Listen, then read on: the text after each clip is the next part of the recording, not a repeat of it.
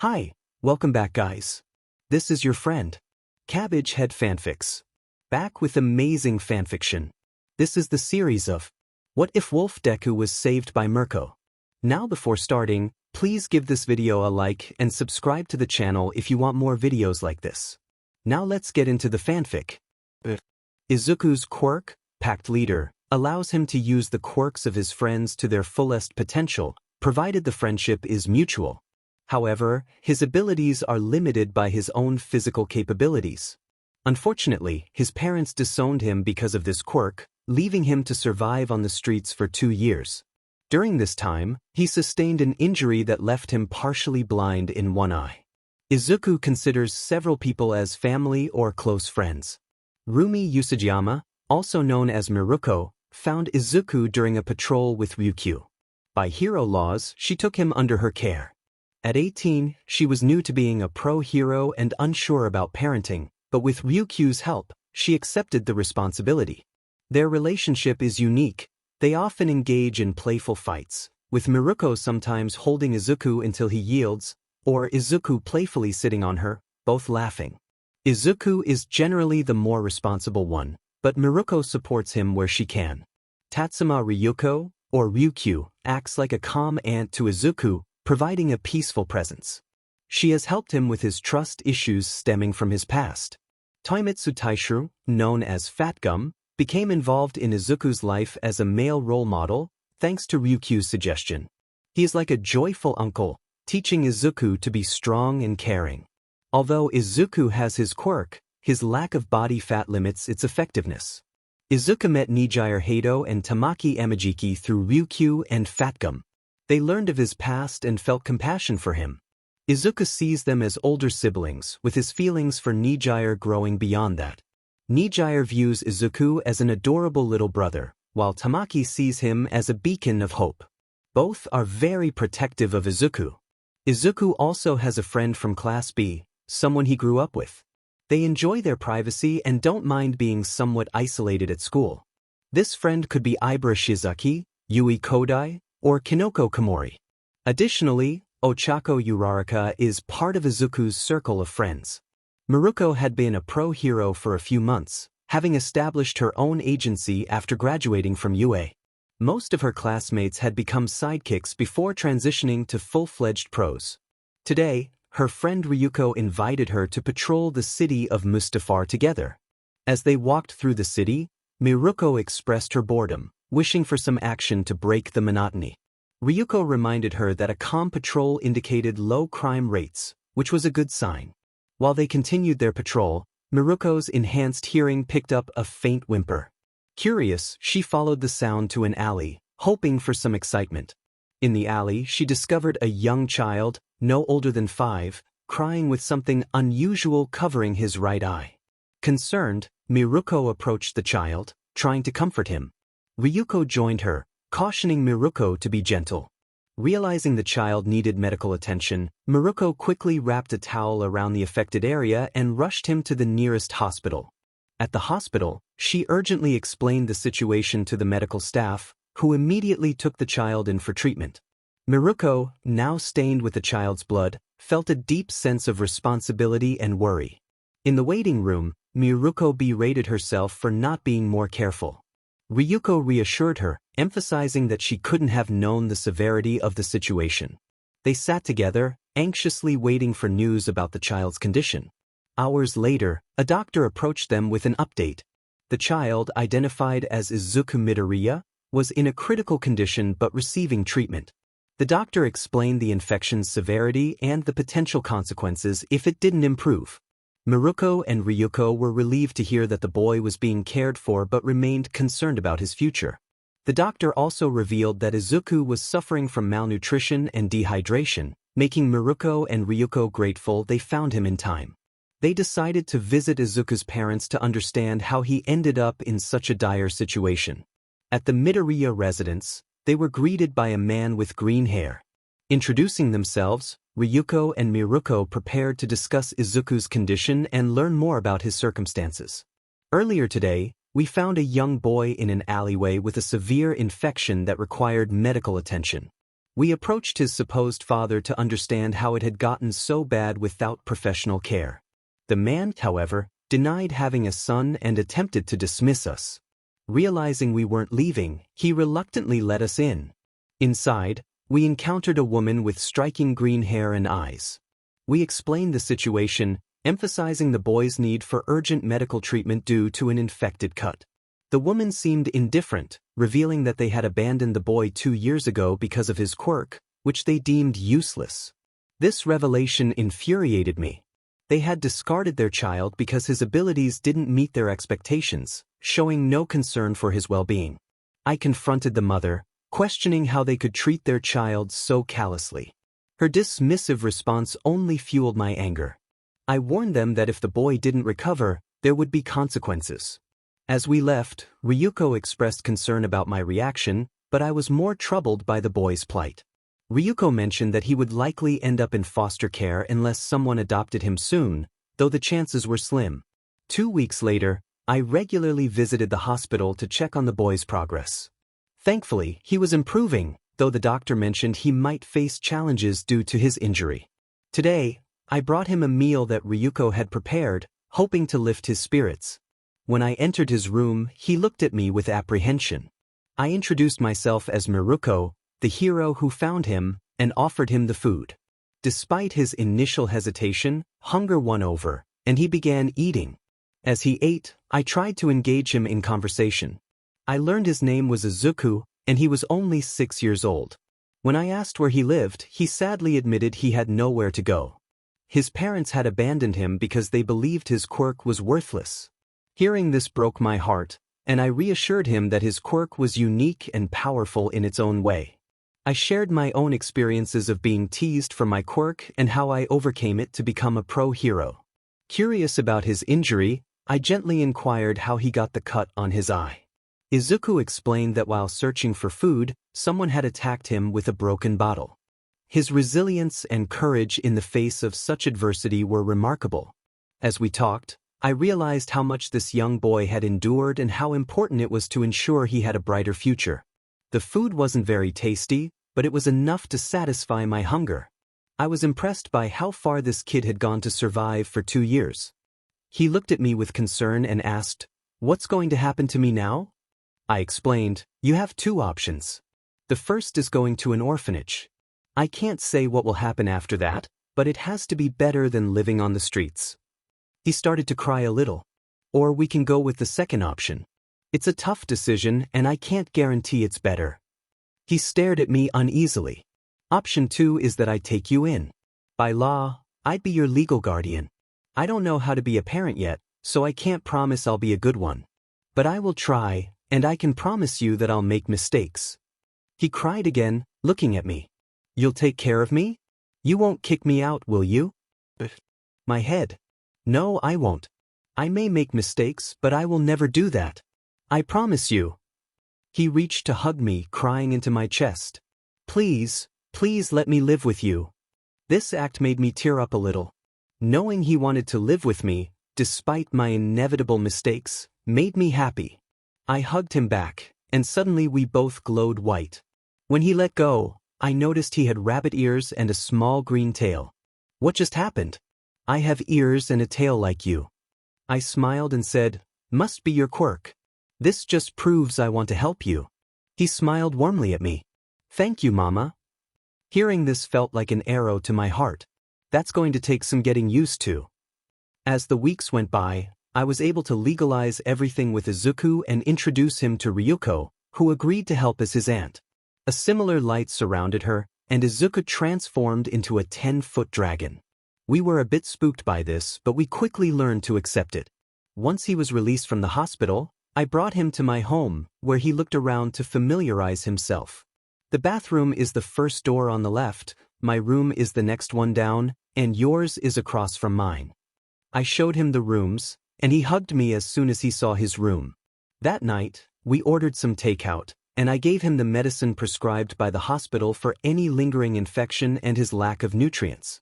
Once we were done, we both got ready for bed and I tucked him in. "Good night, Izuku." Mama? Can you sleep with me tonight?" The feeling of being pierced in my heart returned when I saw Izuku's scared face. Okay, but let's not make this a habit. He nodded as I got into bed with him. He hugged me tightly as I got comfortable. Good night, Izuku. Good night, Mama. He quickly fell asleep while I looked at the ceiling. This is going to take some getting used to. Miruko's perspective. Alright, finally done. Once breakfast was ready for Izuku, I went to make sure he was up. Izuku, breakfast is ready. I glanced into his room but didn't see him. Maybe he's in the bathroom. I went to the bathroom and saw him on a stepping stool, looking into the mirror. He was examining the scar on his eye with great interest. Poor kid. He should never have had to get that scar. About 2 months had passed since Izuku came to live with me, and the cut on his eye had healed, leaving only a scar. He had some trouble seeing through that eye, but the scar bothered him the most. To be honest, Ryuko had to stop me from confronting the Midoriyas. But I stayed calm. They were lucky I didn't press charges for endangering a child. The only reason they got away with it was that neither Ryuko nor I thought Izuku could handle it mentally. I didn't think it would make Izuku feel better either. It might make him feel worse about the scar, seeing as it caused so much trouble for him and others. Izuku. He immediately stopped looking in the mirror and saw me in the doorway. Breakfast is ready. Hurry, or you're going to be late for your first day of school. Yes, Mama. He climbed off the stepping stool, put it away, and walked into the kitchen with me behind him. It isn't Aunt Ryu's, but it's edible at least. I placed a plate of eggs and bacon in front of Izuku, which were a bit burnt. He took a bite, making a face. I should have tried cereal since it doesn't take me 5 tries to make something that doesn't set off smoke alarms. It tastes great, Izuku smiled as he endured my poor cooking. Are you excited to start school today? He shook his head, showing me how scared he was. It's okay, but the first day is always the hardest. You've been through tougher situations. Did I guess? At the school, as we neared the entrance, I turned to Izuku to say goodbye. Well, this is where we part ways. Be good and try to make a friend today. He started to shake again, second-guessing himself. What if people don't like me? Kids are bound to like you. You're smart, friendly when you try to be, and you're adorable. But what if they make fun of my eye? Then they don't deserve you as a friend. He was really worried after living the way he did for so long. Look, bud, I can't help you with what will come next. All I can do is support you from the sidelines. All I can say is that if you don't take a leap of faith, you may regret it for the rest of your life. You're going to go in, make at least one friend, and be a normal kid like you should have been, she encouraged him with a gentle smile. Izuku listened to these words, trying to muster some confidence. Okay, I don't have much confidence in myself, but I'll do this if you think it's the best, he replied hesitantly. That's the spirit.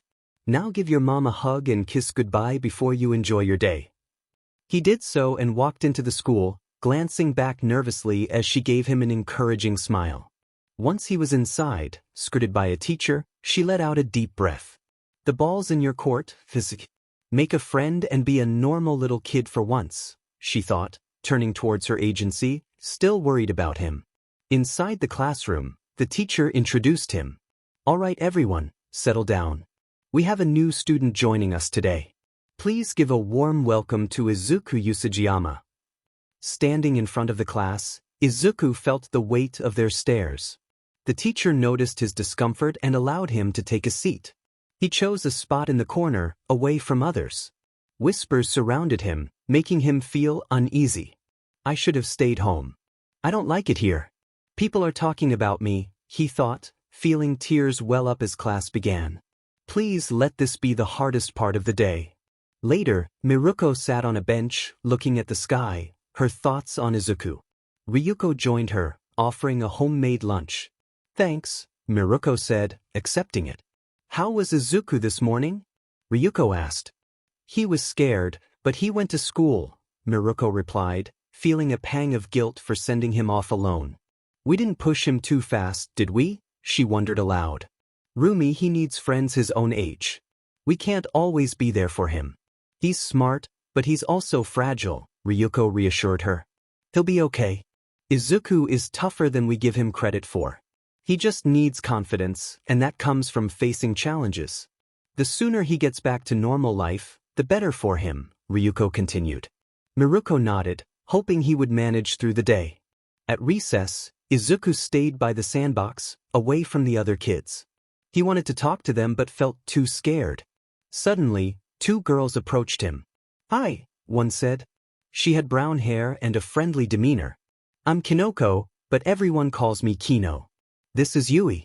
She doesn't talk much, but she's nice." Yui, the other girl, avoided eye contact but sat next to him. "Do you want to play with us?" Kinoko asked.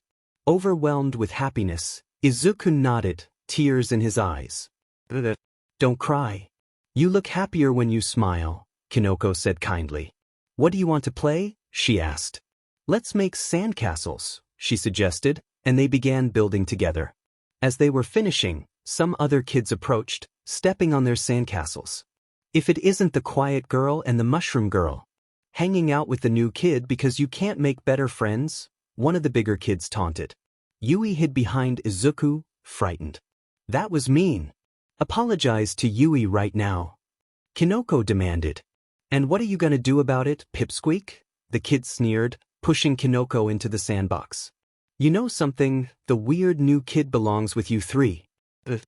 "Look at that eye of his. You're nothing but losers who will never be heroes," he mocked, making Yui tremble. "That's not true. Izuku is nice. Nicer than you at least. If you want to find who the real losers are, look at yourselves," Yui bravely retorted.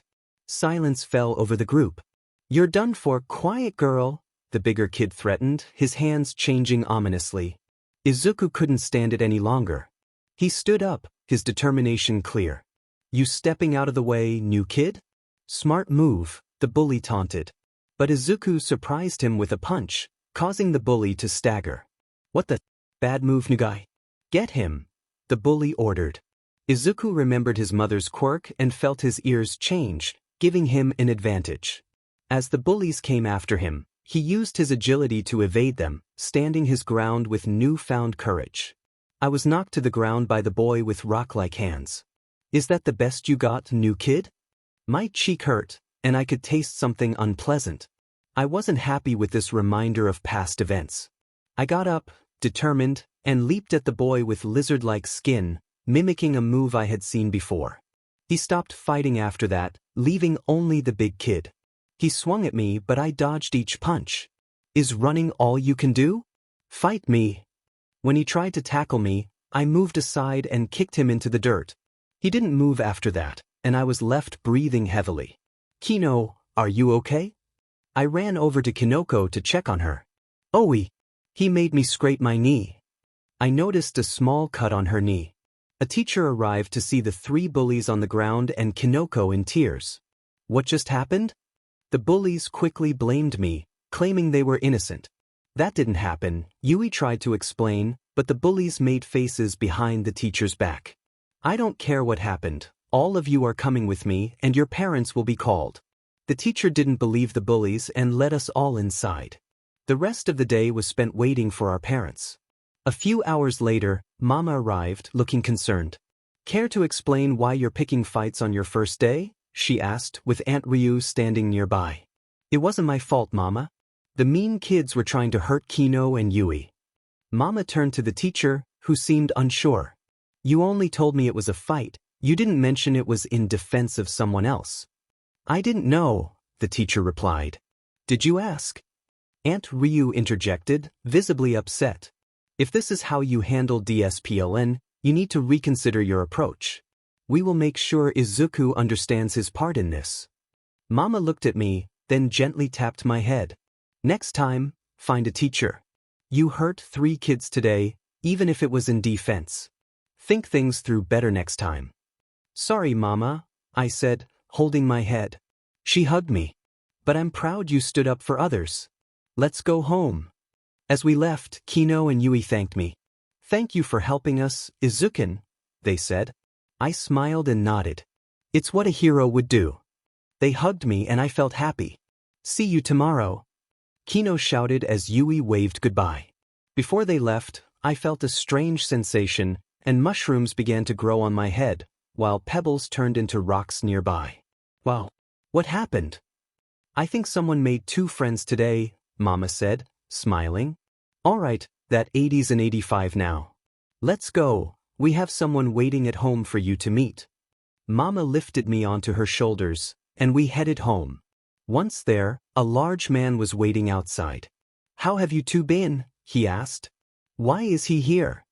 Mama replied, Izuku needs a male role model, so I asked Himitsu to come. She let me down, and I approached the man. Hello, little guy, what's your name?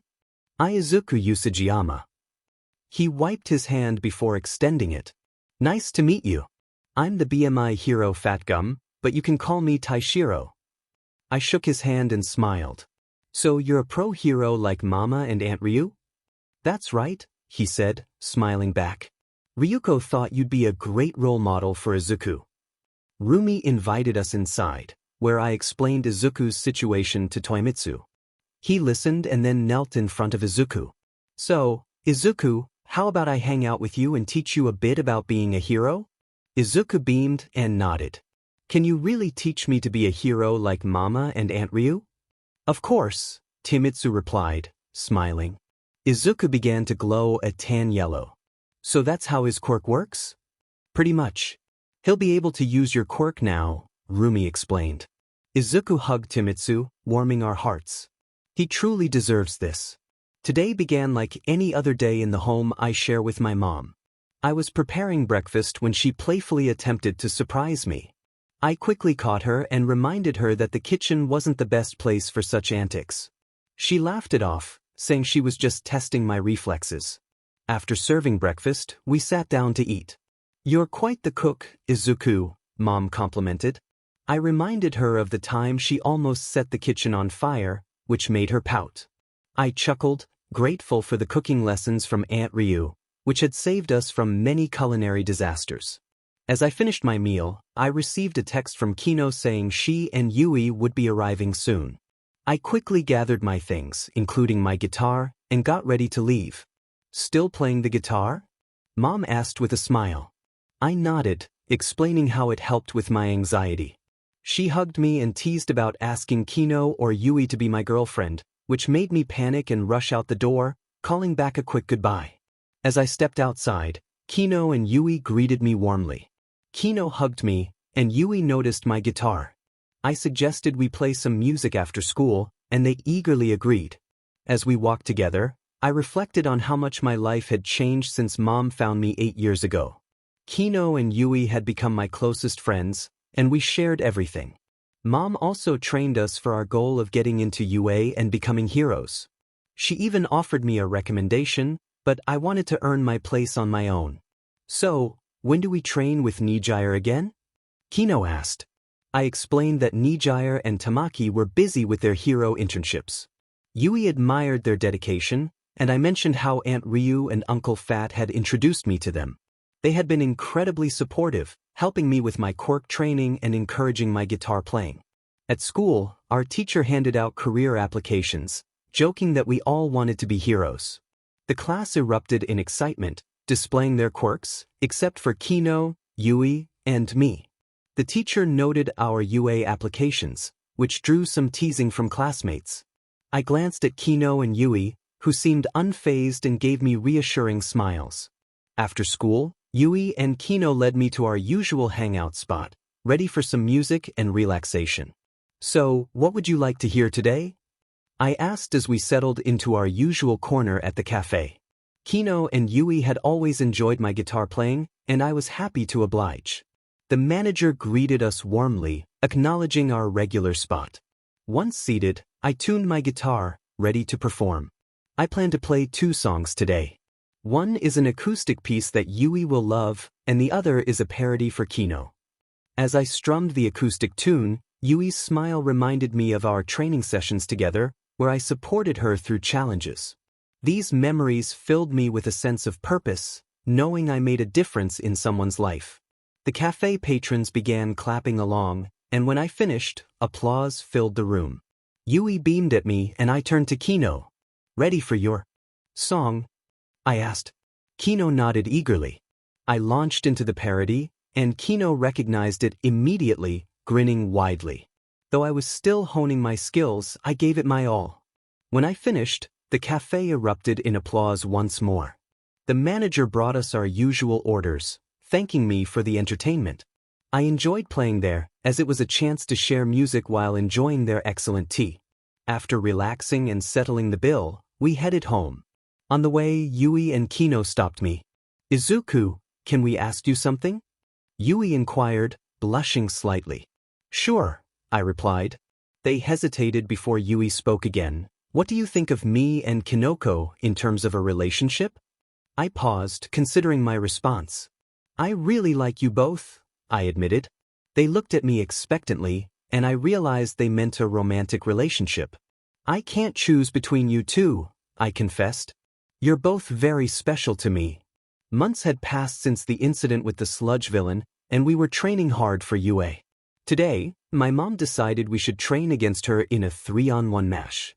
"Show me your iron will," she challenged. We coordinated our moves, with Yui enlarging ball bearings and Kino using her abilities. I attempted to pin Mom down, but she was too quick, countering our efforts and leaving us in a heap on the ground. "Not bad, you three," Mom praised. "If I weren't a pro, you might have had me." She helped us inside, where we recovered on the couch. Yui leaned on my shoulder, and Kino hugged my waist, both seeking comfort. Since the confession, the three of us had grown closer, going on various dates and enjoying each other's company.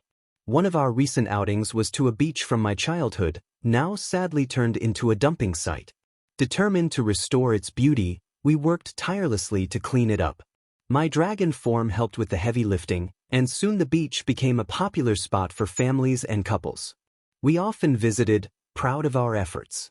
One day, a knock at the door interrupted our relaxation. I answered to find a man who introduced himself as Toshinori Yagi. He had a proposition for me and we invited him in. My mom joked about his appearance, but Toshinori quickly clarified his intentions, leaving us intrigued about what he had to offer. The man stood up, preparing to demonstrate something extraordinary. As he flexed, his body transformed into a familiar figure. Izuku's mother was so surprised that she nearly dropped her drink. The man then reverted to his original form and explained his purpose for visiting. He spoke of a unique power he possessed, one that had been passed down through generations, and now he was seeking a successor. He was considering Izuku as a potential candidate, but there was another option he wanted them to explore first. The group agreed to visit UA to meet the other candidate. As they approached the school, Kino and Yui were amazed by its impressive size. Inside, they encountered Principal Nizu, who greeted All Might and Miruko warmly. After introductions, Principal Nizu led them to a training ground where several pro heroes and students were gathered. Izuku was warmly greeted by Nijire, who was excited to see him. After a brief, enthusiastic exchange, Izuku met Mirio Togata, a friendly and energetic individual. Mirio's demeanor put Izuku at ease, and they quickly became acquainted. All Might revealed that he wanted Izuku and Mirio to spar, believing that fighting would help them understand each other better. As they prepared to spar, Mirio complimented Izuku's quirk, pact leader, and expressed admiration for its unique qualities. Izuku, in turn, learned about Mirio's quirk, permeation, which allowed him to phase through objects.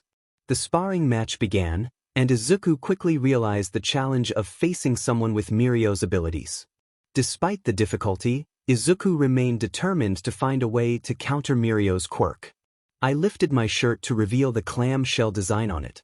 "And you said drinking clam juice was a silly idea," I said with a smile to my mom, who smirked at my quick thinking. "So I'm wrong, big whoop." I knew this was a good defense, but I had no idea how to attack or dodge. I reminded myself to stay calm and focused, just as Mom had advised in situations like these. I concentrated on my hearing, picking up on Nijire waving the flag, Night Eye adjusting his glasses, and All Might coughing. I could hear it all. I detected a sound behind me, like someone taking a deep breath. I quickly turned and pointed my hand. Pact move, Nijire wave. I sent a shock wave at Mirio, pushing him back slightly. Amazing, you anticipated my move and countered it with Nijire's attack. That's impressive. I realized if he was up, something must be tangible. Packed combo move. Chimera wave. I used Tamaki's manifest quirk to create tentacles, each shooting a shockwave at Mirko. He dropped down before it landed, and I focused on his next move. He jumped behind me, and I slid to kick him diagonally. Something's gotta be tangible when you pop up, so let's see if I can hit it. I succeeded in hitting his ankle, sending Mirko back to the ground. He popped back up, smiling. Now I see why you're so cool to Tamaki and Nijire. That took some brains. We prepared for another attack before All Might stepped between us. That should be enough. We walked over to him and he smiled at us. I can see how hard you both have worked. Nicely done, but this next conversation should be private. We followed Nizu to an empty room where only I, All Might, Mirko, Sir Night Eye, and Mom were allowed. Once seated, All Might addressed us. You both are exceptional people deserving of respect for your hard work. The fight you demonstrated proves it. However, the main reason I wanted you here is to see who is worthy of succeeding me. He revealed a large scar. Our eyes widened at the sight. I got this years ago while fighting a villain. He caused significant damage, and now the form you see me in is something I can only maintain for a few hours each day. Seeing his scar, I felt a mix of emotions, remembering the struggles I had faced. I've looked at your files. Mirko, you worked tirelessly to become the best, even rising from last place to the strongest in UA. You are a shining example of hard work and dedication. Meanwhile, young Usajiyama, you've seen the world's darker side. Despite personal challenges, you're striving to be the hero you want to be. All Might turned to Mirko. Young Mirko Togata, would you please accept my quirk? Nah, I'm good. We all paused, surprised. I mean, it would be amazing to have it, but I feel like Izuku would make better use of it. I stood up, emotional. Are you serious? You have a chance to obtain something incredible, and you just say no? I shouldn't even be here for an offer, but you're willing to say no like that? I felt tears welling up. I'm not strong like you. I'm weak, and I rely on others. I would have been lost without Mom. So why give it up? Mirko smiled at me. Because I think you deserve it more than me. I was stunned by his willingness to give up such an opportunity. But Mirko, you could shine as brightly as All Might himself, Night I argued, but Mirko just laughed. I don't need a flashy power. I have my own, and Izuku works even harder than me, so he's the better choice. We were all taken aback. All Might took a deep breath. You realize I cannot give this quirk to you if you change your mind, right? I'm completely fine with it. All Might nodded and turned to me. Young Izuku. Usajiyama, would you please accept my quirk? I looked at Mom, then Mirko, and finally at All Might. I will. All Might smiled, transforming into his buff form.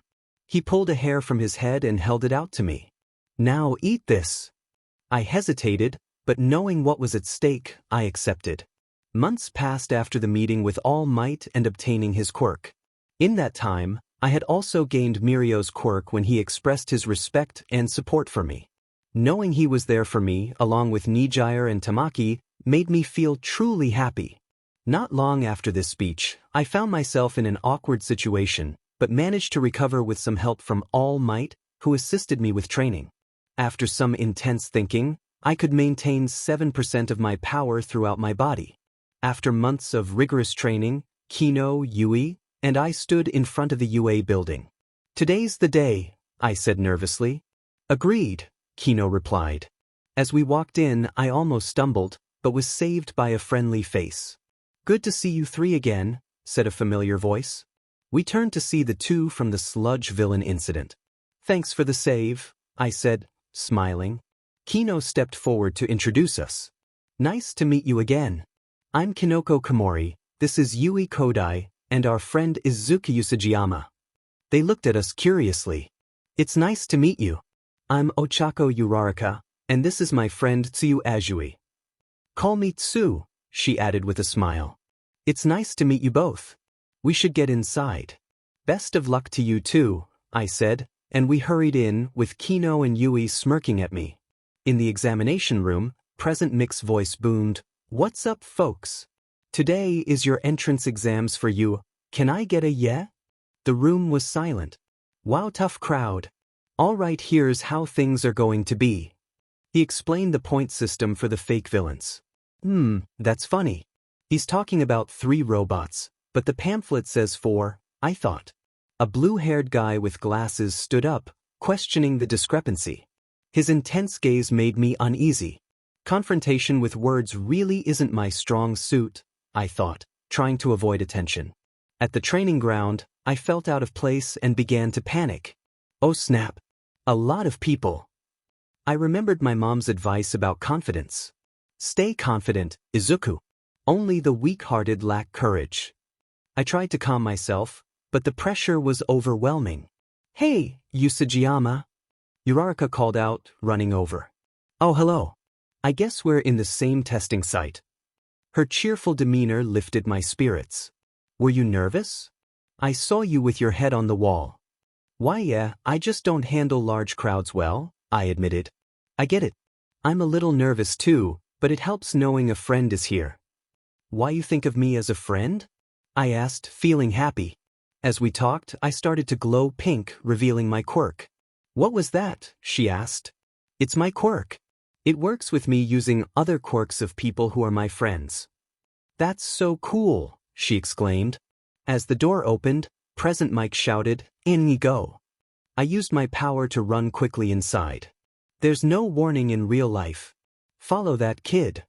Everyone followed, encountering some robots. I used my abilities to take them down, experimenting with Uraraka's quirk to make one float. So that's what her quirk can do, I thought, using another ability to dismantle more robots. In the observation room, faculty members watched with interest. "So who should we keep an eye on?" Snipe asked.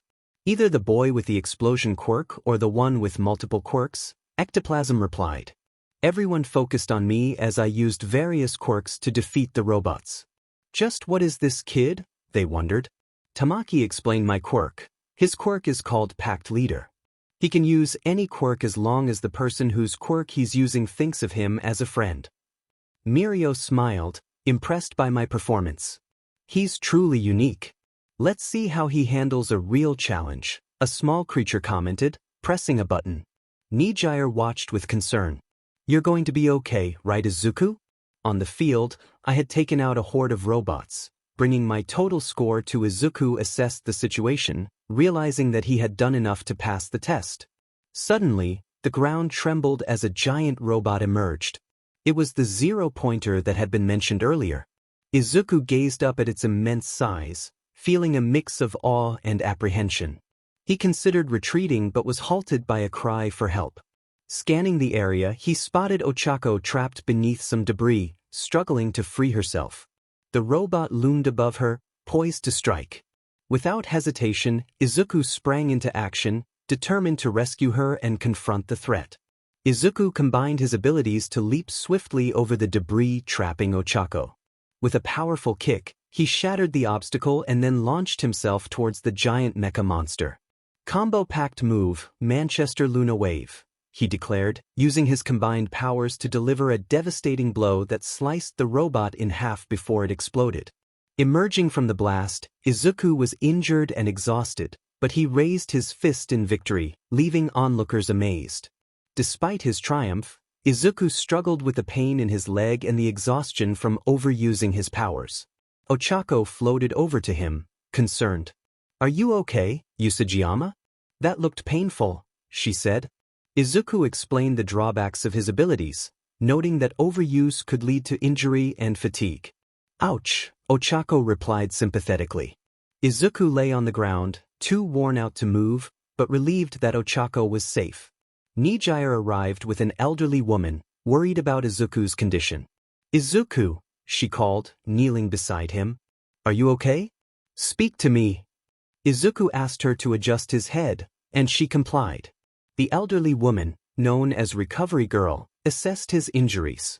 "This shouldn't be a problem," she said, using her healing abilities to mend his leg. "Most of it is healed, but he still has some burns. He should recover quickly though." After the exams, Ochako walked with Izuku and his friends, including a blue-haired girl who recounted the events. After breaking the debris, Izuku jumped up and split the robot in half, she explained. Tsu teased Ochako, suggesting she had a knight in shining armor. Embarrassed, Ochako denied it, blushing.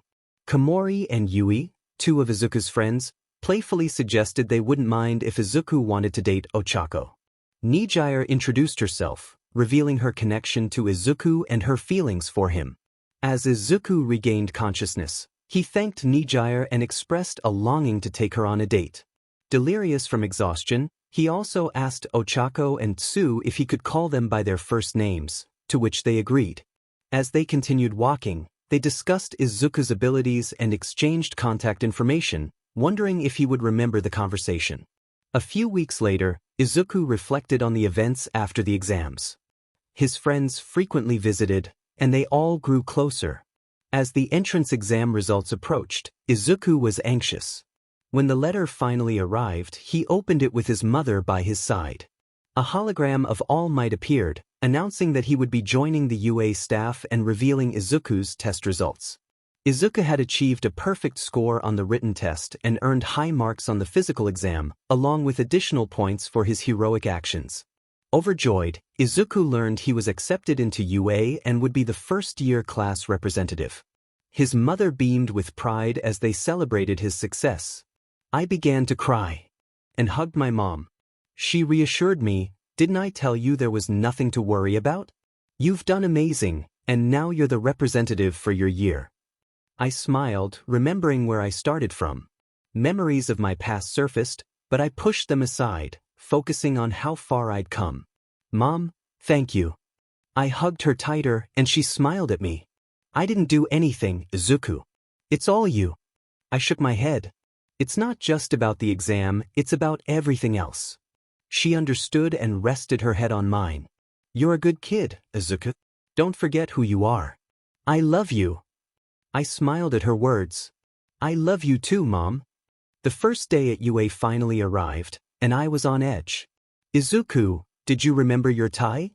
I frantically searched for it, only to realize it was already on. "Sorry," I mumbled. My mom reassured me, "Nobody is going to make fun of you because of your eye.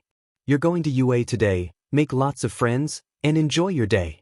Afterward, you'll meet with Kinoko and Yui and spend a happy day with them, Ochako, Tsu, and Nijire." I nodded, feeling more confident. "That's the spirit. Now go show UA what you can do." As I left the house, I saw Kino and Yui waiting for me. "Hey, Izuku, we were just on our way to walk with you to school," Kino said, hugging me, with Yui joining in.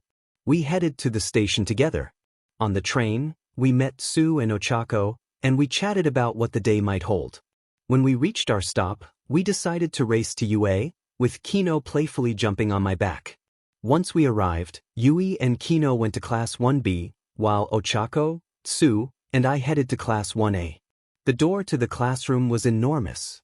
"I wonder if it's for people with size quirks," Tsu mused. As we entered, we encountered a tense situation with a student being reprimanded. We decided to stay out of it and found a seat next to a pink-haired girl. She explained that Tenya Ida was trying to stop a blonde student from putting his feet on the desk. I glanced at the blonde person and recognized him. "Kachin." He looked at me, surprised. "Deku." Before he could say more, a tired-looking man in a sleeping bag entered the room. "Everyone in your seats now," he instructed. We quickly complied. "Hello, my name is Shota Aizawa, and I will be your homeroom teacher." He handed out uniforms and instructed us to meet him outside.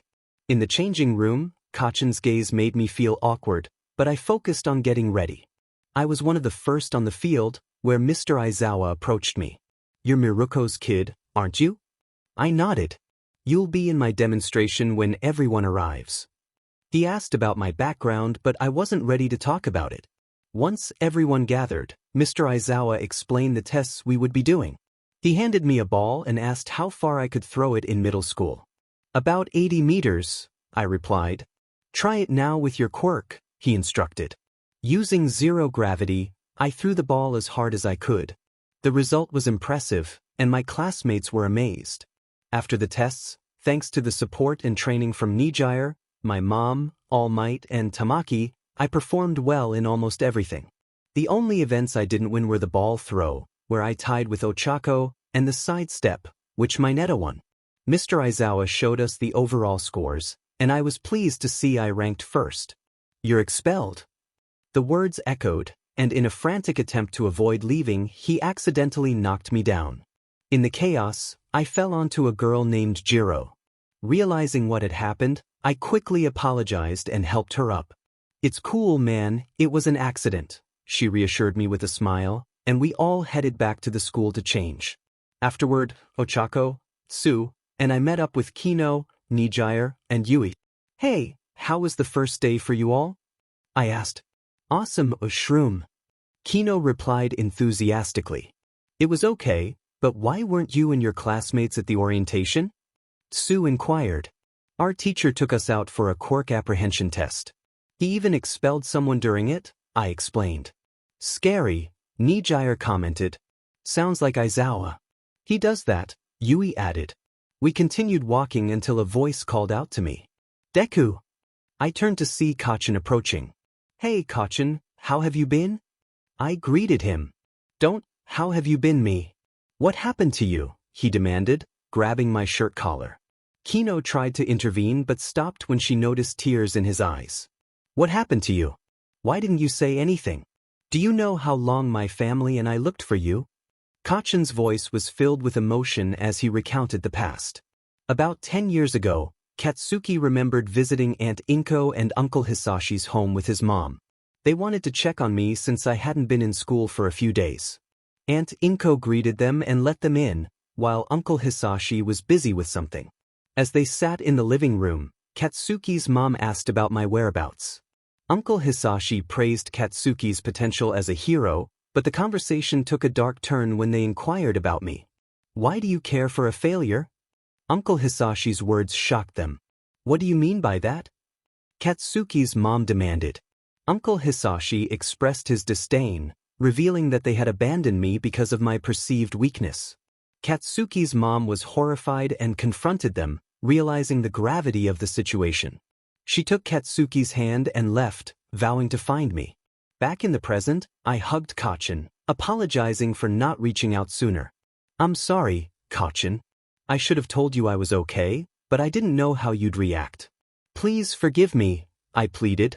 UDMN nerd. I'm supposed to say I'm sorry here, he replied, calming down as I explained my journey.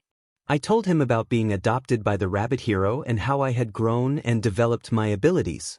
Kachin listened, understanding the path I had taken. At least you're okay and happy, that's what matters to me. We started to laugh a bit to lighten the mood. So we're still good? I held my fist out to him, and Kachin fist bumped me. Yeah, we're cool. I noticed a reddish-orange glow around me before it stopped. What was that? I opened my palms to see small sparks. To make it simple, I'm able to use your quirk now because we both see each other as friends without doubt. So this is the power that your old folks didn't understand? Were they really that short-sighted? Maybe. Also, how's Auntie and Uncle doing besides all the problems I gave them? Pretty good.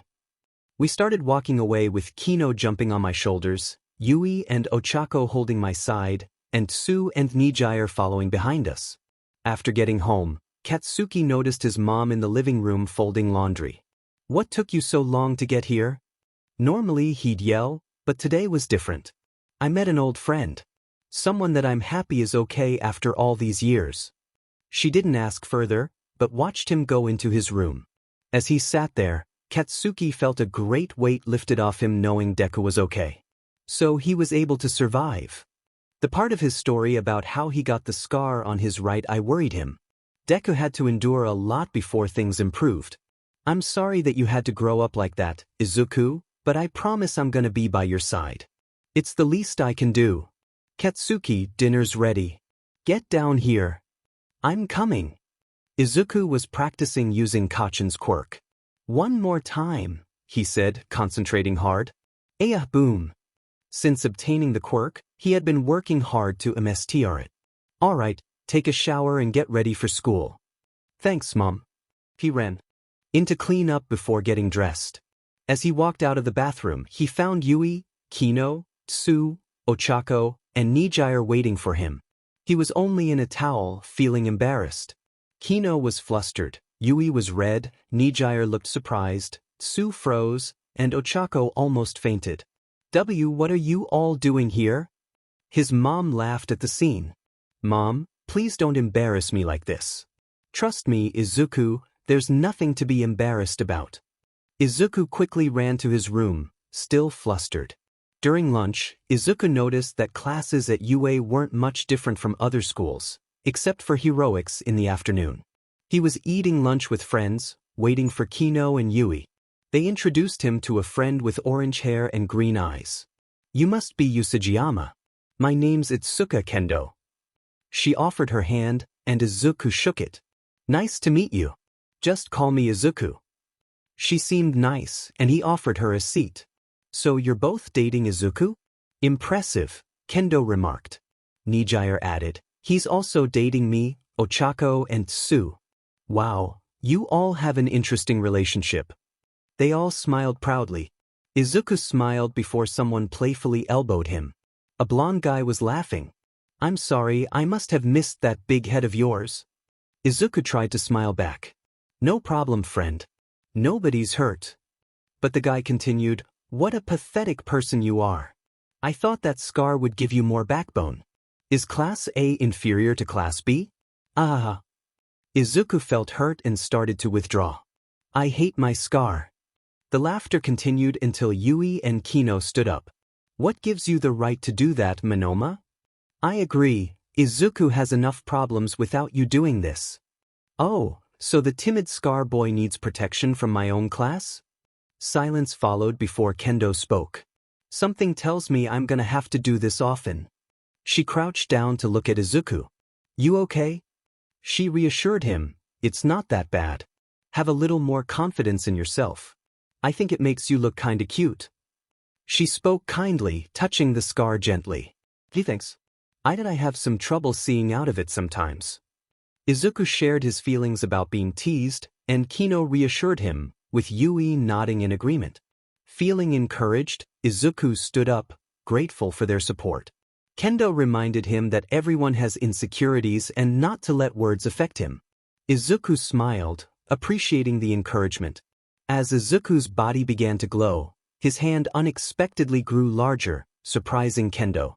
Ochako explained that this was part of Izuku's quirk, which allowed him to show friendship. Izuku elaborated on his quirk to Kendo, and they chatted until it was time to return to class. Before leaving, Izuku bid farewell to Kino, Yui, and Nijire. In class, Kirishima asked Izuku about his quirk. Izuku explained that he could mimic others' quirks if he had a baseline friendship with them. Kirishima found this fascinating, and they shared a friendly moment. Izuku demonstrated his quirk, glowing and hardening his body like Kirishima's, which impressed his classmates. All Might entered the room energetically, announcing the start of their heroics training. He revealed their hero costumes and instructed them to meet at ground beta. Excited, the students grabbed their costumes and headed to the changing area. At ground beta, Izuku complimented Ochako and Tsu on their costumes. They exchanged friendly remarks before All Might explain the upcoming exercise, a 2-on-2 heroes versus villains battle. Izuku and Ochako were paired as heroes against Kachin and Ida. Izuku devised a plan, using a combination of quirks to locate the villains. He and Ochako split up to tackle their opponents. As Izuku advanced, he encountered Bakugo, who challenged him. Izuku skillfully avoided Bakugo's attacks, using various quirks to outmaneuver him. Bakugo attempted to strike Izuku with an explosion, but Izuku countered with a powerful combination of quirks, sending Bakugo through a wall. Reflecting on his abilities, Izuku considered the potential of his quirk combinations, while Bakugo continued to pursue him. Izuku used his abilities to create a distraction and incapacitate Bakugo with mushroom spores. After tying him up, Izuku offered Bakugo a water bottle, suggesting that drinking some water would help clear the spores from his system. Izuku then hurried up the steps to reach the door where the bomb was located. He consumed some dehydrated meat to maintain his camouflage before entering. Observing Ochako struggling to reach the bomb due to Ida's speed, Izuku signaled to Ochako, who smiled in response. Izuku cleverly distracted Ida, allowing Ochako to touch the bomb and secure their victory. They celebrated their win with enthusiasm, and Izuku helped Ida up, praising his efforts.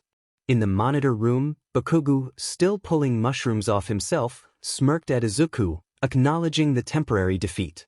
Izuku looked forward to Bakugo's future efforts, and they shared a fist bump before watching other matches.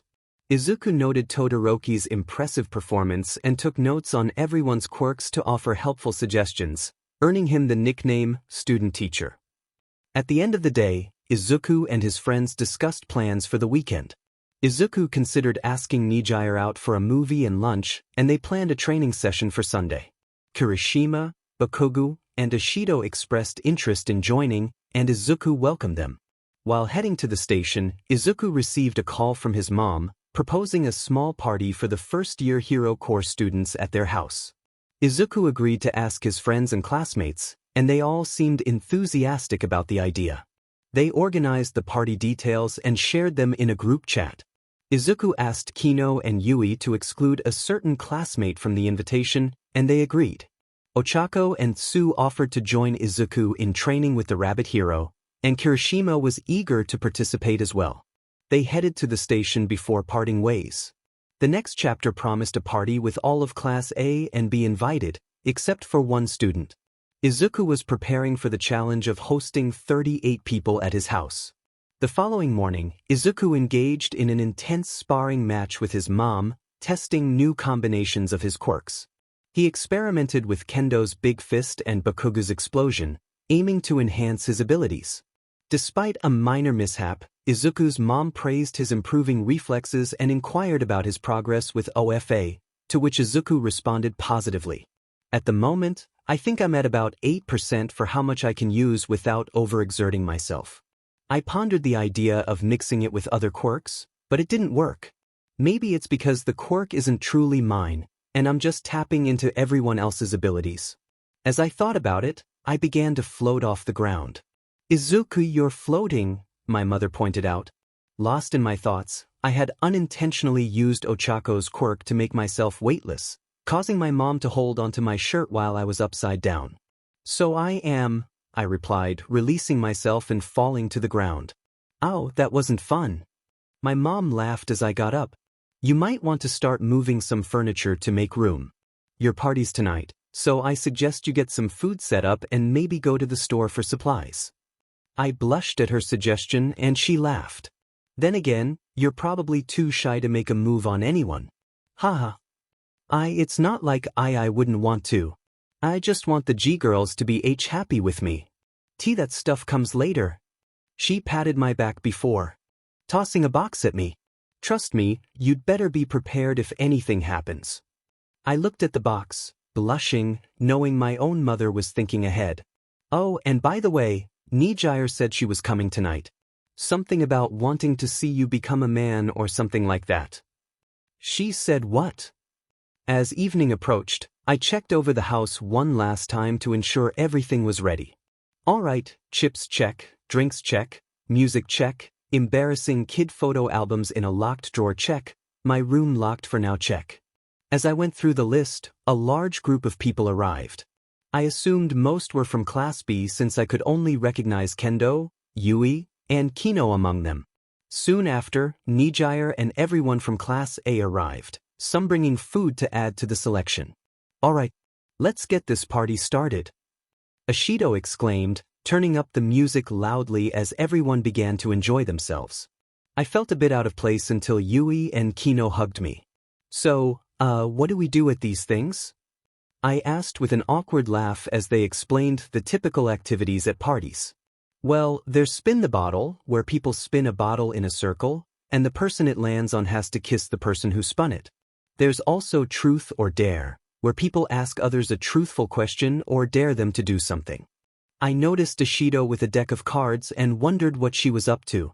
I followed her into the kitchen, where a group of guys was gathered around her as she shuffled the deck. Alright boys, the rules are simple. The losers of each hand have to remove a layer of clothing. The game ends when everyone but one is out. That I'm not getting involved with this game. Agreed. No way. Half an hour passed, with Ishido having the best luck, winning without losing a single piece of clothing. At the table, Tetsu, Awaze, Kirishima, Sato, and Aoyama were down to their last layers, keeping things decent. That classmate of yours is something else, Izuku. Let's just slowly back away and pretend this never happened. We left the kitchen, only to be grabbed by Hagakure. Glad I finally found you, Usajiyama. We're just about to start Spin the Bottle. The invisible girl led me to sit between Nijire and Kendo, with Kino and Yui sitting beside a girl with vine-like hair and Jairu from class. Okay, rules are simple. Whoever the bottle points to is the person you have to kiss if you spin. Everyone's included. Wait, I might have to kiss a guy? I looked around to see Ojiro, Siro, Yaoyorozu, and Kaminari in the circle, with Hagakure handing the bottle to Yui first. She spun it, and it landed on Kaminari. Yeah. Time for a little lip action. Yui calmly kicked him in the lips. I'm not kissing him. Count that as my turn so we can move on. Next was Ojiro, who spun and landed on Hagakure. He seemed a little embarrassed, but our invisible friend gave him a quick kiss, causing him to pass out, which made us all laugh. Who's next? Jairu grabbed the bottle, silently hoping for a good outcome. When it stopped, it pointed at me. No fair. He gets all the attention, why does he get to kiss another girl? Remind me why you wanted to play this game again, Kaminari? Siro asked, unsurprised. I guess we're next. I was nervous, with Nijire encouraging us. Kiss. Kiss. I leaned in to give Jairu a small peck on the lips, and we both blushed afterward. Yay! Alright, you're up, Shiozaki. The girl with vine-like hair spun the bottle, and it landed on me again. Why am I being forced into this? I think I will end this game here. Oh no, you don't. You gotta give Usajiyama a big old smooch first. Hagakure nudged Shiozaki toward me, and our lips met. I tasted fresh spring vegetables and found it surprisingly pleasant. Shiozaki ran through the house, shrieking, and hid in the bathroom. Did I think you broke our classmate, Izuku? Kendo seemed surprised, while Yui and Kino pulled me aside and kissed me. That was for kissing another girl without our approval. Yeah. It wasn't my fault though. After a few more rounds and some amusing moments, I got up to see what else was happening. As I did, I was pulled into a quiet room by Bakugo, who had Ochako, Tsu, Ishido, Kirishima, Shoji, and a few Class B girls inside. Got him. And I got this one. Kendo entered with Shiozaki, still blushing, with Kino and Yui behind her. So, what's happening now? I asked. We're gonna play Truth or Dare, Ochako said, with Kendo introducing everyone. Izuku, these are some of our classmates from Class B.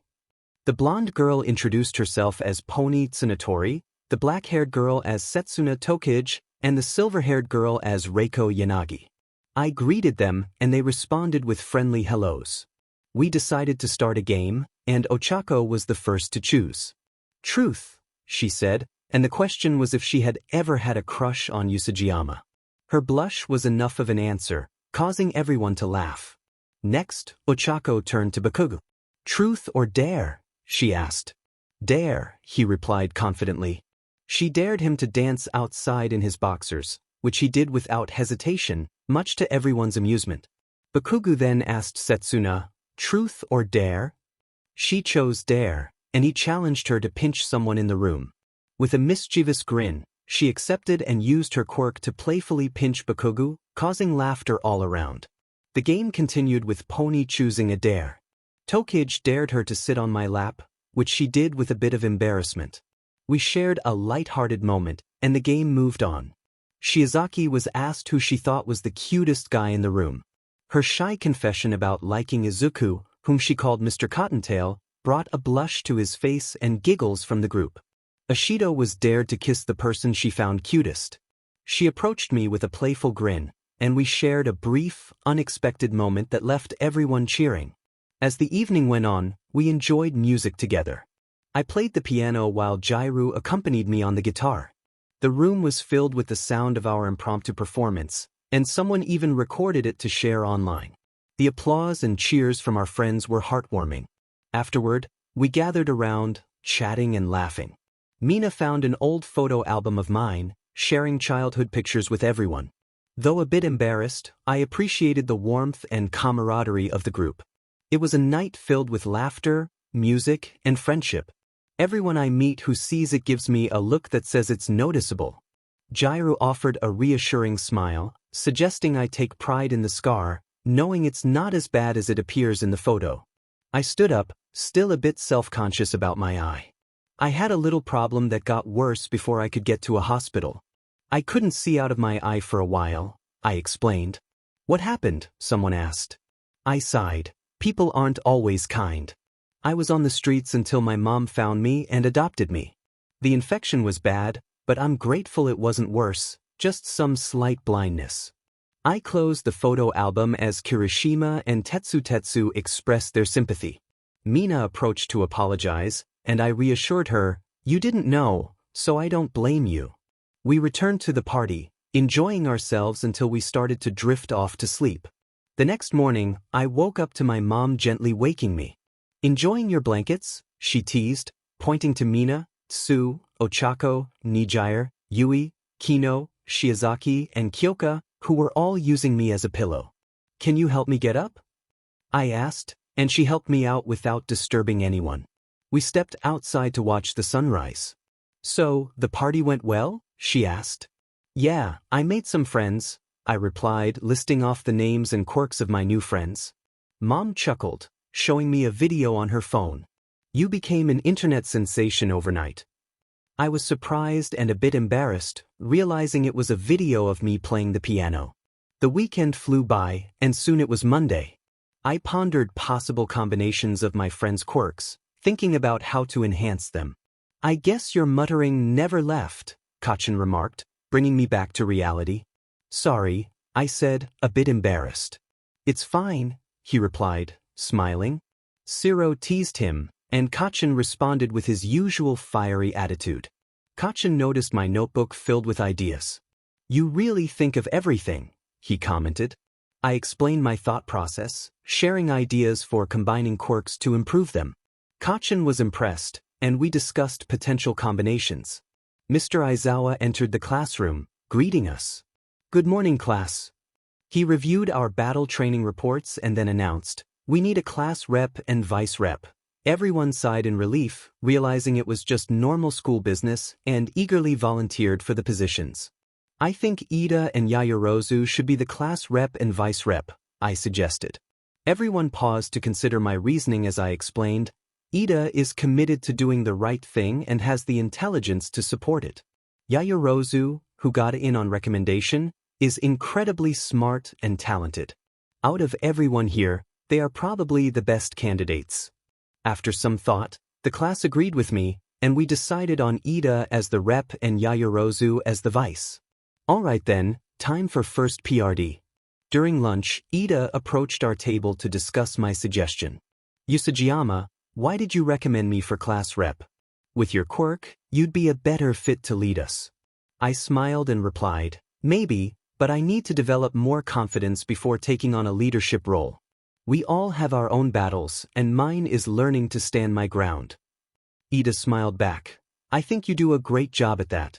You're calm and calculating. If I had to choose, you'd be the best suited for the job." His words meant a lot to me. "Thank you. It means a lot. What are friends for?" Suddenly, I felt a change as engines appeared on my calves. "It seems you've obtained my quirk. Let me help you learn how it works," Ida offered. He explained how his engines functioned and how to maneuver with them. His detailed instructions were helpful. After lunch, I said goodbye to my friends before heading to Class A, where Aizawa explained our plans for the day. "Today, we'll be going off campus for rescue training," Aizawa announced. "Myself, All Might, and another person will assist in this exercise." He revealed our costumes and instructed us to meet him outside in 5 minutes. On the bus, Kirishima and Tsu sat beside me. Tsu asked, "Izuku, why haven't you used your dragon form while training?" Everyone listened with curiosity. The main reason is that it's not easy to hide such a form during training. Aunt Ryu takes me to the mountains to avoid property damage, I explained. Kirishima, feeling unsure about his quirk, said, "Sorry, my quirk isn't that special." I reassured him, it's not about how flashy a quirk is, but how you use it. You can handle hits and minimize damage, which is important. Kirishima smiled, feeling better about his abilities. As we arrived at the facility, we were greeted by 13, who explained how our quirks could be used in rescue scenarios. He emphasized the importance of using quirks to save lives. As we entered, the power flickered, and a strange portal opened. "Do they have fake villains here?" Kirishima asked. Realizing the truth, I replied, "Those aren't fake villains, they're the real deal." A man covered in hands announced, "We are the League of Villains, and we've come to confront All Might." Aizawa sprang into action, instructing 13 to protect the students. "One of you get outside and run for help," 13 urged. But before we could act, a misty figure blocked our escape, introducing himself as part of the League of Villains. The group had arrived with the intent to confront All Might, but he was nowhere to be found. Kacchan and Kirishima charged forward, missing their target, as a black mist surrounded them. "Seems you all will be more trouble than you are worth. Now, disperse," the misty figure declared. Izuku quickly gathered his friends, forming a protective barrier with his abilities. Todoroki, Ojiro, Koda, Tsu, and Aoyama were with him, while others were transported elsewhere. "Thanks for the save," Todoroki acknowledged. Izuku replied, "Don't thank me yet. We still have this guy to deal with." The misty figure taunted them, but Izuku managed to strike, knocking him back. "You're gonna regret dropping your guard with me," he said, urging Ida to run and get help. The situation escalated as a monstrous figure, Nomu, appeared. Izuku activated his powers, determined not to lose. He launched a powerful attack, but Nomu seemed unaffected. The creature retaliated, injuring Izuku. Despite the pain, Izuku continued to fight, using his abilities to evade and counterattack. As the battle raged on, Izuku transformed, taking on a dragon-like form to overpower Nomu. He managed to throw the creature far away, turning his attention to Shigaraki. However, Shigaraki's abilities forced Izuku to revert to his normal size. Just as they were about to clash, Miruko arrived, ready to defend her son. Miruko demanded an explanation for her son's condition, and 13 explained the situation. Furious, she attacked Shigaraki, but he managed to escape with the help of a Warp Gate villain. Despite her anger, Miruko's focus shifted to Izuku as he collapsed from exhaustion and pain. She comforted him, proud of his bravery, but her anger remained towards those who had harmed him. Meanwhile, at the Bakugo household, Mitsuki and Masaru were spending a quiet afternoon together, unaware of the events unfolding elsewhere. "This kid is good," Masaru commented, spilling his tea in surprise as he watched the video. "Mitsuki, can you come in here and see this?" She entered the room to see a boy with scruffy green hair and a scar on his right eye playing the piano. Izuku and his mother stepped off the train, heading towards the area he used to live in. Since the incident at the USJ, his mother had been uneasy. "So where do the Bakugos live again?" she asked. "If I remember correctly, they live down a street or two to the right when we get to this park. We should be able to see the house on the left when we turn," Izuku replied, trying to calm his nerves. Flashback to the evening prior. After being released from Recovery Girl's office, Kacchan approached Izuku in a panic. "Dude, I think my folks found out you might not be dead." Izuku was surprised. "Wait, you didn't tell them I wasn't?" "No way. I wanted it to be a surprise for the sports festival." Izuku's mom looked at Kacchan skeptically. "How do you know they think this?" she asked. "They saw that video of Izuku and wanted to know who he was. I said I was having a friend over who knew the guy, not saying it was him, so now they're expecting him to come over." Izuku started to panic, trying to back out of the situation. I think I have a date tomorrow with Mina. Yeah, I made a deal with her to head to her favorite shop tomorrow." "You ain't chickening out of this?" his mom insisted, grabbing his shirt. "You've been holding off going to see the Bakugos for years, now you'll see them." Izuku felt a lump in his throat, scared of what would happen. back to the present. So what are the Bakugas like? His mom asked. Well, Aunt Mitsuki is nice and caring. She always treated me kindly and kept Kachin in line. But she can be kind of strong with her choice of words and reactions. Define strong. You'll understand when you see it. Uncle Masaru, on the other hand, is very calm and happy with his life. He's a gentle person who tries to be a voice of reason. He admires heroes and wished to become one when he was younger, but he couldn't. He doesn't regret it, though, since he met Aunt Mitsuki and has a comforting family life now. He seems like a quiet dude. He is, but I didn't mind it since he is the calmest in the family. As they neared the house, Izuku felt nervous and began to overthink. What if they don't like me anymore? He wondered. You're internally panicking, aren't you? His mom asked. A little. Look, your friends said they looked for you and were willing to stand up for you. That proves they're good people. Izuku smiled as his mom wrapped an arm around him. Let's go show these people that you're fine and a handsome young man. All right. They arrived at the door, which opened to Kachin. Oh yeah, I'd like to see you try old Adesh. He was cut off by a pan being thrown at him. You wanna try that again, ya brat? Kachin noticed Izuku and his mom, who were confused by the commotion. Seems you both made it. What are you doing just standing at the door, Katsuki? I'm talking to a friend, you old hag. Get some tea or something, he brought snacks. Don't you speak to me like that. Try me. Izuku's mom commented on the lively family dynamic as they were let in. Thank you for allowing us in, they said, bowing as they entered the house. Old man, hag, I got someone for you two to meet, Kachin announced. Why are you calling me a hag, ya brat? Mitsuki, maybe shouting isn't the best first impression for Katsuki's friend, Masaru suggested. He knows of our family life, don't worry, Kachin replied. Seems you three are a lively family, Izuku's mom observed as Mitsuki and Masaru entered the room. Mitsuki immediately addressed Izuku's mom first. So it's the pro-hero Miruko. Didn't know you had a friend like that, Katsuki? No, I'm friends with her son. Masaru stopped mid-sentence upon seeing Izuku. Izuku. Hi. It's been quite a while.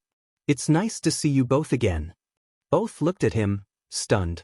Mitsuki was the first to speak after a long silence. Why you're alive? Yeah, I owe that to my mom. She found me on the street when I was 6. Izuku covered his scar with his hair as Mitsuki and Masaru ran over to hug him. Izuku, we're so sorry we couldn't find you sooner. We even gave up hope you survived. Can you ever forgive us? Izuku patted their backs, tears in his eyes. It's not your fault. You both did nothing wrong. After a few minutes, the Bakugas invited them to sit on the couch and offered some tea. When did you and Katsuki meet again? Izuku was asked. We're actually in the same class at UA, he replied. Oh, I see, Aunt Mitsuki said with a smile before giving Katsuki a playful tap on the head. That's for keeping this from us. You knew how much we all wanted to see Izuku again, yet you hid it from us. Izuku quickly interjected, please don't blame Katsuki, he wanted to surprise you. Izuku's mom chimed in, I kinda like your spirit, reminds me of myself when I was younger. She smiled while sipping tea. Thank you. Also, thank you for finding these jalapeno machi. I've always liked them, Aunt Mitsuki said. We have Izuku to thank for that, she added with a smile. Thank you, Izuku. Izuku blushed slightly. Well, I wanted to make sure I brought something you liked. I also found the classic red bean paste ones for Uncle Masaru. And I greatly appreciate it as well, Uncle Masaru responded. As they continued their conversation, Uncle Masaru asked a question that had been on his mind. Izuku, I don't want this to come off as rude, but what is your quirk? Izuku reassured him, it's not rude. I'm sure you're curious. My quirk is called Pact Leader. It allows me to use the quirks of people who are my friends. It's similar to how wolves hunt, they rarely hunt alone. My quirk works in a similar way. That's amazing. A quirk like that could perhaps even surpass All Might, Uncle Masaru remarked. It's not my quirk that's amazing, it's the quirks of my friends that are. But there are 3 important aspects to how it works, Izuku explained. The first is the friend part. If I think of someone as a friend and they think of me as a friend, the quirk works. The second is our ability to use the quirk. For example, if Katsuki can create 50 explosions before feeling a rebound and I can only do 30, then that's my limit. I can never exceed the original user's ability.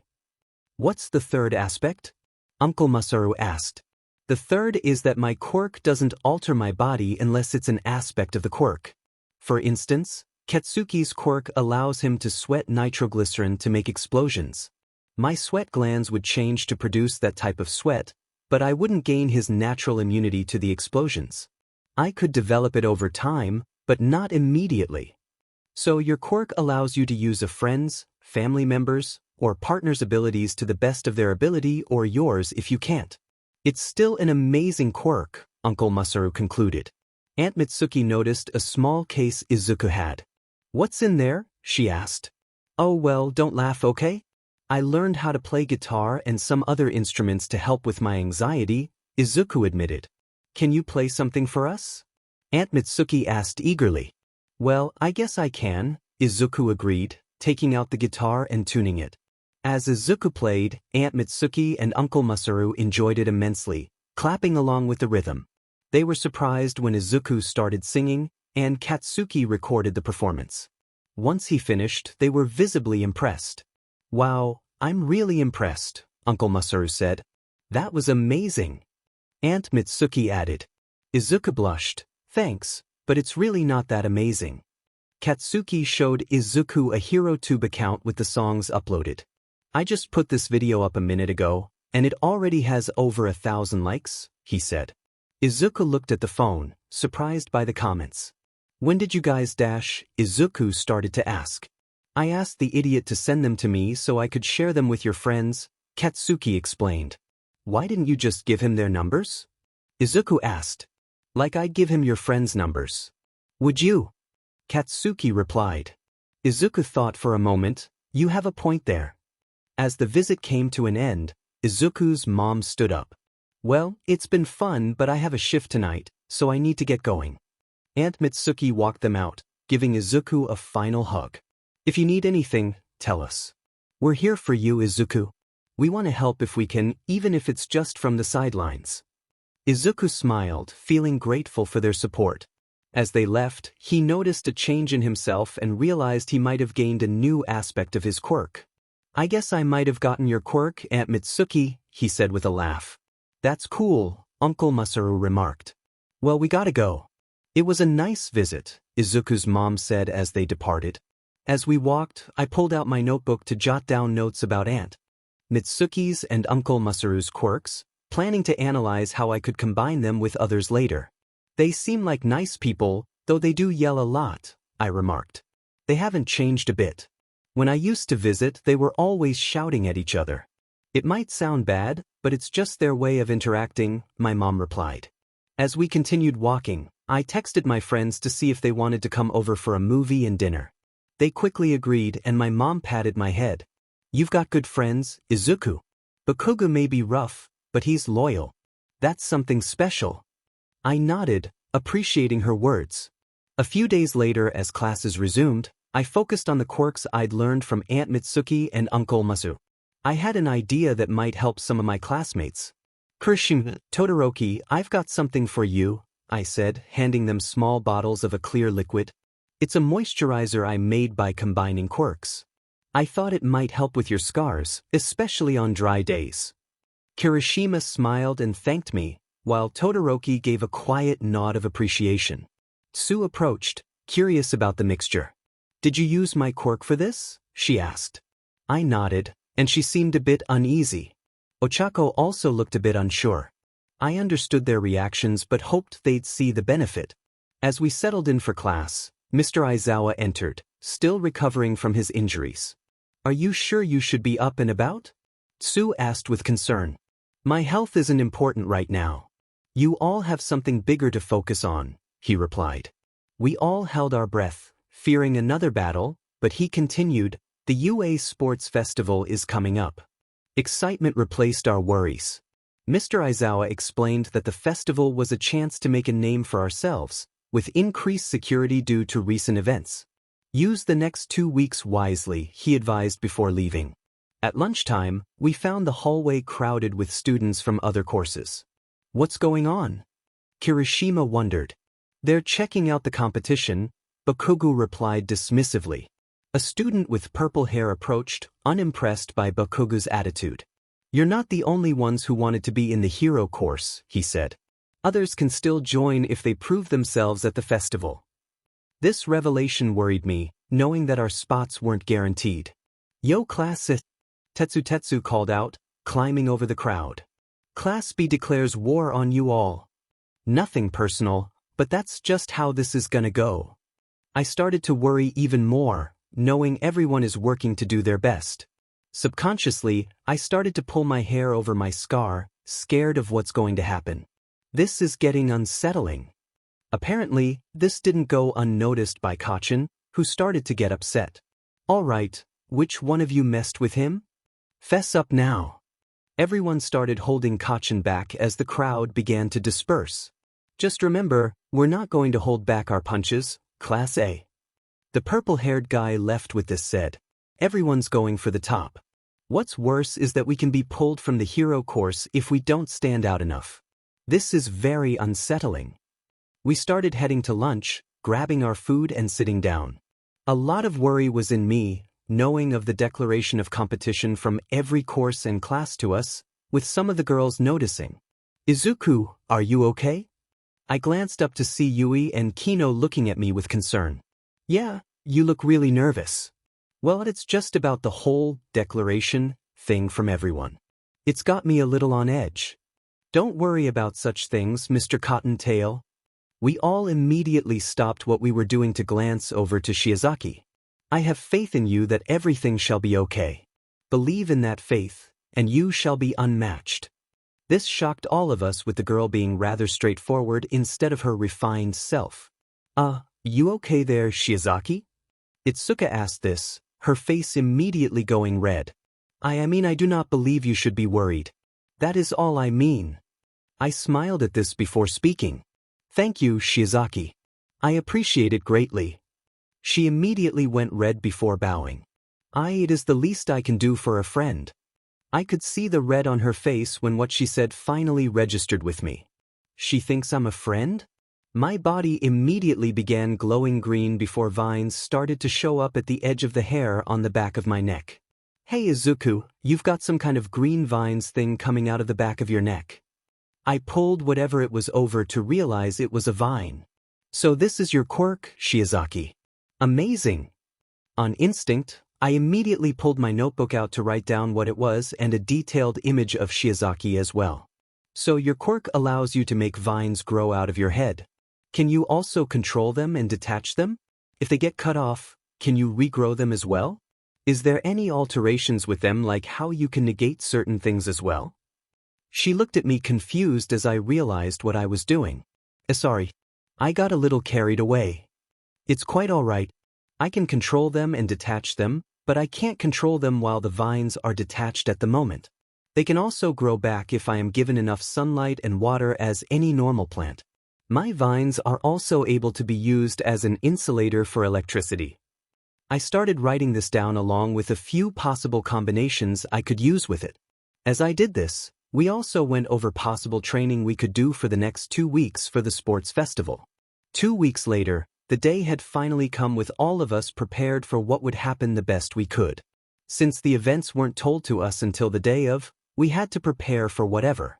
Usajiyama, can I speak to you for a moment? Todoroki came over, confusing me a bit. You're by far the strongest here. I'll compete with you today. Count this as my declaration of rivalry to you. These were his only words as he walked away. What was that about?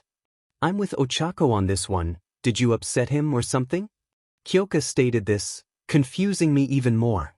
As far as I can tell, I didn't. We're going on now, let's put a little hustle in it, people. Ida motioned us to start moving with Todoroki's words still confusing me. I didn't do anything to anger him, right? Alright folks, time for the annual UA Sports Festival. First off, we have the group that survived a villain attack. Let's hear it for the hero course's own Class 1A. The crowd roared, making me more anxious than I already was. The other classes were called as well, with all of us standing in the center of a massive arena. Even though they pulled a lot of people from being able to be here today, there's still a lot of people. I started to hide a little with my hair covering my eye. And now for the first-year referee. Everyone please welcome the hero, Midnight. We glanced over with the image of the hero being engraved into my mind, forcing my eyes to look somewhere else. Don't look at the sin. Don't look at the sin. Don't look at the sin. And now, we will have the first-year representative speak the player's oath for us. Will Izuku Usajiyama please come up on stage? I heard my name with everyone glaring at me. Why am I targeted in this? I started to mentally cry before remembering that Mom is somewhere in the city stopping villains. That's right. I need to be strong so I can prove to her I can stand on my own 2 feet. I smacked my cheeks before walking up to the podium, feeling like I was going to throw up from my uneasiness any second. I tried to speak but felt my tongue tied in knots. It's all right, dear, just relax and say what comes to mind. Midnight tried to reassure me as I started to take a deep breath in before speaking. Thank you all for coming here today. It is both an honor and a privilege to be on this stadium today. As a member of this school, I wish for all of you to have the greatest time here as we participate today with hopes of proving something to both you all and us. So, as a fellow participant, I wish my fellow student body good luck at each and every event. I bowed at the audience before bowing at everyone behind me. The fact I was willing to bow to them kind of surprised the other courses, with only the Monoma guy laughing before a giant hand karate chopped him quiet. I guess I made a good impression. Izuku walked down from the podium with Midnight walking in front of the mic. Now that that's over, let's begin the first event.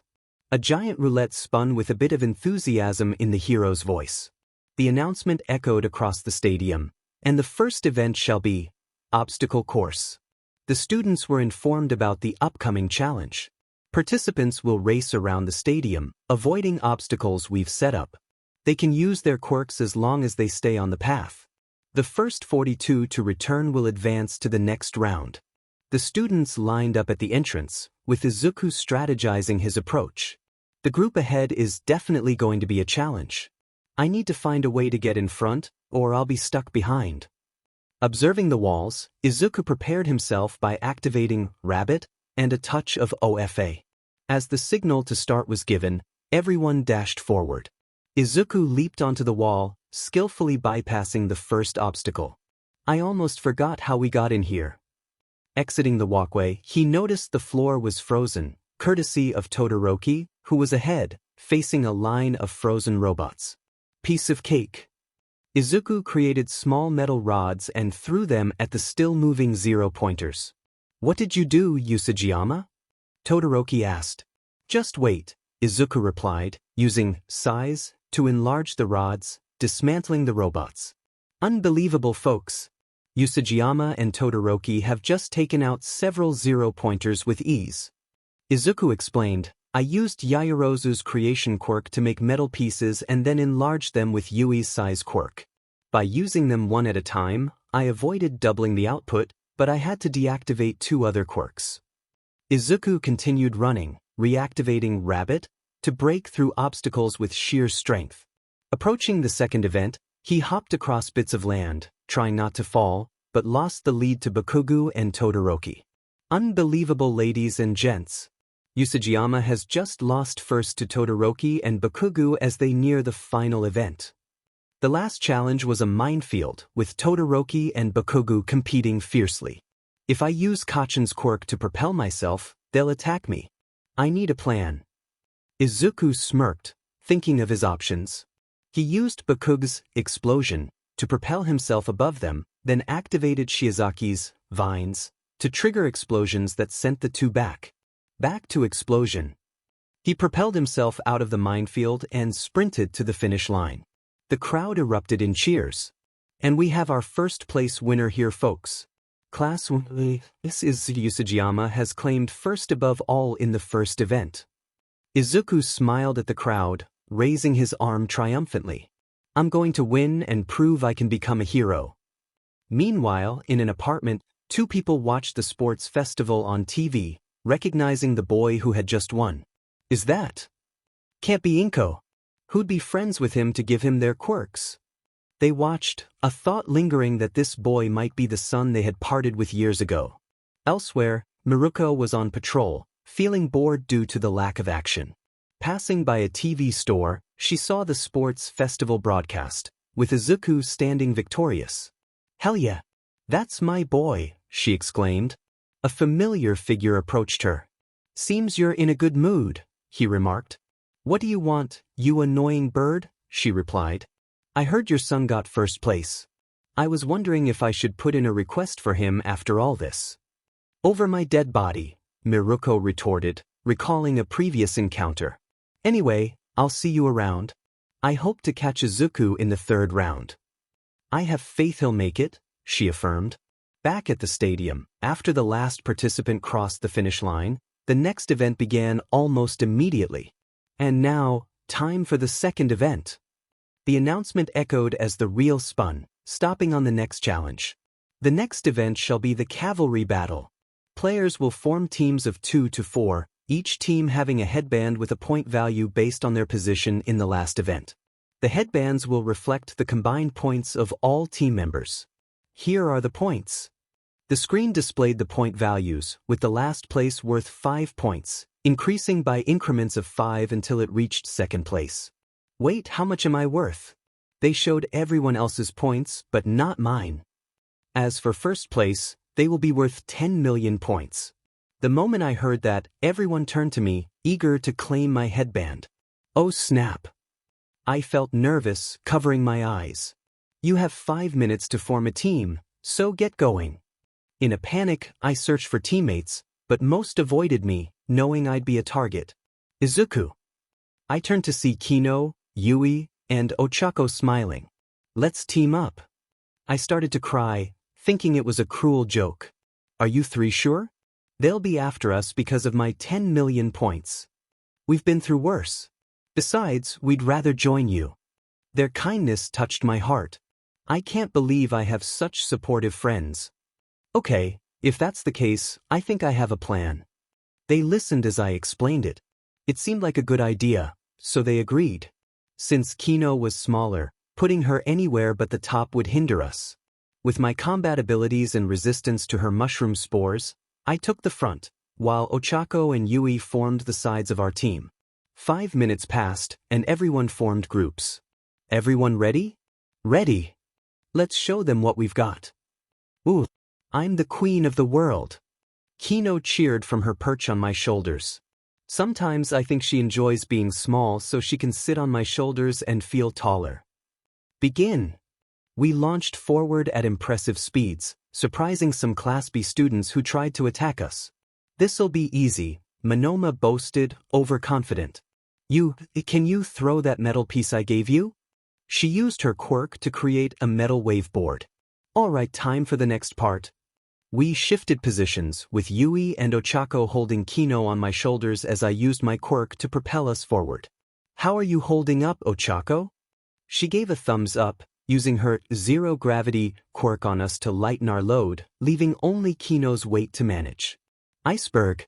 Kino spotted a wave of ice approaching, and I adjusted our weight to ride it, spotting Todoroki. I'm not gonna lie, that looked awesome. Kaminari commented as we found ourselves cornered. Kino, time for obstacle 2. I wrapped Kino in vines for protection while facing Todoroki. You're not going anywhere, Usajiyama. Todoroki's team, including Yaoyorozu, Kaminari, and Ida, tried to cut the vines with shears Momo created. I countered with small explosions, feeling the strain. I need a way around him. I noticed his left side wasn't producing fire. Maybe that'll work. Ochako, Yui, we need to head to his left. They nodded as Kaminari activated his quirk, but Shiizaki's vines blocked it. Unfortunately, this left us vulnerable, and Yaoyorozu managed to cut some vines. We tried to escape, but Todoroki froze Yui's feet. To protect our headband, I used Explosion to blast the shears away and Mushroom to distract Todoroki's team. Meanwhile, I used Mina's Acid Quirk to break the ice and create distance. That was close. What's going on out there? All I see is a cut in the vines. We had a close call with Todoroki, but we're okay now. Kino sighed in relief as we continued. Unfortunately, Todoroki wasn't the only one after us. I got you now. Kacchan charged at us with explosions, making us panic. How am I gonna avoid this? Think. My mind raced to Kendo's and Tamaki's quirks. Could it work? With no time to ponder, I activated Big Fist and Manifest for defense. What the? I deflected Kacchan with a giant fist covered by a clam shell. Guess that's something to note for later. Packed move, big game. I smirked as Todoroki sent another ice barrage, which we narrowly dodged. Now I need to think of how to avoid them. Todoroki attacked again with shears, thanks to Yaoyorozu. This was problematic as we faced two strong opponents. Looks like Team Kimori is in a bind. Both teams Todoroki and Bakugo are after them. With less than a minute left, I need a plan. Bakugo charged, and I had one thought to win. Sorry. I used OFA at 5% to knock Kacchan into Todoroki, sending both to the ground. As they struggled to recover, we quickly moved away, though Yui nearly fell. Ow. What's wrong? I think the ice twisted my ankle. Can you keep going? Not right now. I glanced back at our pursuers. Damn it. Kino, I'm taking the vines off so you can put all your weight on me. Yui, Ochako, hold on to me. I quickly removed the vines as the girls followed my instructions. After the intense match, we found ourselves cornered by Kacchan and Todoroki. With no other choice, we prepared to defend ourselves. Just then, the timer went off, signaling the end of the round. Todoroki halted his attack, but Kacchan, caught midair, landed face-first into the dirt. The announcer's voice boomed across the field, declaring the winners of the second round. Our team, consisting of Kimori, Kodai, Uraraka, and myself, took first place, followed by Todoroki's team in second, and Bakugo's team in third. Shinso's team came in fourth. We were given a short break before the final one-on-one matches. As we released the gravity on our team, Yui winced, her ankle clearly in pain. I supported her, helping her to Recovery Girl for treatment. Thankfully, it was just a mild sprain, and she was soon on her feet again. We headed to lunch, but Todoroki stopped me for a private conversation. I assured Yui I'd catch up with her later. Todoroki and I moved to a quieter area. After a moment of silence, he asked about my eye. I hesitated, then explained how I got it while struggling to survive on the streets. Todoroki shared his own story, revealing the difficult relationship with his father and the circumstances that led to his scar. It was a revelation that resonated deeply with me. I tried to encourage him, sharing my own struggles with accepting my quirk and the wisdom my mother had imparted to me. I urged him to embrace who he was, separate from his father's influence. Though he walked away, I hoped my words would make a difference. As I joined Yui and Kino in the cafeteria, I was grateful for their support and the meal they saved for me. We soon returned to the field for the final matches. Ojiro and Shoto withdrew, feeling they hadn't earned their place, and were replaced by Tetsu and Shiozaki. The matchups were announced, and I realized that if I won against Shinso, I would face Todoroki next. Determined to help him see the truth, I resolved to prove that he could embrace his full potential without being defined by his father's legacy. We need to talk, he said as we entered a quiet room. He began explaining his thoughts on Shinso's quirk. So, you're saying you started moving without full consciousness after speaking with Shinso? I nodded, still unsure of the details. It felt like I was in a trance. I snapped out of it when someone bumped into me. I pondered the implications. If Shinso's quirk required direct conversation to take effect, I needed to avoid speaking to him during the match. It was a simple plan, but executing it would be challenging. Ojiro stood up, apologizing for not having more information. No, it's more than helpful. Thanks, Ojiro, I replied. You're my friend, so of course I'm going to help, he said with a smile. I felt a warm glow as my body began to mimic his quirk, sprouting a tail similar to his. Seeing it on someone else is interesting, he remarked. I hope my quirk helps you, he added. I'll find a way, I assured him. An hour later, the third event was about to begin. The announcer's voice boomed through the arena as the crowd cheered. On my left, we have the man of 1,000 quirks, Class 1A's Izuku Usajiyama. The excitement was palpable. And on my right, from Class 1C, Hitoshi Shinso. As the match began, Shinso attempted to provoke me with his words. That tail guy was foolish. To think he'd give up an opportunity like this. His words ignited a fire in me. Don't you dare mock him, I shouted, but then I froze, unable to move. The crowd was in a frenzy as I stood still, unable to control my actions.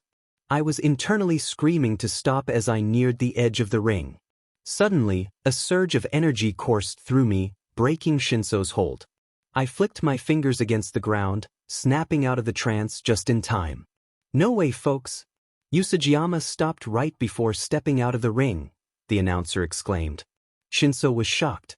How did you break my control? He demanded. I remained silent, knowing I couldn't risk responding.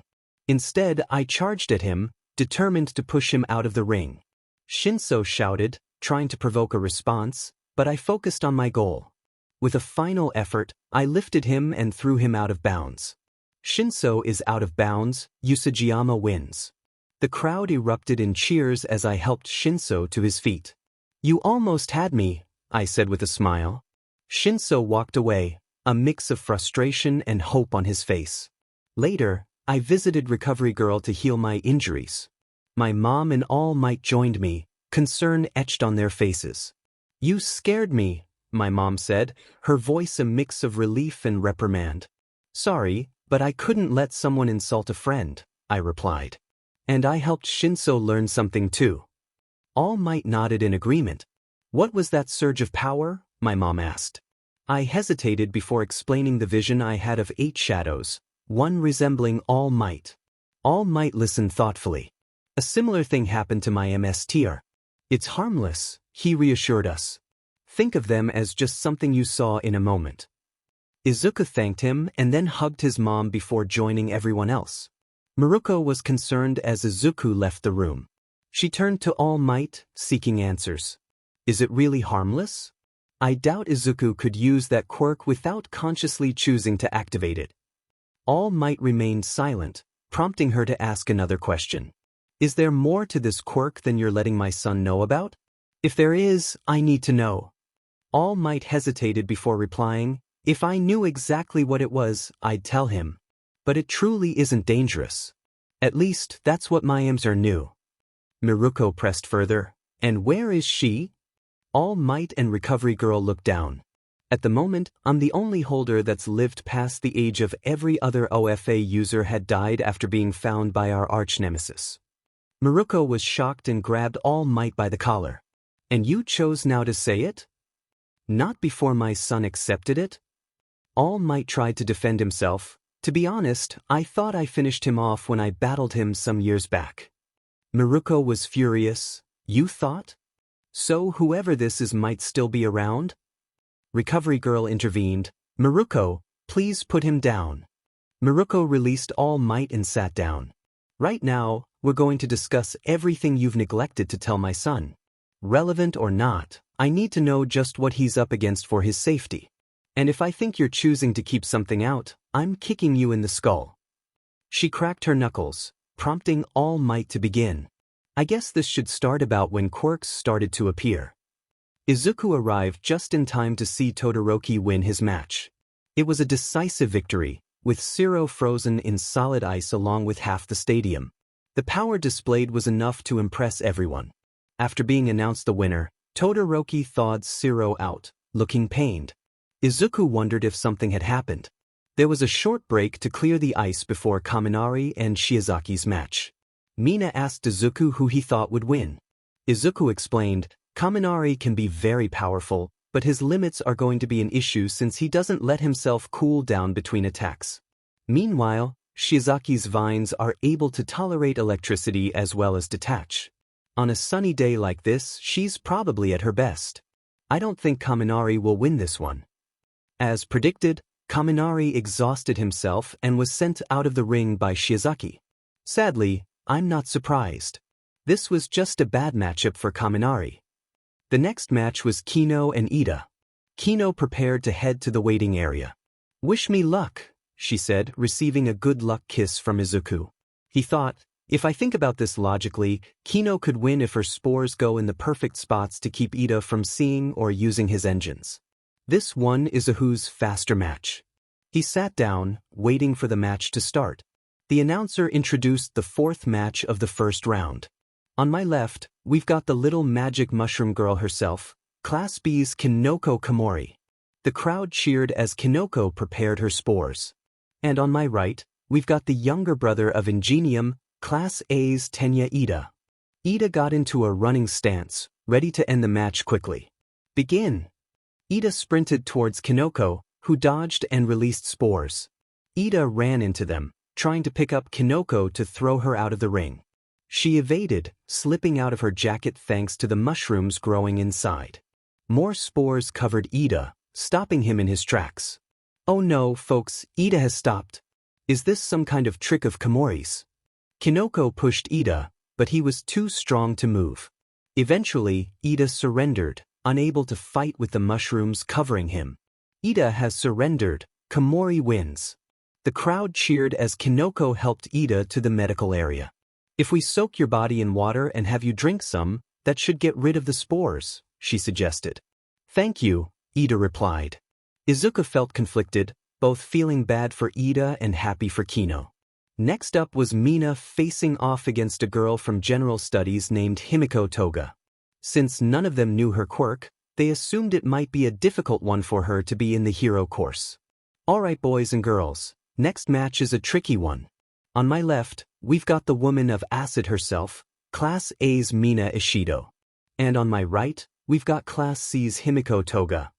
Toga seemed displeased with her introduction. "Begin!" Mina charged at Toga, who used a strange goo to mimic Shinso's face. Mina stopped as the Shinso lookalike instructed her to leave the ring. Mina complied, and the match was called as soon as she stepped out. Ishido is out of bounds, Toga wins. The crowd cheered as Toga celebrated her victory. Bakugo was shocked, and Izuku quickly covered his eyes, hoping to maintain a respectful image in front of the girls. Toga made a hasty exit, ensuring her clothes stayed in place. "What was that about?" someone asked. Izuku explained, Himiko Toga's quirk is transform. She can become anyone whose blood she drinks and use their quirk. The transformation lasts based on how much blood she consumes, with a full cup lasting a day. The drawback is, as we saw, her clothes revert when the transformation ends. Izuku took notes, pondering the implications of her quirk. Izuku continued his analysis while Bakugo made a comment, which was quickly met with a playful reprimand from Tokige. "I'm the only one you can admire," she teased. "I was just being honest." Bakugo protested. Meanwhile, Yui prepared for her match, receiving a good luck kiss from Izuku. As the next match began, the crowd cheered for Momo Yaoyorozu and Yui Kodai. Yui used her quirk creatively, turning small objects into large obstacles, but Momo was ready and managed to push Yui out of bounds, winning the match. Momo offered Yui a hand, complimenting her strategy, and they discussed a future collaboration. After a tense draw between Kirishima and Tetsu, the match everyone anticipated arrived: Bakugo vs. Ochako. The announcer introduced them with enthusiasm. Bakugo, ever confident, warned Ochako to back out if she wasn't ready. Ochako, determined, declared her intention to win. As the match began, Bakugo's explosive attacks were relentless, but Ochako was not easily discouraged. Despite the one-sided nature of the match, Ochako's resilience impressed the audience. Izuku watched with concern, understanding the challenges Ochako faced against Bakugo's power. The audience grew uneasy with Bakugo's aggressive tactics, prompting a pro-hero to voice their discomfort. However, Aizawa intervened, emphasizing the importance of taking opponents seriously and the harsh realities of hero work. Izuku realized there was more to Ochako's strategy as she stood up, ready to continue the fight. "Thank you, Bakugo, for not holding back. Because of that, I've won." The crowd watched as Ochako's strategy unfolded. She had used Bakugo's constant blasts to gather debris in the air with her quirk, preparing for a final attack. Bakugo never realized he was playing the part he had to in this. Miruko observed with a smirk as Ochako released the debris. Bakugo responded with a powerful blast, dispersing the debris and sending a shockwave through the stadium. Ochako, seeing her plan fail, felt a wave of disappointment but remained determined. "I'll admit, that was a clever idea," Bakugo acknowledged, preparing for another round. Ochako, feeling the strain of her quirk, remembered her promise to her family and pushed herself to continue. "I won't lose. I have to win for my family," she resolved, struggling to her feet. Despite her determination, Ochako's strength waned, and she collapsed. Midnight declared Bakugo the winner, though he felt little satisfaction from the victory. Izuku and others rushed to check on Ochako, passing a frustrated Bakugo. "Did you put that idea in her head?" Bakugo demanded of Izuku, who calmly explained that Ochako had devised the plan herself. Bakugo sighed, releasing his grip on Izuku. "I didn't like doing that," he admitted before walking away. Izuku and his friends continued to the infirmary, where Ochako was recovering. "Ochako, are you okay?" Izuku asked. "Yeah, recovery girl patched me up," she replied with a smile, though her frustration was evident. Izuku comforted her, allowing her to express her emotions. "You did everything you could," he reassured her. "This isn't your last chance." Once Ochako was calm, Izuku was called for his match with Todoroki. On his way, he encountered Endeavor, who pressured him to help Todoroki. "Todoroki isn't you," Izuku replied firmly. "He's his own person." Endeavor was irritated, but Izuku remained steadfast. The match began with Izuku facing Todoroki. The crowd cheered as both competitors prepared. Todoroki launched ice attacks, which Izuku countered with powerful kicks. Izuku was mindful of his limits, knowing he could only use his quirk at full strength for short bursts. As the battle continued, Miruko observed from the stands, noting Izuku's strategy. "That boy is quite the rebellious one," Endeavor remarked, joining her. "What did Izuku do?" Miruko asked. "He challenged my expectations," Endeavor replied. Izuku continued to fight, determined to reach Todoroki. "Why aren't you using all your quirks?" Todoroki questioned. "Because you won't do the same," Izuku responded, hoping to inspire Todoroki to embrace his full potential. It wasn't fair if Izuku fought Todoroki seriously while Todoroki held back. This thought angered Todoroki, prompting him to send more ice towards Izuku. Izuku's such tactics, using his fist instead of his leg to break the ice, which was a diversion to get closer to Todoroki. Unknown to Todoroki, Izuku had 8% of his power in his foot, ready to counter. "I'm not going to be knocked down so easily. To beat me, I want you to use all you've got." Izuku charged at Todoroki, who tried to freeze him on impact. Izuku maneuvered to Todoroki's left side, delivering a powerful knee. "I understand wanting to punish those who hurt your ability to trust, but this is only hurting yourself. We're all here giving our all, and when you only give half, it makes us all seem worthless as a group." Izuku's words resonated, and Todoroki questioned if his father had put Izuku up to this. "If he did, I'd tell him to back off. I'm doing this to help you. I'm fighting Shoto Todoroki, not Endeavor." Izuku's determination was clear as he continued to challenge Todoroki.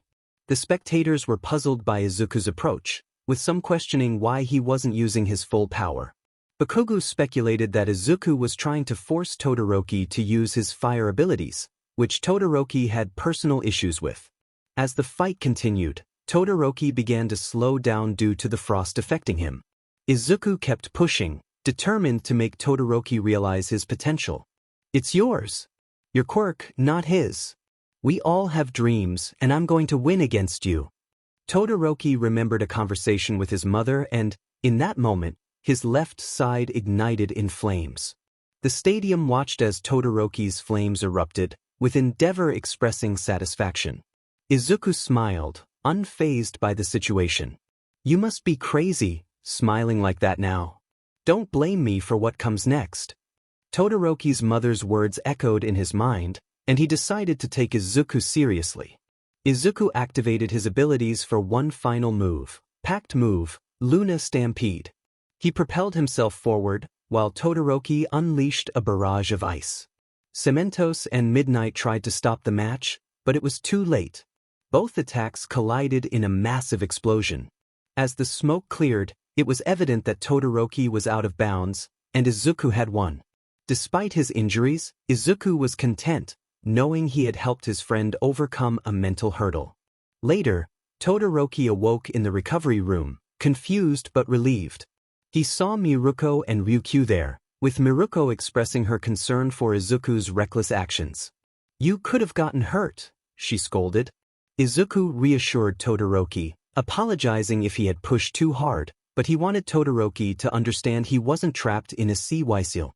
Todoroki appreciated the push, realizing he needed it. Miruko praised Izuku for his intentions, even if his methods were risky. She understood why he wanted to help Todoroki, seeing a reflection of himself in him. With a supportive pat on the back, she acknowledged Izuku's efforts to help his friend. "Though being reckless isn't something I like from him, and he knows that." The small family started laughing, making me realize just how nice they truly were. "Usajiyama, I'm sorry if I came off very cold to you since we've met. I shouldn't have been, and I apologize for it." I bowed to him, noticing my classmates seemed rather uneasy. Todoroki. Would it be a problem if we became friends?" I looked at him, confused, before asking, "I thought we were already friends." He stopped to look at me seriously before asking, "You thought of me as a friend already?" I nodded, and his body glowed two different colors. His left half glowed red, and his right glowed silver. What was that? Immediately after, Usajiyama's left side started warming up, and his right began to cool. "It's hot and cold." He fell to the ground, trying to stop, drop, and roll, making all of us laugh a little. "Try focusing on your normal body temperature, you'll get better control over it like that." He followed my advice to stop the fluctuations. "Cool. Todoroki, your quirk is amazing." I smirked, hearing this as we continued watching the matches on the screen. Time skipped to the final round, third-person POV. After the second round of matches, Izuku found himself facing Shiozaki, who won against Kinoko, who just couldn't get near her with vines blocking her path.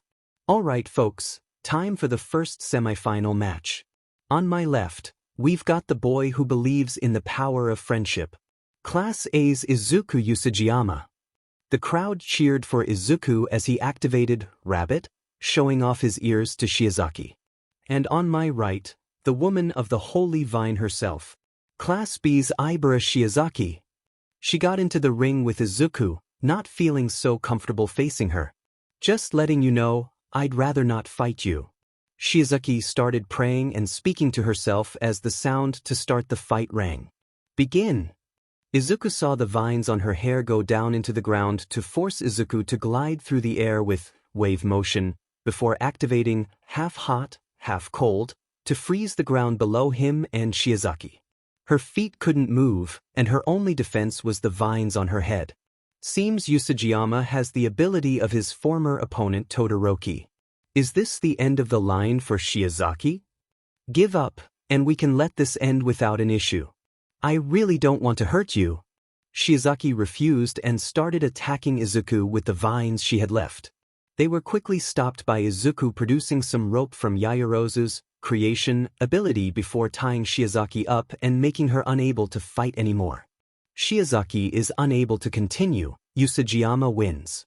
Midnight announced as the crowd cheered at the fact Izuku won the match. He quickly thawed out Shiozaki's legs before apologizing and saying he didn't mean to freeze her legs in a mean fashion.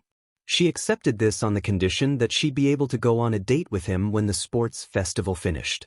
Izuku said that he had to make sure it was okay with all the other girls before agreeing. Knowing where this was coming from, the Vine Maiden didn't cause problems, knowing she wasn't the first to want to be with Izuku. Because of this, Izuku had obtained a kiss from Shiozaki, making his face blush in embarrassment. The two walked back to the stands, with the crowd cheering for them after the little display of affection they had witnessed. Once they returned to the stands, Izuku was tackled by both Kinoko and Yui, who started expressing their concern for his recklessness. Yui was grabbing his shirt collar to shake him around while Kinoko lightly punched his stomach. "You idiot! This is what you get." Everyone was rather surprised seeing the relatively calm and happy duo acting in such a manner towards Izuku. The next time you want to do something so reckless, don't think that you'll get away with just a broken leg. Kinoko added. "Yeah. We were scared for your safety." Feeling them shake him around didn't exactly hurt, but he understood where they were coming from. He glanced over to see others worried for him like Ochako, Tsu, Kendo, even Bakugo, who tried to hide it but was genuinely worried for his childhood friend. "I'm sorry. I didn't think that through enough and made you all worry. I'll make sure to avoid that happening again." He got back up to sit down near the front, looking at Yaoyorozu and Bakugo. "Seems you two are next." Yaoyorozu had achieved a victory over the girl called Toga, who couldn't exactly win against her even though she had above-average reflexes. Meanwhile, Bakugo and Kirishima's match went as Izuku expected. Since Bakugo would gain more momentum as the match went on and Kirishima would slowly have his stamina drained until he couldn't continue, it was unfortunately bad planning on the latter's part, having only defense to rely on. "Guess we gotta get heading down there." Bakugo left with Yaoyorozu awkwardly sitting near Izuku. "If you want to have Izuku notice you as a woman, show him that you're interested." Yaoyorozu thought of Yui's suggestion before quickly hugging Izuku for a few seconds and running to the waiting room. "What was that about?" Jairu questioned until she noticed Izuku beet red with steam coming off his head. "Dude." He collapsed after this with Yui watching over the wall. "Good thing she took my suggestion to heart." She high-fived Kinoko before sitting back down to watch. On the field, "All right folks, time for the second semifinals match. On my left, we've got the woman that can make anything, Class A's Momo Yaoyorozu. And on my right, the explosive boy himself, Katsuki Bakugo." Momo started making a staff while Bakugo stretched his arms out, holding them in a pose to send him forward when he was able to. "Begin." Right off the bat, Bakugo came at Yaoyorozu, sending a blast with his right hook. Unlike Ochako, she was able to dodge it and give the ash blonde a smack to the side. This was not as strong as she'd wish it to be, however, since Bakugo used his explosions at the last minute to propel him back enough where it would only do about half the damage it would where it connected. And we're off to a strong start. Looks like Bakugo won't be getting near Yaoyorozu anytime soon. Feeling confident, Yaoyorozu began running in with Bakugo slamming his hand on the ground to cause a massive explosion, destroying the ground and forcing the dark-haired girl to pull back. "I guess long distance is the only way to handle him." She noticed a shadow in the dust cloud that was made when the ash blonde attacked to strike at it.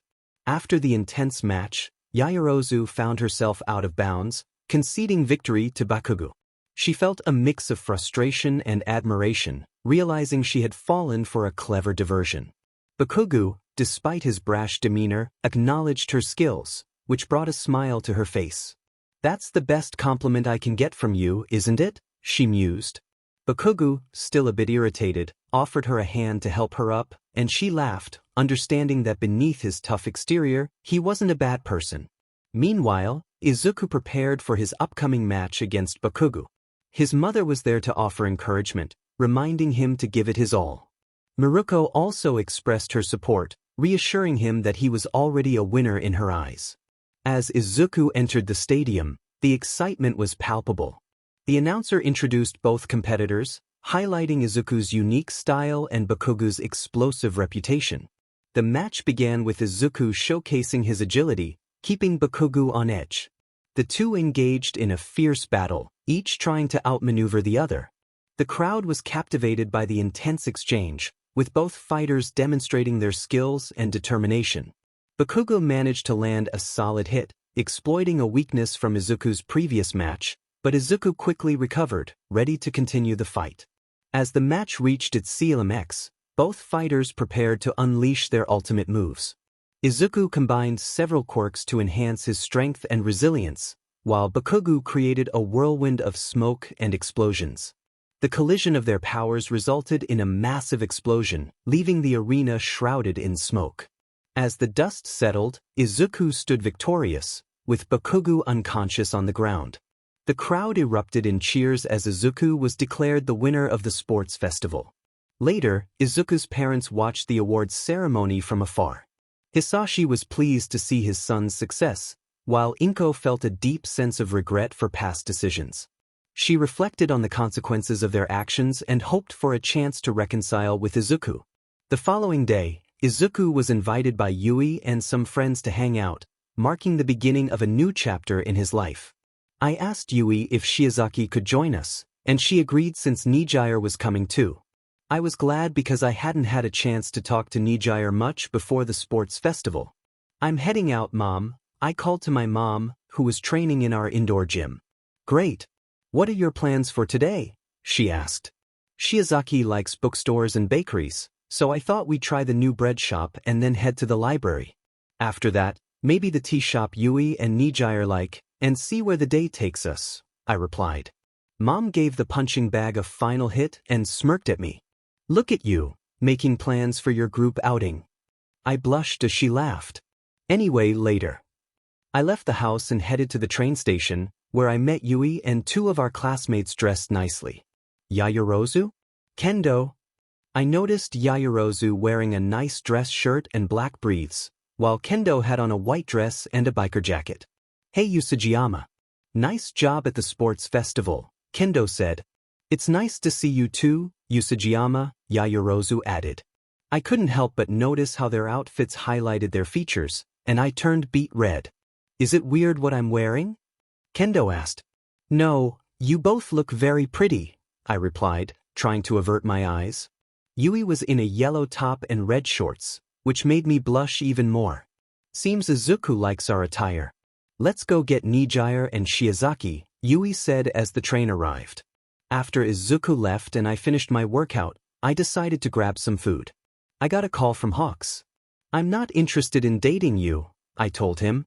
"Come on, Miruko, lighten up. Your son seems to have more game than you," he teased. I rolled my eyes. "The last thing you said to my son was inappropriate. As far as I'm concerned, you can just stop," I replied. "Ouch," he said. I heard a knock on the door and went to answer it. "And stop sending me gifts. It's creepy," I added before hanging up.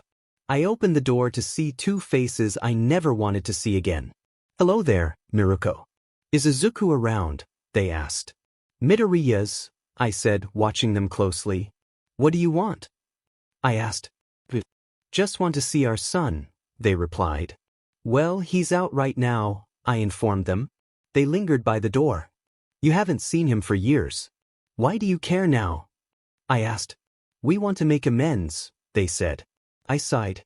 "I'll listen to what you have to say inside, but it better be good," I said, letting them in. Once inside, I asked, "So, why come into his life now?" They explained they felt horrible and wanted to make things right. "For who?"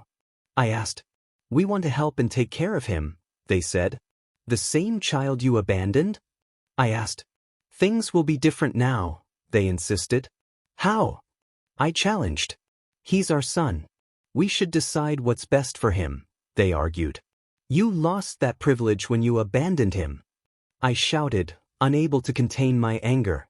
"Do you realize the issues you caused him? I found him crying, trying to hide from the world. Yet you still think you have the right to call yourselves his parents? That's not right." I was furious and stood my ground, determined to protect Izuku. The only thing stopping me was the concern for Izuku's well-being. Izuku is happy and healthy right now, and I plan to keep it that way. If you think for a second that I'll let you both take away his happiness, you better hope I'm not in a bad mood. I stomped my foot, making a loud noise. "Now leave." The person looked at me angrily before storming out. "This isn't over. Izuku is our son, and we'll fight for him if we have to. Funny how you only care now that he's doing well. Goodbye." I closed the door firmly before my phone rang again. "Hello," I answered, still upset, but it was Ryuko on the other end. "I didn't know you were this upset. Is everything all right?"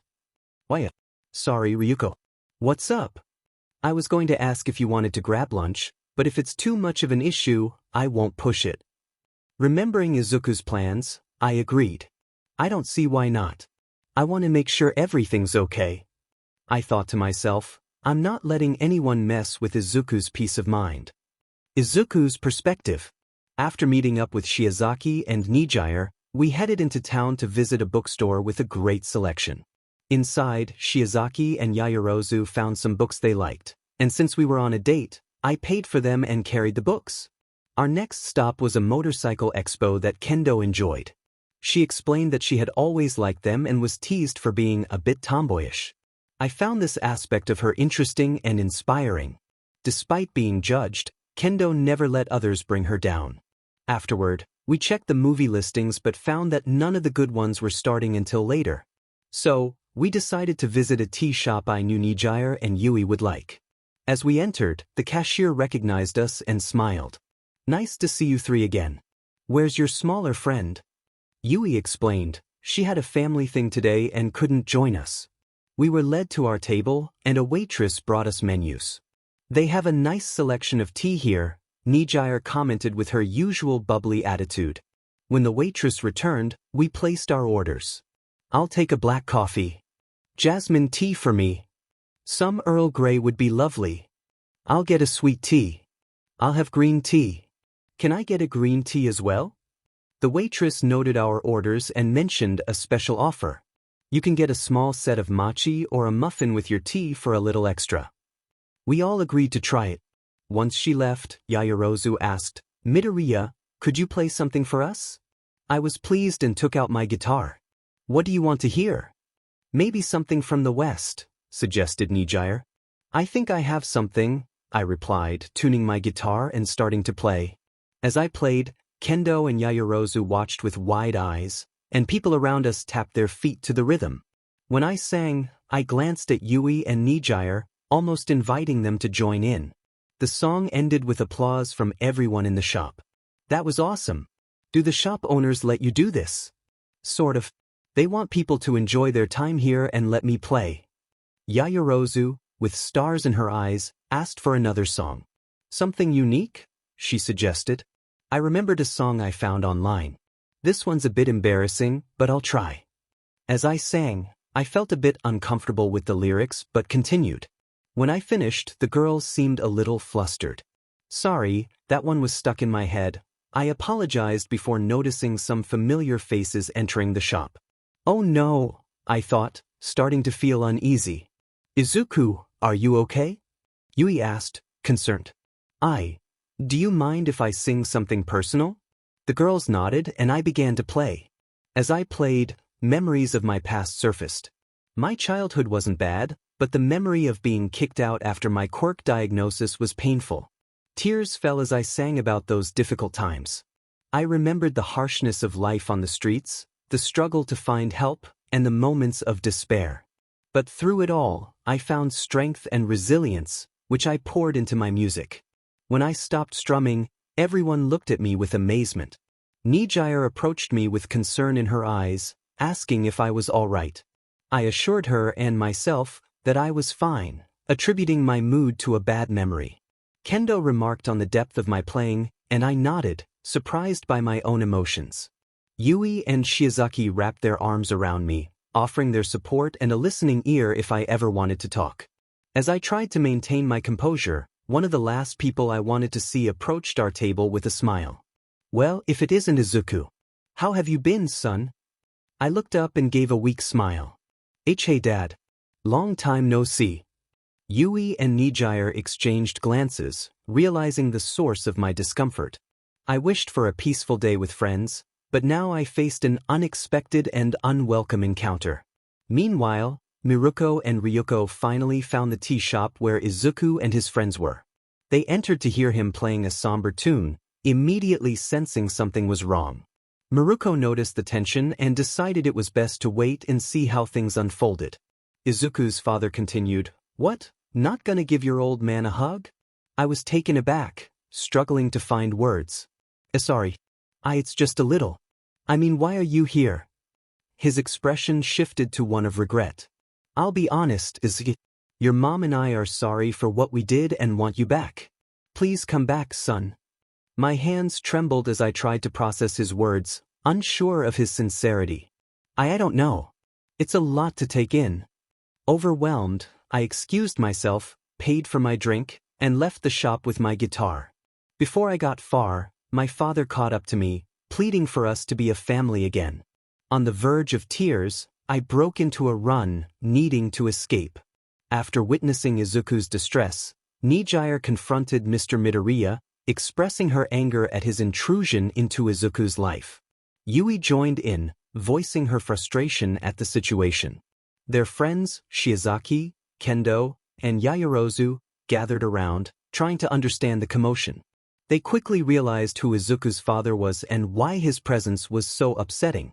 Miruko and Ryukyu intervened, standing up for Izuku and making it clear that his parents had no right to disrupt his life. Miruko emphasized that Izuku was better off without them and left to find him, worried about his well-being.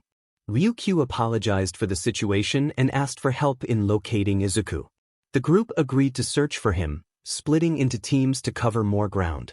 They reached out to Tamaki, asking him to keep an eye out for Izuku as well.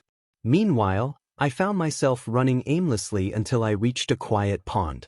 I sat on a bench, lost in thought about my father's words. The idea of being a family again was confusing and overwhelming. I couldn't shake the feeling that something was amiss, and I needed time alone to sort through my emotions.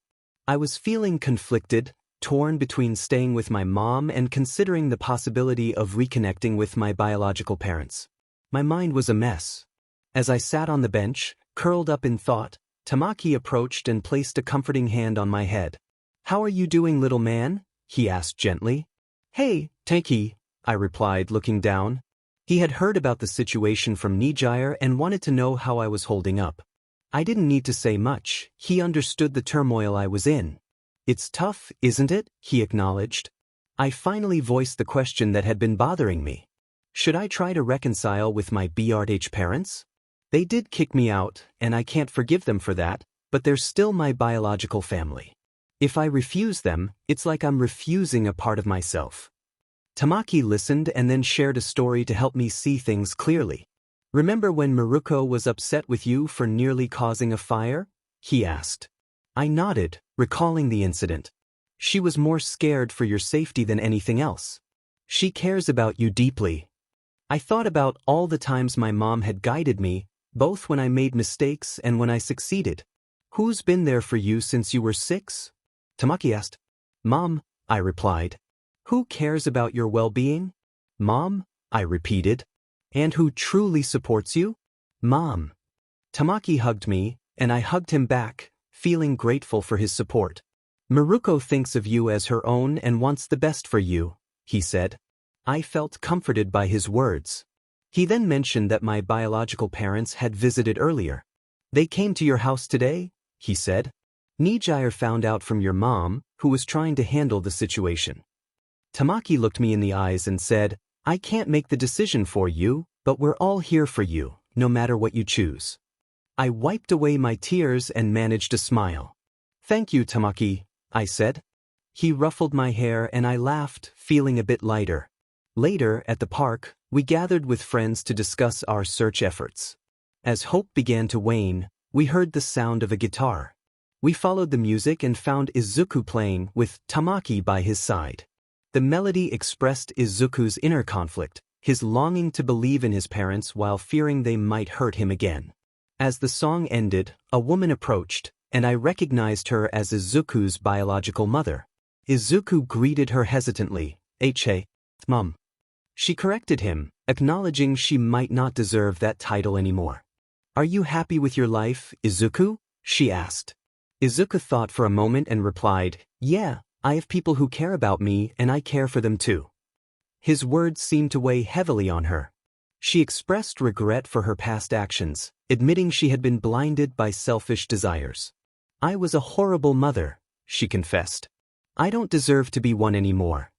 Despite her words, she urged Izuku not to return to them, revealing that his father only wanted him back for personal gain. She acknowledged the positive influence of Miruko and Ryukyu in his life and recognized her failure to fulfill her role as a mother. Izuku listened, understanding the gravity of her words, and felt a sense of closure. The support of his chosen family gave him strength, and he knew he was on the right path. Because of this, the man who should have been your father and I are now strangers to you. For your own good, you should stay with those who genuinely care for you and want the best for you. This is the closest I can come to doing the right thing for you, so please say no to Hisashi. I couldn't believe what I was hearing. I had thought Inko was someone who deserved my anger, but now I saw she actually felt remorse for her actions. If you want to yell at me, scream, or say any type of insult, you have every right to, she said, her head bowed as Izuku's fists shook with anger. Why? He asked. Why did you agree to abandon me? I was your son just as much as his, so why? Tears fell from Izuku's face as she answered.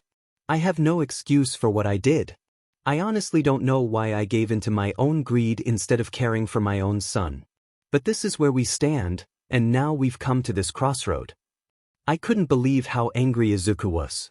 I've seen him mad, but now he was filled with rage, barely keeping it contained. I'm sorry that I came back into your life. I'll leave and you'll never see me again. Mrs. Midoriya started to leave before Izuku spoke again. I truly hate what you both did. No matter what, I will never forgive you for that. But if I hold on to this rage, it'll only hurt me more.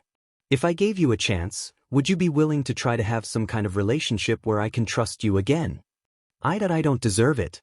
But if you do, I will do everything in my power to be someone worth your trust. Izuku began to glow green before a smile grew on his face. That's all the proof I need to know you're sincere. He walked over to Mrs. Midoriya and hugged her. Tears filled her eyes as she hugged back. Izuku, I'm sorry for what I did.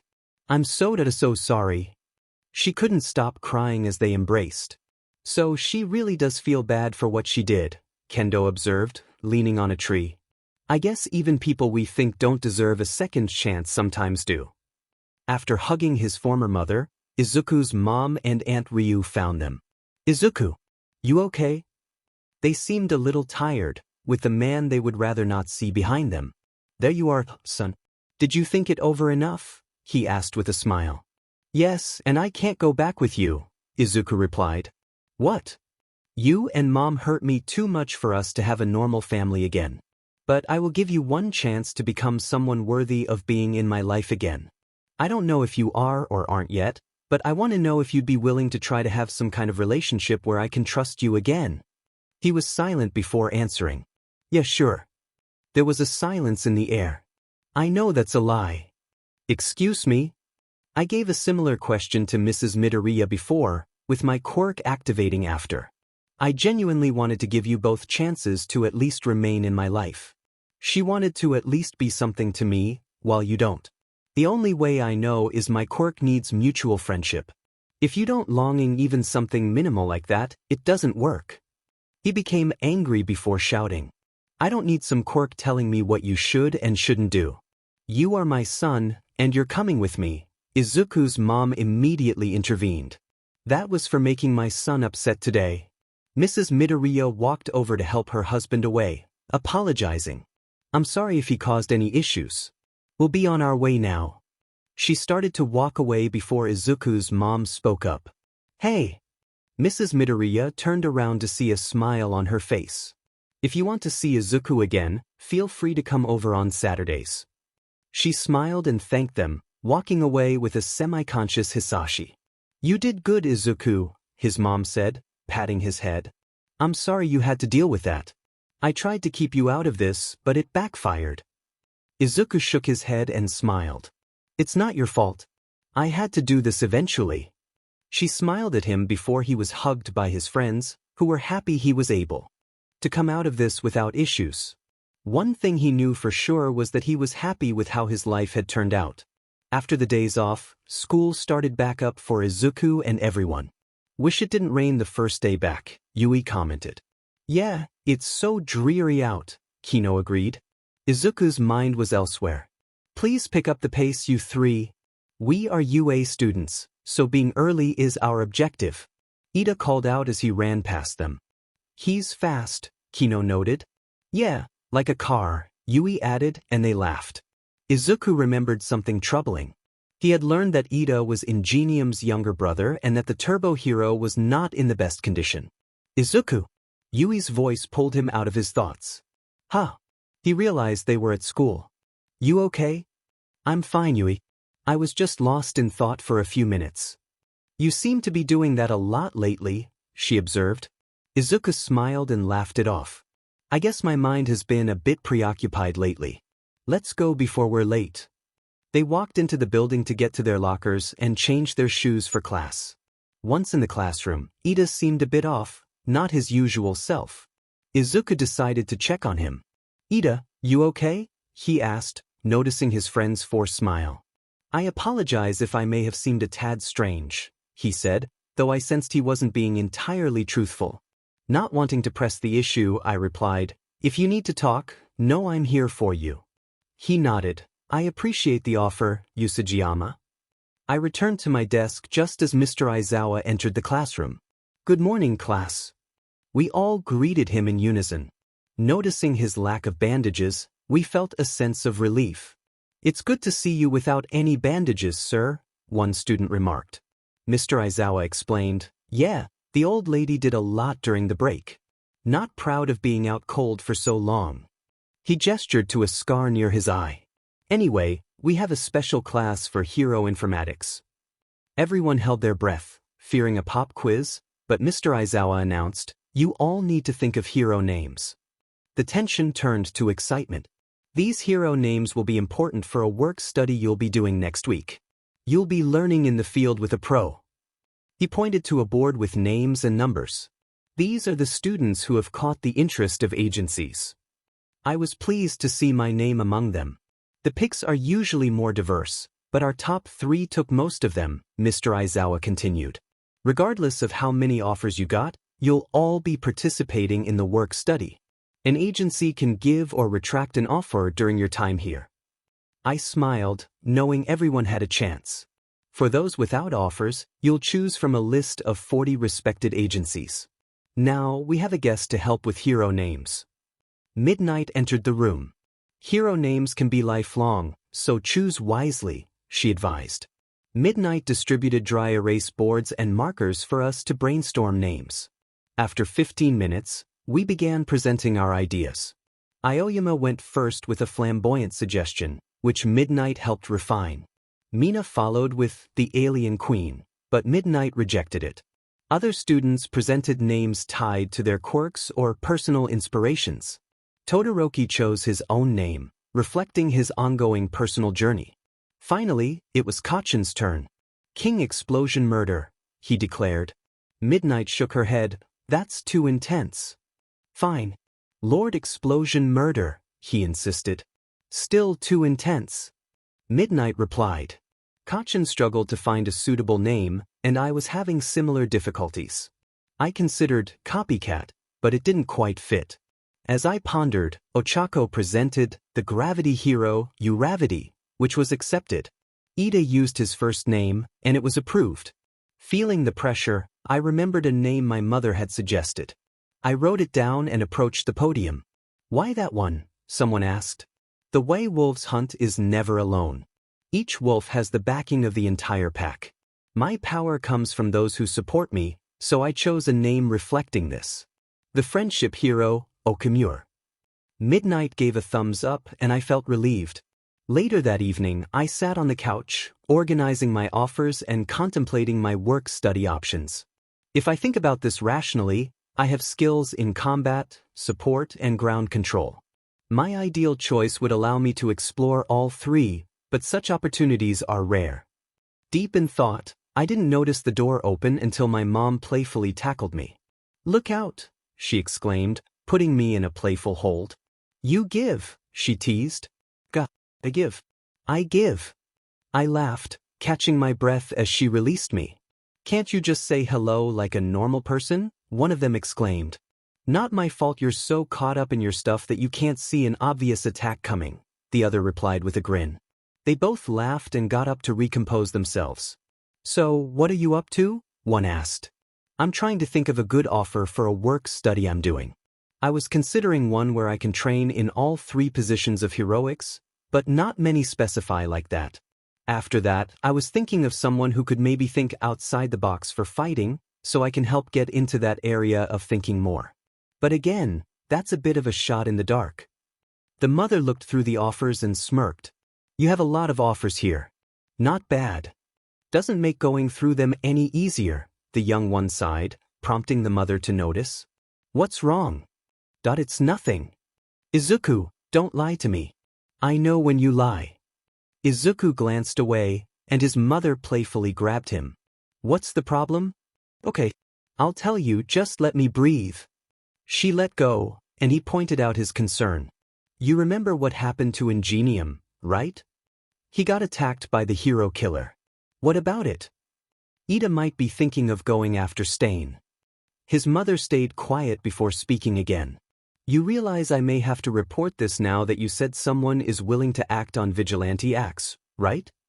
I know you have to, but can you please just let this play out for now? If you go and stop Ida now, that'll only push him to go after him more. I'm scared he might get hurt.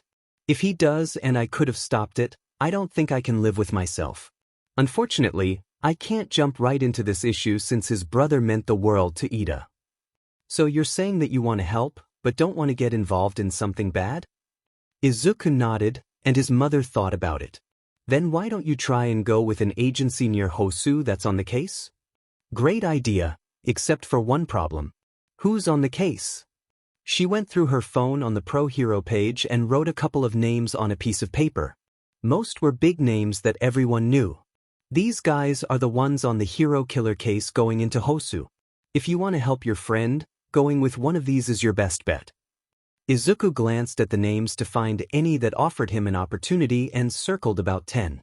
This alone dropped his amount of offers significantly. So, have you got an idea for one yet? Looking at the 10, Izuku figured 4 of them would be kind of pointless since they weren't high-ranking names. Native wasn't exactly a hero he could learn much from, but one in particular stood out for him. I think I did. For my work study, I'll put in a request for Gang Orca. With the way you act around other people, that's probably the best offer. Now if you'll excuse me, I'm going to get some food. I made a plate for you in the oven, it should still be warm. Thanks. Izuku began to clean up and put everything into a folder that he could come back to later. If I was given them as offers, there's got to be something down the road that these can help with. 1 week later, the time for the work study had begun, with everyone preparing to leave.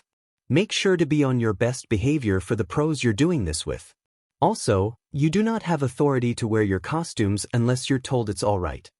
Yes, sir. They started heading their separate ways before Izuku stopped Ida for a second. Ida, I don't know what you're going to do exactly, but please be careful. It's all right, Usajiyama.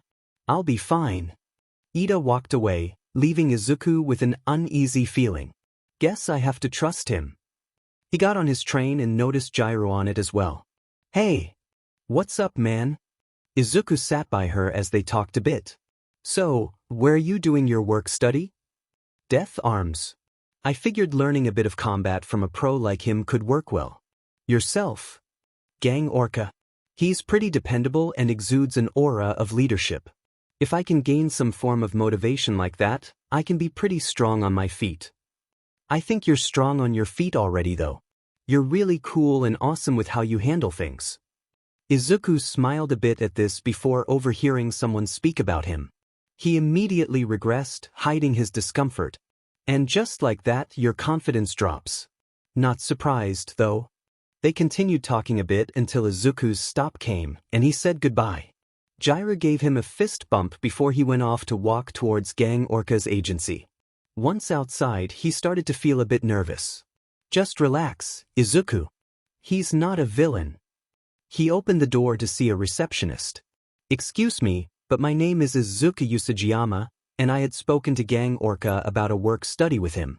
Is there a chance you could help me with where to go? Oh yes. Follow the hall down, and Gang Orca's office will be the one at the end. You can't miss it. He thanked the woman before walking down the hall. When he got to the door, he knocked a few times and someone answered. Enter. When Izuku walked inside, he noticed the whale-looking pro hero behind his desk.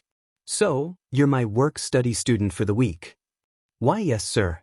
My name is Izuku Usajiyama. And my hero name is Okamura. Miruko's son, huh? I heard you're quite the little spitfire from what she said. Gang Orca got out of his seat to walk towards Izuku. He seemed serious before being directly in front of him and looking down. Izuku's anxiety was starting to rise, seeing the imposing figures stare him down. Nice to have you on board. Gang Orca extended his hand for a shake. Thanks. Now that we've got introductions out of the way, we can get down to business. Sit. Izuku sat in the chair across from him as Gang Orca returned to his seat. Your mother told me that you have a friend you want to help and that the main reason you chose my agency is to try and help him? Izuku turned away and nodded. The hero killer hurt my friend Ida deeply by attacking his brother. Ida admired his brother, Ingenium, so much that I'm worried he might act recklessly. As a hero in training and more importantly as his friend, I need to find a way to support him. Gang Orca looked at me thoughtfully before responding. It's natural to be scared when facing someone like the hero killer. However, you aren't officially a hero yet, and discussing this with me could lead to consequences for your friend. But your concern for him shows your heart is in the right place. Courage and morals are essential for heroes. While confronting the hero killer is risky, the willingness to help someone in danger is what heroes do every day. Gang Orca handed me a form with the name Kaizome Akaguro on it. This contains all the information about who your friend is targeting. Study it before we head to Hosu tomorrow. I nodded as he led me on a tour of the agency. For my work study, I chose to work with a local hero in Hosu City named Manuel. We patrolled the streets, though it was mostly quiet. I came here with a purpose, and I won't let the hero killer go unchallenged after what he did to Tensei. Manuel seemed to understand my intentions. You're here because of the hero killer, aren't you? He asked. I paused, knowing he was right. I understand your reasons, but pursuing him like this isn't wise. Heroism isn't what it used to be. If you act outside the law, there will be consequences. We have the privilege to use our quirks as heroes, but we must follow the law. I felt frustrated, knowing the hero killer could act without consequence, while I couldn't do anything legally. I didn't mean to discourage you, Manuel added. I just don't want you to jeopardize your future as a hero. We need to handle the hero killer through legal means. I nodded, though my anger remained. This isn't right, I thought. A few days later, Gang Orca was training me rigorously for our mission to Hosu. He said we needed to prepare thoroughly for what we might face. During a training session, I hesitated, and Gang Orca noticed, throwing me into a wall. I hardened my body instinctively, but got stuck. You okay? He asked, pulling me out. Yeah, just a little stuck, I replied. Why did you hesitate? He questioned. I couldn't find a good excuse. I just got spooked. In a real fight, hesitation can have serious consequences, he warned. You need to be confident and steady in your actions. I realized I had a lot to learn, but Gang Orca reassured me. You're doing well. Confidence and resilience take time to develop. Keep working on it. He handed me a water bottle, and we shared a laugh about my mom's stubbornness before he announced, we have permission to start the stain case. We'll head to Hosu tonight. Prepare for a fight. At 8 p.m., we arrived in Hosu City as night fell. We immediately began our search. You've researched the hero killer, right? Gang Orca asked. Yes, I replied. He usually attacks near hero agencies in alleys to make a statement. Interesting, Gang Orca mused. The team decided to start their search by surveying the alleys near the agencies by the station. They reached a local pro-heroes agency and began exploring the alleys.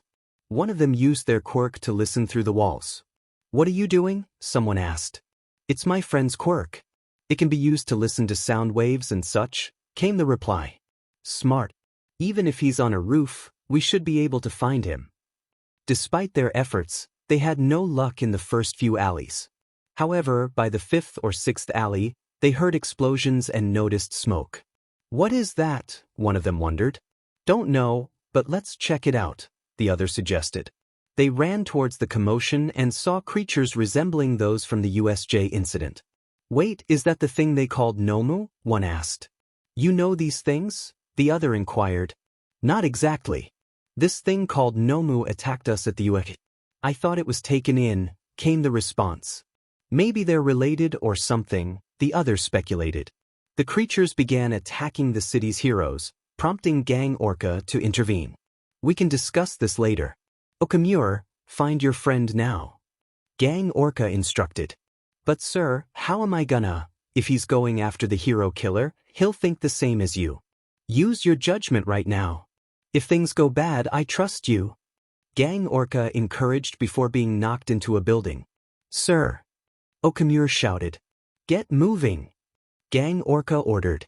Okamura realized they weren't needed there and ran into an alley, pondering why the League of Villains creatures were in Hosu, where the hero killer was rumored to be.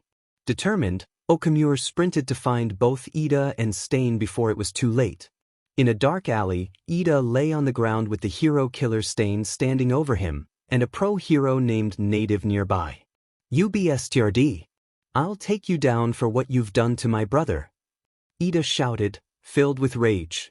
Stain appeared agitated by the young hero's anger. You wish to take me down? If you truly were a hero, you would have saved the injured man over there first. Attacking out of blind rage is unheroic. You're nothing but a fake, Stain declared, pulling his blade away. Rest assured, your actions will not be forgotten, he added. Ida, consumed by anger, realized Stain's words held some truth. As Stain prepared to strike, Izuku intervened with a powerful kick, forcing Stain back. Ida, are you okay?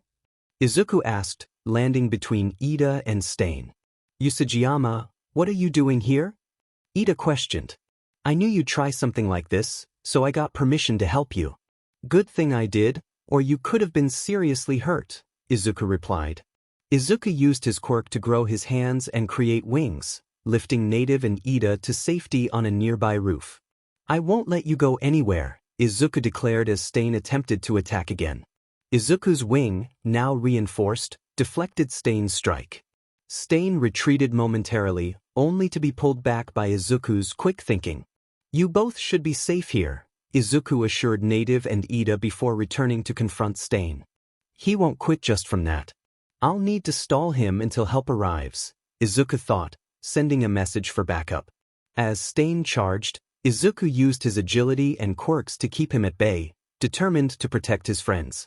Izuku quickly devised a plan, using vines, to slow Stain down. Though temporary, it bought him time to create speakers and unleash a powerful sound attack. Now let's wrap this up, Izuku said, attempting to restrain Stain with tentacles. However, Stain broke free, forcing Izuku to think on his feet. Just as Stain was about to strike, a giant glacier appeared, saving Izuku. You should be more precise instead of just putting a random location, a voice advised. Thanks. I owe you, Izuku responded. Don't worry about it. What's the situation? The newcomer asked. Ida and the pro-hero Native are up there, Izuku explained, relieved to have help. For now, they needed to keep Stain contained until more help from pro-heroes arrived.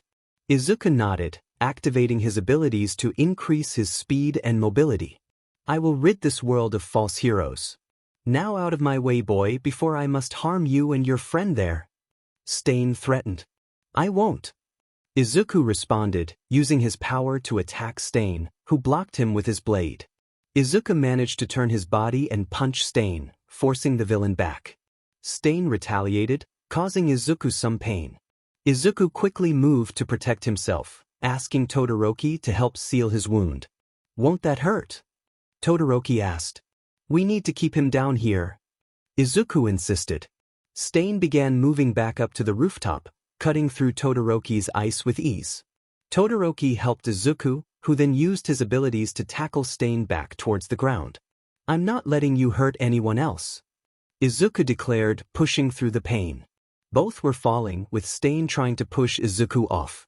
Get off me, kid. If you don't, we could both be in danger. Stain warned. If I can save my friend and Native, I'm content with that. Izuku replied. Todoroki managed to create a slide of ice to prevent them from hitting the pavement directly. They slid down and landed in some trash cans. Izuku slowly got up, preparing for another fight. No. I'm trying to help people who need it, he said, smiling to make Stain realize something. Stain prepared for another attack, but Izuku focused, using his abilities to launch a powerful attack that sent Stain into a wall. Ida, regaining his ability to move, witnessed the final attack. With a shaking fist, Izuku signaled his victory before falling back, exhausted from the battle. Usajiyama! Todoroki called out, running towards him with a smile. I stopped him. Ida and native daughter safe. Izuku thought as he lost consciousness. Izuku awoke to bright lights and the smell of disinfectant. 5 more minutes, Mom, he grumbled, turning to his side and feeling pain. Ow! He sat up to see Todoroki and Ida in the room. Ida was in a hospital bed, while Todoroki sat beside him. Nice to see you're up, Usajiyama, Todoroki greeted. Yeah. I heard a lot though. What happened?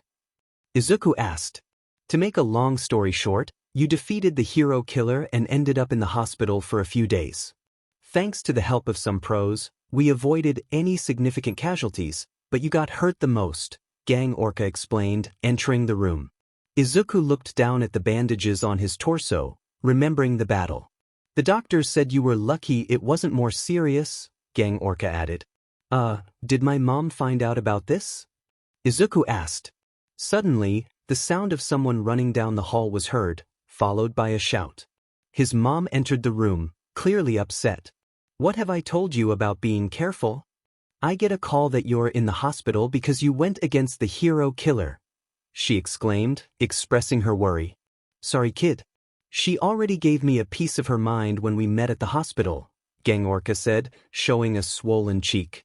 Now as for you, Glasses boy, she turned to Ida. That was for doing something reckless. Do you know how worried my son was for your well-being? She continued. Ida winced but listened. I don't blame you for wanting to do right by your brother, but you went about it all wrong. Unlike you, Izuku asked for help, knowing the anger you have isn't going away anytime soon. He was afraid you'd do something that could have ended badly, she said, patting Ida's head. From what Izuku said, you're a good kid. Though your brother's hero career might be over, his legacy won't die if you take what he wanted to do for people to heart. Ida smiled, and Izuku sat back on the bed. Seems motherhood made you a tad bit softer, Miruko, Gang Orca commented. Who's soft? She retorted, cracking her knuckles as Todoroki moved over to speak with Izuku. Your mom can be really intimidating when she wants to be, I remarked. You should see her when she's truly upset. Even All Might struggle to hold her back, my friend replied, and we both shivered at the thought.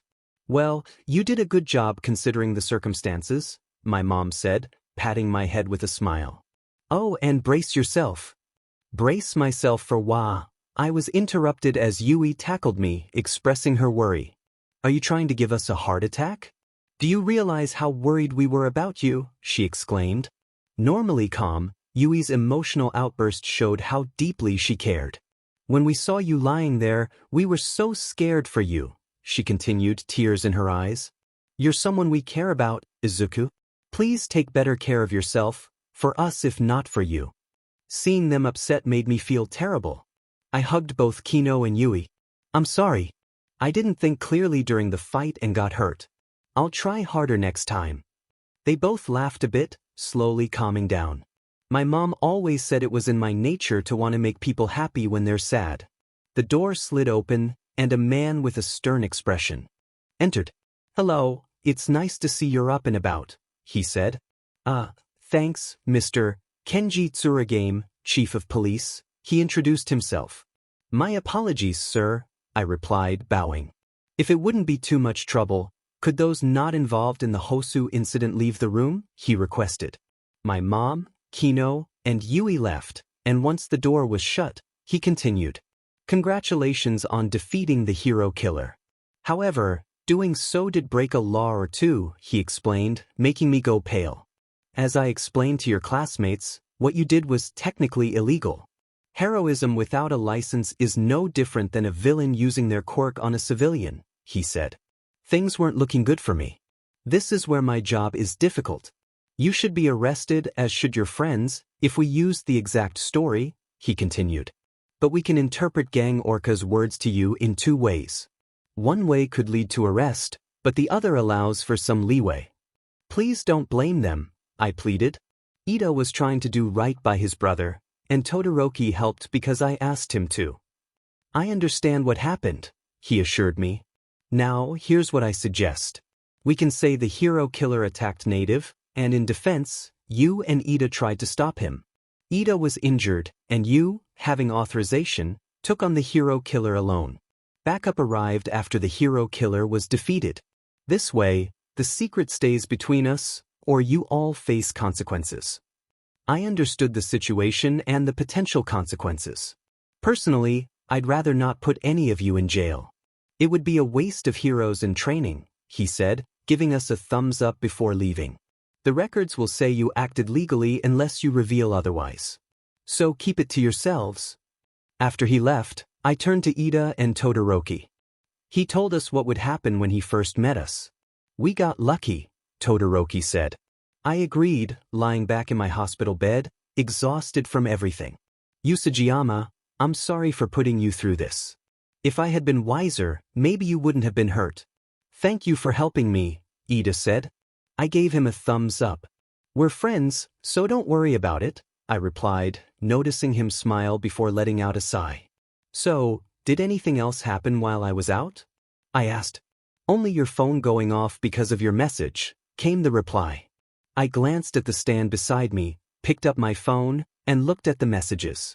I thought to myself, I'm going to have a lot of explaining to do.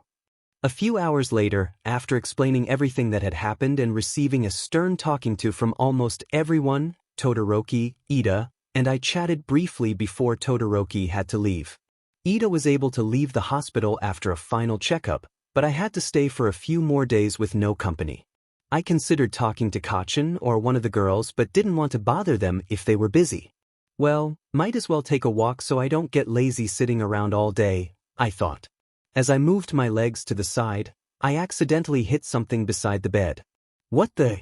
I looked down and noticed it was my guitar case with a note attached to it. The note read, "Made sure to bring this along since you'd probably be bored waiting around the hospital. Brighten someone's day up, would ya?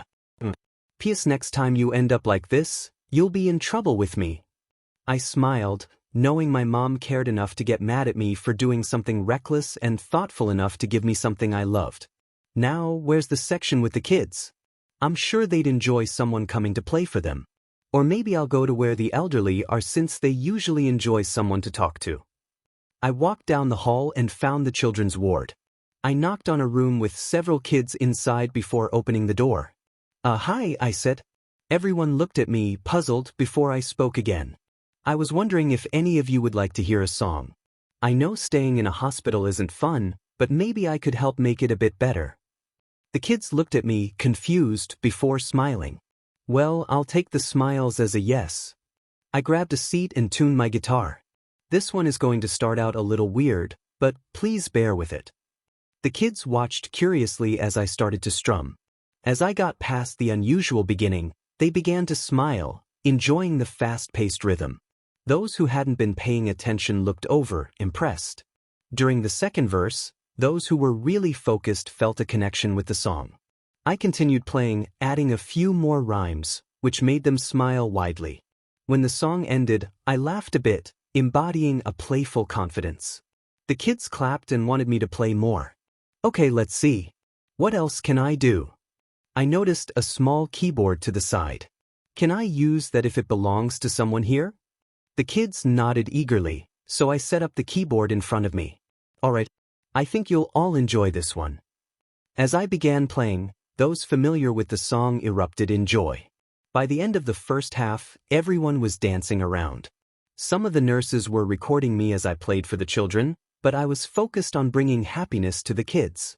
As I reached the final verse, the anticipation grew, and everyone watched as I prepared for the uplifting part of the song. During the last chorus, the children enthusiastically joined in, singing along. When the song ended, applause from the kids and nurses filled the room. I decided to play one more song, saying, Alright, I think it's only fair to do one more before calling it a night so the nurses don't have any trouble.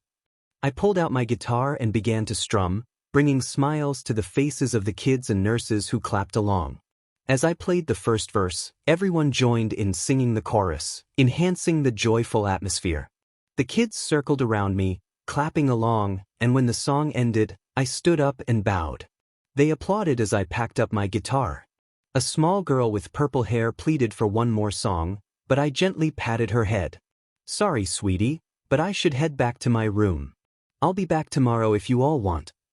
The kids cheered as I made my way back to my room, feeling content with the day's events. On the way home from the hospital, my mom seemed uneasy, lost in thought. I tried to bring her back to the present as we approached our stop. Mom, this is our stop, I reminded her. She looked around, confused. What's wrong? I asked. Let's go home, I said, and we got off the taxi, her mind still preoccupied. Are you okay? I asked. Yeah, I'm perfectly fine, she replied with a smile, though I noticed the bags under her eyes. Are you sleeping well?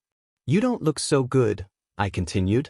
I'm still well enough to keep you in line, she joked, trying to maintain her facade. I'm sorry if I worried you. I promise to be more careful, I assured her. She smiled down at me, ruffling my hair. As we reached the door, we were greeted by some of my female classmates, including Kino, Yui, and Nijire. Izuku, how are you feeling? Kendo asked, checking me for injuries. I'm fine, just a bit worn out, I replied. You should take it easy for a few days, she advised. I nodded and my mom headed out for her shift. Make sure Izuku doesn't overdo it, she instructed my friends. I don't want to worry anyone more than I already have, I said. Good, she replied, leaving with a smile. Your mom is amazing, Jiro commented, and I nodded in agreement. Anyone who angers her is in trouble, I added, heading to the kitchen for a glass of water. Returning, I sat on the couch next to Tsunatori. Why are you all here? I asked. We wanted to make sure you're okay, Ochako said, with Mina adding, we want to help you recover. The girls blushed slightly, except for Tsu, who looked uneasy. I'm mostly healed, so there's not much to worry about, I assured them. Lift your shirt then, Jiro suggested bluntly. I hesitated but eventually showed them the stitches from my injuries. The girls were concerned, and Shiozaki asked, Why did you let this happen? I'm scared you'll get scars, Tsunatori added. We'll stay here until your mom returns, Momo declared. All right, I conceded, knowing it would be a long day. After agreeing to let them help, I went to my room to work on some ideas. Itsuka and Pony joined me while the others prepared lunch. My room was filled with hero memorabilia. Is that a limited edition Hawks figurine? Pony exclaimed, noticing the collection. Yeah, I replied, feeling a bit embarrassed by the extensive display. Hawks had given me something after an awkward encounter with my mom, which ended with him getting a stern talking to. I was too young to fully grasp the situation back then. I sat down on Izuku's bed while Pony admired his hero collection. As I settled in, I noticed a few notebooks on his desk. Curious, I picked one up to see what it was about. It was titled, Hero Analysis, Volume 5, and contained detailed notes on various pro-heroes and their quirks. I was impressed by the accuracy of his observations. Flipping through the pages, I found a costume idea with Izuku's name on it. It resembled Miruko's costume but with different colors. Intrigued, I picked up another notebook, which was a 6th volume, and found more heroes and a revamped costume idea. Each notebook showed the evolution of his costume ideas, eventually leading to the one Izuku uses today. Suddenly, Izuku rushed in, panicking as he tried to retrieve the notebooks. Please give them back, he pleaded. I instinctively jumped back, causing Izuku to stumble and fall on top of me. Embarrassed, he quickly apologized and jumped off. I felt my face flush, realizing the awkwardness of the situation. Pony, who had been watching, asked if I liked Izuku, making both of us blush even more. I hid my face, feeling self-conscious. Meanwhile, Kyoka and some of the others were in the kitchen preparing lunch. They chatted about Miruko's love for carrots and shared their own food preferences. As they cooked, Mina teased Kyoka about her feelings for Izuku, which she reluctantly admitted. The group laughed, and Kyoka felt a mix of embarrassment and relief. Later, as everyone gathered in the living room, Mina addressed the group's feelings for Izuku. They discussed how to handle their shared affection, eventually agreeing on a plan that allowed everyone to spend time with him. The group reached a consensus, feeling content with their decision. The group gathered in the room, discussing their new arrangement. Momo took charge, distributing popsicle sticks with numbers to everyone. "This is how we'll begin," she explained. "The numbers will determine the order of dates with Izuku. If you have the number 1, you'll be paired with number 2, and so on. Number 11 will have the first solo day with Izuku." Everyone nodded in agreement and began drawing their sticks. Pony cheered as she drew the number 11, securing the first solo date. Izuku noted to himself that he really needed to work on his English skills to better communicate with her. Kendo outlined the schedule. Pairs would have their dates on weekdays, and Izuku would have Sundays to himself. Izuku's mom appeared at the door, amused by the situation. "You've got quite the group of admirers, Izuku," she teased, before reminding everyone to head home before it got too late. Aunt Ryu offered to SERT the girls, and each gave Izuku a friendly goodbye. Later, Izuku sat with his mom, who wanted to hear all about his relationships. He felt embarrassed but knew he couldn't avoid the conversation. The next day at school, Izuku noticed Ochako practicing martial arts moves, her demeanor intense. Sue explained that Ochako had been learning gunhead martial arts during her work study. Izuku approached Ochako, giving her a reassuring hug, which calmed her down. Mr. Aizawa entered the classroom, announcing that hero classes would be reduced for end-of-term finals. Izuku considered organizing a study session with Momo to help everyone prepare. During lunch, Mina expressed her worries about the exams, and Izuku and Momo suggested a group study session. Mina was thrilled at the idea, grateful for their support. As they discussed the study session, Monoma interrupted with his usual antics, but Izuku chose to ignore him, focusing instead on the plans for their group study. "I tried to remember Aunt Ryu's advice about not saying anything if you don't have anything nice to say. Unfortunately, he didn't seem to follow that rule and kept bothering me. With people like you always around, no wonder you rely on my class for everything. I mean, you wouldn't be able to do anything without your Class A friends or my class's quirks to help you." He was abruptly interrupted by a karate chop to the back of the neck, courtesy of Itsuka. "How many times do I have to teach you this lesson, Monoma? Leave Izuku out of your rants." She seemed more upset than usual as she tossed Monoma to one of her male classmates and sat on the other side of me. "I'm so sorry for him. If he did anything to hurt you, it's fine. Aunt Ryu always told me that if you don't have anything nice to say to someone, don't say anything at all." Words of wisdom. We continued eating with Pony, Kino, Yui, and Ibra joining our table. "So does anyone know what the final exams will be for the physical part?" Tsu asked, hoping Itsuka could give us some relief. "I talked to an upperclassman before, he said it was robots." "Why didn't I think to ask Nijire or Tamaki? You seriously had that slip your mind?" Everyone looked at me amazed, and I sighed. Granted, he must have quite a bit on his plate for something like this to slip his mind. I kept thinking about the robot part, realizing it might be too easy for some of us since the fear they give would be worn off. "I'll see everyone in class. If you girls in Class B want to join, we're going to do a group study session for finals if you want to join." "That sounds awesome." "Sweet. Yeah. No worries for finals." I wondered if someone in the school had a mind-reading quirk that would make things easier. I took my leave to head towards Recovery Girl's office to finally get the stitches out. As I sat in the office, she used a pair of tweezers to remove them one at a time.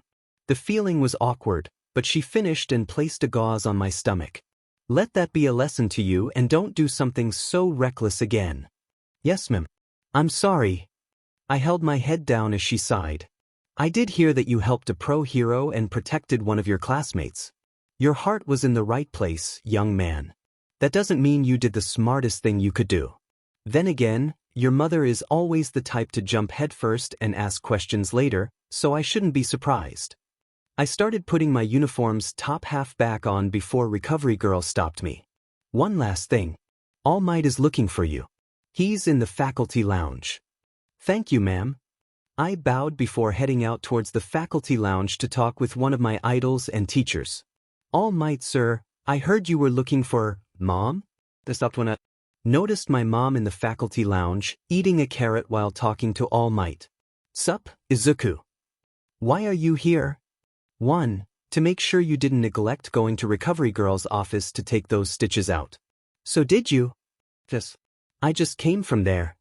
Good. Now the second is to be around this idiot when he tells you what he should have from the start. Mom pointed at All Might, prompting him to sigh. The room is clear from onlookers over there. Let's use that to explain. We moved to a vacant room where I sat on a chair across from my mom and teacher, who were sitting on a sofa. So are you gonna tell him what you neglected, or should I? Mom stated with a little aggravation, causing All Might to stiffen. What is she talking about, All Might? Sigh, I wasn't telling you the entire truth when I talked about OFA. Before going into detail, do you remember what I told you when you first inherited the quirk? I thought back to do my All Might impersonation to add emphasis. Now eat this. Ahaha. Mom began laughing uncontrollably while holding her ribs at my act. Not exactly what I was meaning. I was referring to the part about acquiring my DNA to transfer the quirk. I remembered this before going completely pale. Wait, so was I unintentionally giving OFA to the girls I'm dating and them giving it back to me? Wait, but to do that your tongue or theirs would have to. Mom smirked before commenting. You cheeky devil. I guess those precautions I gave you were coming in handy. It's not like that. I panicked a bit before trying to explain. I mean some of the girls slipped their tongues in my mouth. Sure, it's just them. She kept snickering at me before All Might clarified. I could honestly question you further about your relationship situation in regard to a teacher, but that's not the issue here. Let me just clarify that OFA has to be willingly passed on to someone with the holder accepting the power transfer. It can't be taken away, but it can be forced upon. This comment piqued my interest for All Might to continue. You see, this all started around the start of the quirk era. There was a man whose name was lost to time. However, his quirk was known and has gone by the name up to today. All for one. A quirk that can steal quirks from people and place them in a vegetative state after, as well as use or give them to other people. This, however, could cause the people who obtain the quirks to become brain dead. My blood went cold when I heard what the side effects of the quirk were. You won't hear this in history books, but this man had nearly taken control of all of Japan at one point in the past. But he's gone, right? All Might went silent, offering no relief in response to my question. What happened to him then? Also, what does this have to do with OFA? The man had a younger brother. He believed he was quirkless. Whether it was out of pity or out of spite is unknown, but the older brother had given his younger brother a stockpiling quirk. But unknown to both, the younger brother had a quirk to pass down quirks. These two combined in order to become one for all. I looked down at my hand, realizing the significance of what this meant. So the quirk I have from you is the younger brother's? Izuku asked, seeking clarity. Yes, All Might confirmed. Though the younger brother couldn't defeat his brother directly, he passed his quirk to the next generation in hopes of overcoming him. Unfortunately, none succeeded until me. Izuku thought back to All Might's past battles. You fought him, the older brother, didn't you? He realized. I did a few years back. I believed he was gone since he hadn't shown any activity for 5 years. However, the incident at the USJ and the creatures similar to the Nomu prove otherwise. One day, you might have to face AFO. Izuku clenched his fist with determination. I'll face him when the time comes. And we'll do that together. This seemed to worry both his mother and All Might for a moment before Izuku noticed the time. I'm sorry, sir, but I need to go to class. No worries. I'm here to help if you need it. Izuku left the room, heading to class. Whoever he is, he's got to be tough to beat All Might. Miruko waited until Izuku was gone before speaking. So you didn't tell him the entire truth. Why? She asked. It's not necessary for him to know everything right now, All Might replied. What part of Izuku not knowing you might not have much time left is unnecessary? The boy idolizes you. Miruko exclaimed. All Might sighed. It's not in his best interest to know that yet. The less he knows, the less he'll worry about me. Miruko held her tongue as he explained. Young Usajiyama has learned of the man he may face one day. Unlike me, you know everything about the past users and myself. If the unimaginable happens, he would need guidance to become what I couldn't. Unfortunately, you're the only one close enough to help. I know you hate keeping secrets, but he needs to learn these things in time. Miruko considered his words before responding. Fine. But if something happens to you or AFO, I'm not keeping this from Izuku. He deserves to know, whether from you or me. As Miruko walked away from the faculty lounge, she reflected on All Might's words about his quirk and what Izuku might face. A man who's lived over 100 years. Monsters that can hold more than one quirk. A power that remains unpredictable. All Might's uncertain future. She sighed. If I had known this was the issue Izuku would face, I'd have suggested taking Nitai's advice to avoid these problems. Her phone vibrated, showing a message from a persistent acquaintance. The message read, Yo Miruko. Wanna hang out tonight? I got an awesome reservation at that new downtown restaurant. Miruko considered declining but realized she needed some time to herself. She replied, You know what, fine. But you're picking up the bill. Got it? He agreed, and she sighed, hoping he wouldn't have any ulterior motives. Later, as Miruko prepared for the holiday season, she watched Izuku run off to school.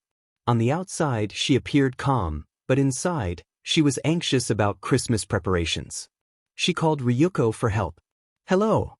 Ryuko answered. I'm heading to get the tree now. You got the ornaments?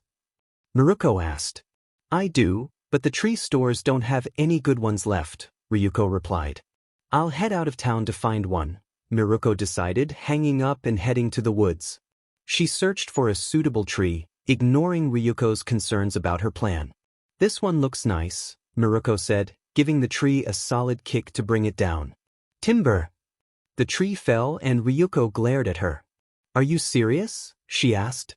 No, Miruko replied with a grin. I just want a nice Christmas for Izuku, Rumi said, shaking her head as she trimmed the tree to fit in her home. She glanced at Ryuko with a smirk.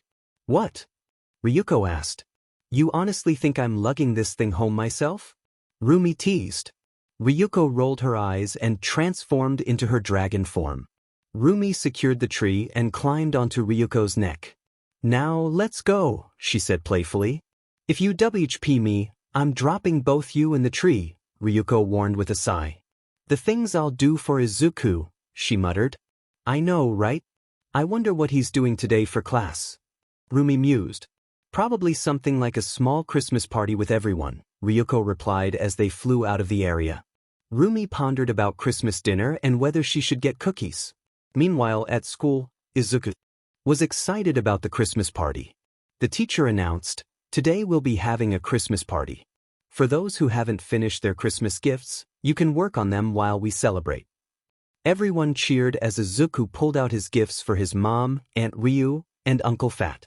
He was almost done with his uncle's gift and needed to add a bit more to his aunt's. His mom's gift required more time. Kino and Yui approached, curious about his presents. It looks so cool, Kino exclaimed. It really does, Yui agreed. The teacher came over, intrigued by Izuku's work. What do you have here, Izuku? She asked. Just a Christmas present for my family, he replied. She was amazed at the detailed picture he had painted. You did this all by yourself, Izuku? She asked in disbelief. Aha, he nodded. Amazing! The lines are so precise and the shading is almost like I'm looking at the real thing. How did a 6-year-old draw this? Izuku shrugged. I just knew what they looked like and I drew them. Do you think they'll like them? He asked. He quickly hid his mom's unfinished gift. It's not finished yet. Please don't look. The teacher was speechless and momentarily fainted from surprise. Teacher! The students exclaimed, gathering around her as she slowly regained consciousness. What happened? she asked. You saw Izuku's gift and fainted, someone explained. She smiled at Izuku. You have a gift for art, she said. Izuku looked away shyly. It's not that big of a deal. I just know how to draw, he stammered. On the contrary, Izuku. During winter break, I want to try and get you into a school for specially gifted kids. What do you say? She suggested. Izuku thought about it and looked at Yui and Kino. I don't know. Will I have to leave my friends? He asked. A small price, but your talents would be properly nurtured. Talent like yours shouldn't go to waste, the teacher replied. No thanks. If I need to leave Kino and Yui, then it's not worth it to me, Izuku decided. The teacher was surprised by his response. But this is truly something you need to show the world, she insisted. I'm okay with just being more gifted in a few things than everyone else.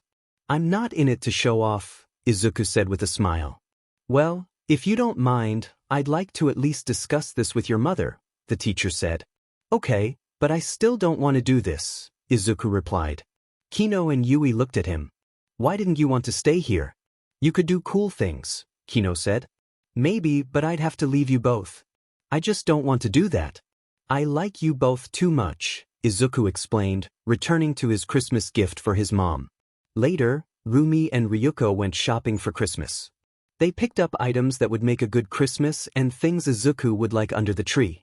So what does Izuku do in his spare time? Ryuko asked. He doodles, Rumi replied. He doodles? Ryuko repeated, confused. Yeah, you should see what he doodles on the back of his notebook. Some are pretty awesome. He also knows how to draw from memory, Rumi explained. They passed a set of professional drawing utensils and a sketch notepad. Perhaps making him feel more professional could help, Ryuko suggested. They also found figurines of All Might and Ryukyu that Izuku had been wanting. Maybe we should get these for him too, Rumi said. So he likes me as a hero, huh? Ryuko asked. He thinks we're both really cool. You should see his room. It's a hero fan's paradise, Rumi laughed. Rumi spotted a pair of mini mixed martial arts gloves in Izuku's size. We need to get him these, she said. He's a child. What will he do with fighting gloves? Train to be an MMR? Ryuko asked skeptically. Rumi hesitated before admitting, maybe a little. He wants to be a hero, so it's only natural I give him a few lessons on how to fight to increase his chances of defending himself. Besides, it's also teaching him self-discipline, which is good for kids to learn. Ryuko sighed. Get him what you want. I'm going to find a little sweater for him as my gift, she said. They went their separate ways in the store, with Rumi finding some notebooks like the ones Izuku uses for his hero notes. He's reaching the end of the one he's working on. I should probably get a couple more to help him out, she thought. Meanwhile, Ryuko found a sweater with All Might on it. I can see him wearing this, she thought. She continued shopping and spotted a jacket based on Izuku's mother's hero outfit. He'll love this, she decided, reaching for it. The woman shouted at me to leave, but I calmly explained that I had picked up the jacket first. Despite her aggressive behavior, I managed to keep hold of the jacket and walked away, meeting Rumi at the checkout line. She had a mischievous smile, indicating her own success in shopping. As we heard an announcement for medical assistance, I couldn't help but chuckle at the situation. A few hours later, after class, I left with Kino and Yui to meet our parents. Uncle Fat was waiting, enjoying a gingerbread man. He asked if I was ready to go home, and I nodded, saying goodbye to my friends. Uncle Fat lifted me onto his shoulder, and we walked down the street together. He asked if I was excited for Christmas, and I shared that I had already prepared gifts for everyone. When he asked what I wanted from Santa, I mentioned a new notebook as mine was getting full. Uncle Fat was touched by my simple wish and gave me a heartfelt hug. As we continued, we encountered Hawks, who tried to give me a gift for my mom. Following her instructions, I discarded it, much to Hawk's dismay, while Uncle Fat laughed heartily. On Christmas Eve, Aunt Ryu announced dinner, and I eagerly joined my family at the table. We enjoyed a delicious meal together, sharing laughter and stories. After dinner, we settled in to watch Christmas movies, and as bedtime approached, I wished everyone good night and went to my room. I remembered the presents I had prepared and placed them under the tree before heading to bed. Later, Rumi checked to ensure I was asleep before she and Ryuko began setting up the gifts. Uncle Fat handled the cookies and milk, while they teased Rumi about her cooking skills. Once everything was ready, they called it a night. The next morning, I awoke to knocking and found Ryuko and Uncle Fat waiting. Rumi greeted them and then came to wake me up, reminding me it was Christmas.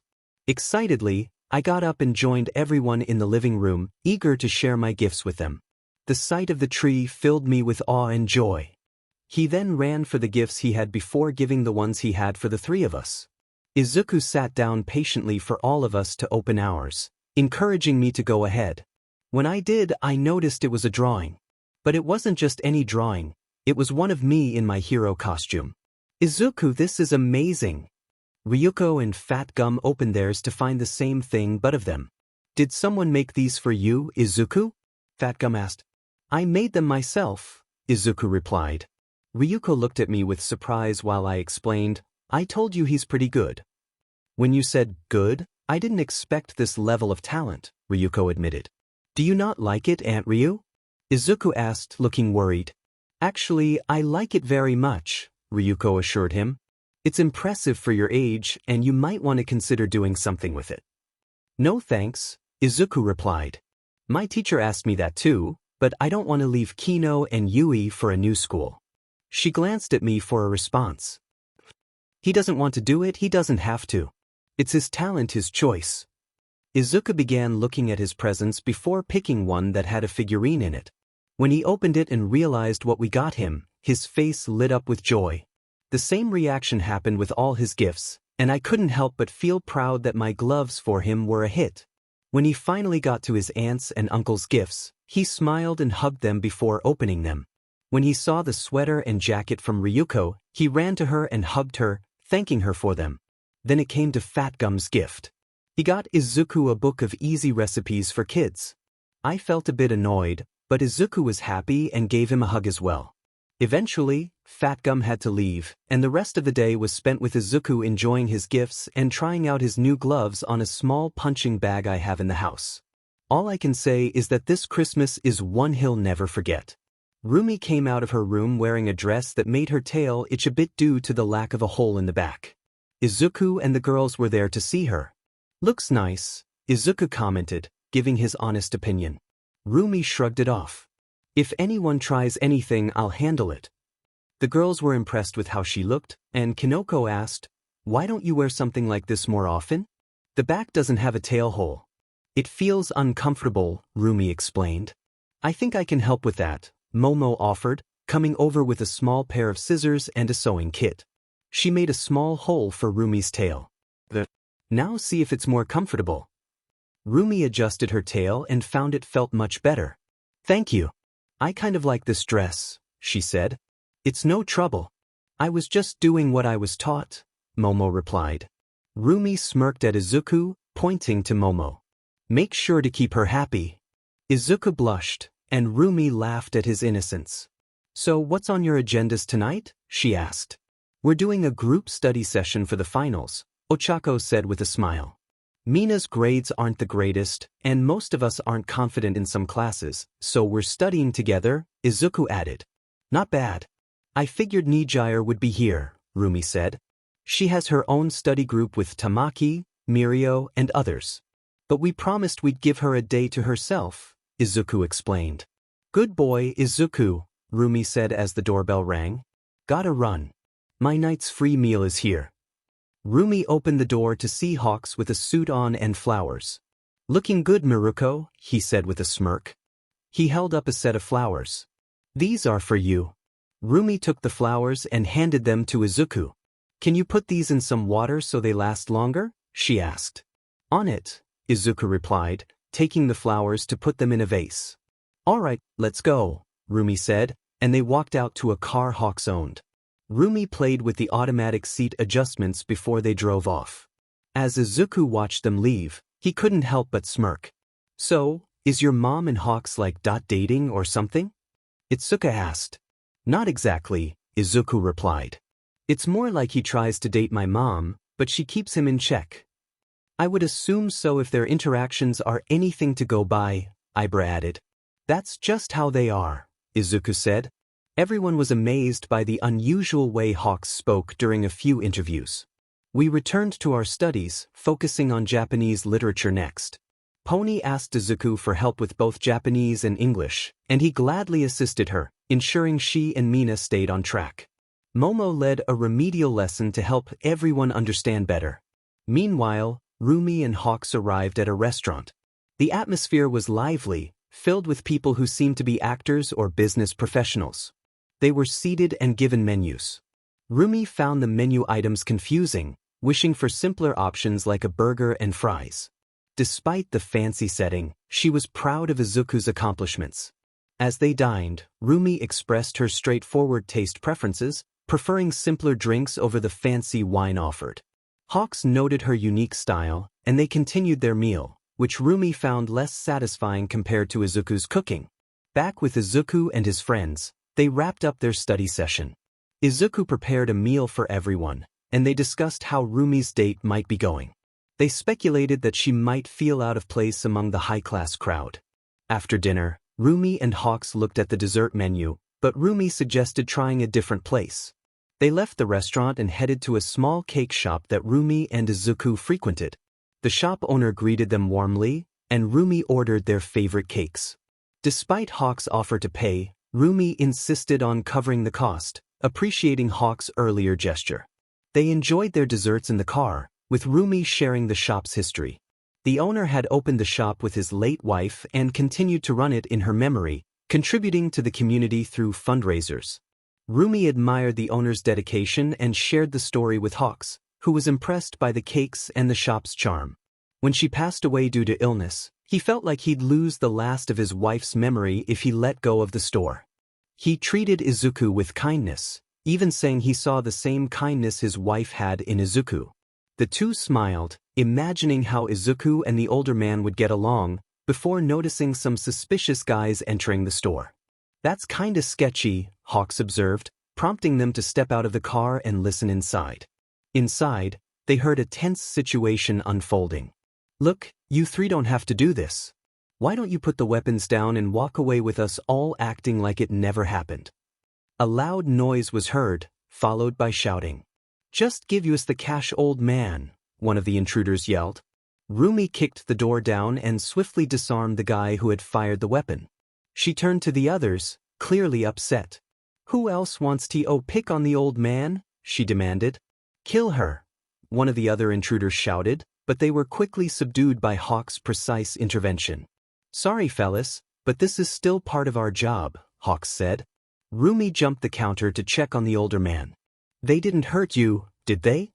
I'm fine, Rumi, but thank you for worrying about me.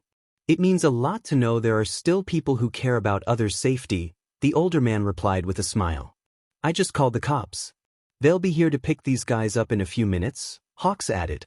Guess this'll be something to tell Izuku when I get home, Rumi remarked. They tied up the intruders for the police to handle and then continued their evening, with Hawks dropping Rumi off at her home. As they reached the door, Rumi reflected on the night. This surprisingly wasn't as bad a night as I thought it'd be, she admitted. Thanks. I guess, Hawks replied. Rumi thought about Izuku and what he might have been up to. I wonder if Izuku got a taste of adulthood yet, she mused. Well, if he's as quick as his own mother, he might have tonight, Hawks joked, earning a playful punch from Rumi. Ow. What the heck, I didn't even hit you that hard, Rumi laughed, giving Hawks a small peck on the cheek. That was for having my back tonight. Hawks smiled. So what do I have to do to get in your good graces? Rumi gave him a playful kick. Next time, try not to end on a bad note. You might get more positives from me. Good night, chicken. She entered the house and saw Izuku and his friends asleep with their textbooks open. Poor kids. Working hard, she said, covering them with blankets. Izuku stirred awake. Hey mom, how was the date? Not bad. On a scale of 1 to 10, I'd give it about a he would have gotten an 8 if he hadn't made a joke at the end. I'm glad you liked it, Izuku said, drifting back to sleep. Rumi felt satisfied with the night. I guess another date wouldn't be so bad, she thought, hoping for a more peaceful outing next time. The days leading to the final exam flew by. Izuku and the girls worked hard, staying up late to prepare. Izuku focused on helping Mina and Pony, who were struggling with their studies. Mina had trouble concentrating, so Izuku made learning fun for her, which helped. Pony struggled with Japanese, but with help from Izuku and Momo, she improved enough to feel confident for the exams. When the test ended, Mr. Aizawa called for the answer sheets. Momo collected them, while Mina felt somewhat confident. Kaminari, on the other hand, seemed panicked. Izuku overheard that Kaminari had struggled during a cram session, but hoped Kacchan had helped him enough. "Put on your hero costumes and meet me outside," Mr. Aizawa instructed. After changing, they gathered outside and noticed two students with the teachers. "Shinso," Izuku greeted, approaching him. "Nice to see you again, Usajiyama," Shinso replied with a smirk. "Hi there." A girl with messy buns greeted Izuku. "Hello. You were the general studies student in the finals of the sports festival, right?" Izuku asked. "Yup. I'm Toga." "Himiko Toga," she introduced herself, glancing at Kacchan. "Blasty. I told you not to call me that." Kacchan snapped, though he seemed less angry than usual, which puzzled Izuku. "Kacchan, do you know her?" Izuku inquired as Kacchan turned away. "Maybe," Izuku replied, trying to keep the conversation light. "Don't be mean. Last week, you took me and Setsu out on a date," his friend teased, recalling a recent outing. "All right, listen up," Mr. Aizawa called the class to attention as Principal Nizu appeared. "Hello, Class A. I'm sure you're all ready to take your final exams today. We've decided to change things up a bit. Instead of facing robots, you'll be facing the teachers." The class buzzed with nervous excitement. "Don't worry, we'll be holding back just enough so you'll have to work hard to pass," Nizu assured them with a smile. "And that's why I'm here," a familiar voice chimed in. Izuku turned to see his mother, Miruko, smiling confidently. Izuku exclaimed, surprised to see her there. Each team, except for one consisting of Shinso and Toga, will face a member of the staff. "Your objective is to either place a pair of cuffs on us or escape the area," she explained. The matchups were announced, and Izuku found himself paired with Shinso and Toga against his mother, Miruko. As they traveled to the training area, Izuku strategized with his teammates. "We need a plan. Mom's not going to make this easy for us."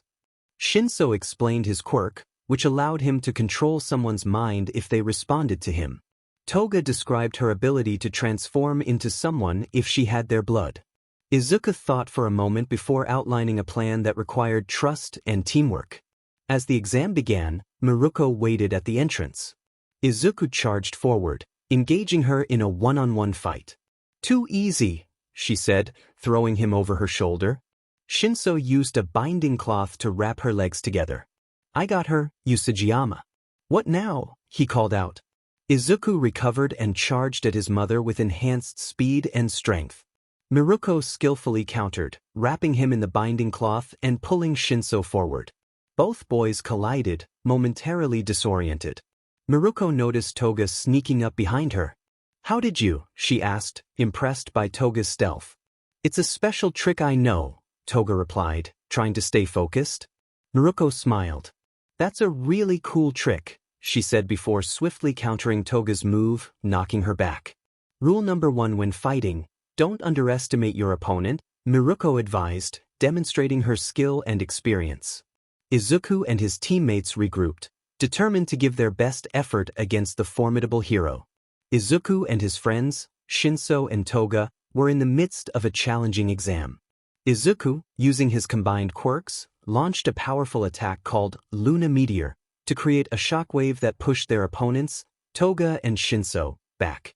Despite the effort, Izuku emerged from the dust with a broken leg, hoping their plan had succeeded. Shinso approached to support Izuku, acknowledging the intensity of the move. "That was kind of nuts," he remarked, helping Izuku away from the area. "Thanks," Izuku replied, wincing in pain, "but it wouldn't have worked without you holding my mom down." Toga, recovering from the impact, remembered their strategy and moved towards the entrance. However, Miruko, Izuku's mother, intercepted her. Where do you think you're going? Miruko asked, holding Toga down. Izuku, despite his pain, confidently declared, I wouldn't think so, drawing Miruko's attention. Suddenly, Miruko froze, indicating their backup plan had worked. Earlier, the team had devised a strategy. Izuku explained the importance of their roles, emphasizing the need to hold his mother down for his plan to succeed. He revealed his intention to merge quirks for a powerful attack, though it could only be used once. Toga, with her unique abilities, was tasked with heading to the entrance if an opportunity arose. Izuku also asked Shinso and Toga if they would be his friends, to which they agreed, understanding the importance of their teamwork. Back in the present, Shinso smirked as Toga placed a cuff on Miruko's leg, signaling their victory. The speaker announced their success, and the three sighed in relief. Miruko, acknowledging her defeat, praised the team for their clever tactics. Later, Izuku reflected on the exam's aftermath. The students had a day off to relax, and Izuku planned to spend it with Nijire. However, his mother humorously reminded him of his earlier comment during the exam, playfully kicking him through a fence. Despite the playful scolding, Izuku prepared for his day with Nijire, planning a picnic by a koi pond. His mother teased him about his plans, but Izuku remained confident, looking forward to the day ahead. Despite the opportunity to socialize with one of the most admired girls in school, I found myself more interested in relaxing by the koi pond. My face turned red as I insisted, I'm not like others who just want to date for superficial reasons. Mom laughed, teasing me about my reaction. It's good that you value more than just appearances. But remember, relationships are about mutual respect and understanding each other's desires. I pondered her advice, realizing the importance of being considerate in future relationships. My face flushed again at the thought, causing me to unintentionally activate my quirk, creating a chilly atmosphere around me. Mom chuckled at my embarrassment. Just be mindful and avoid overthinking.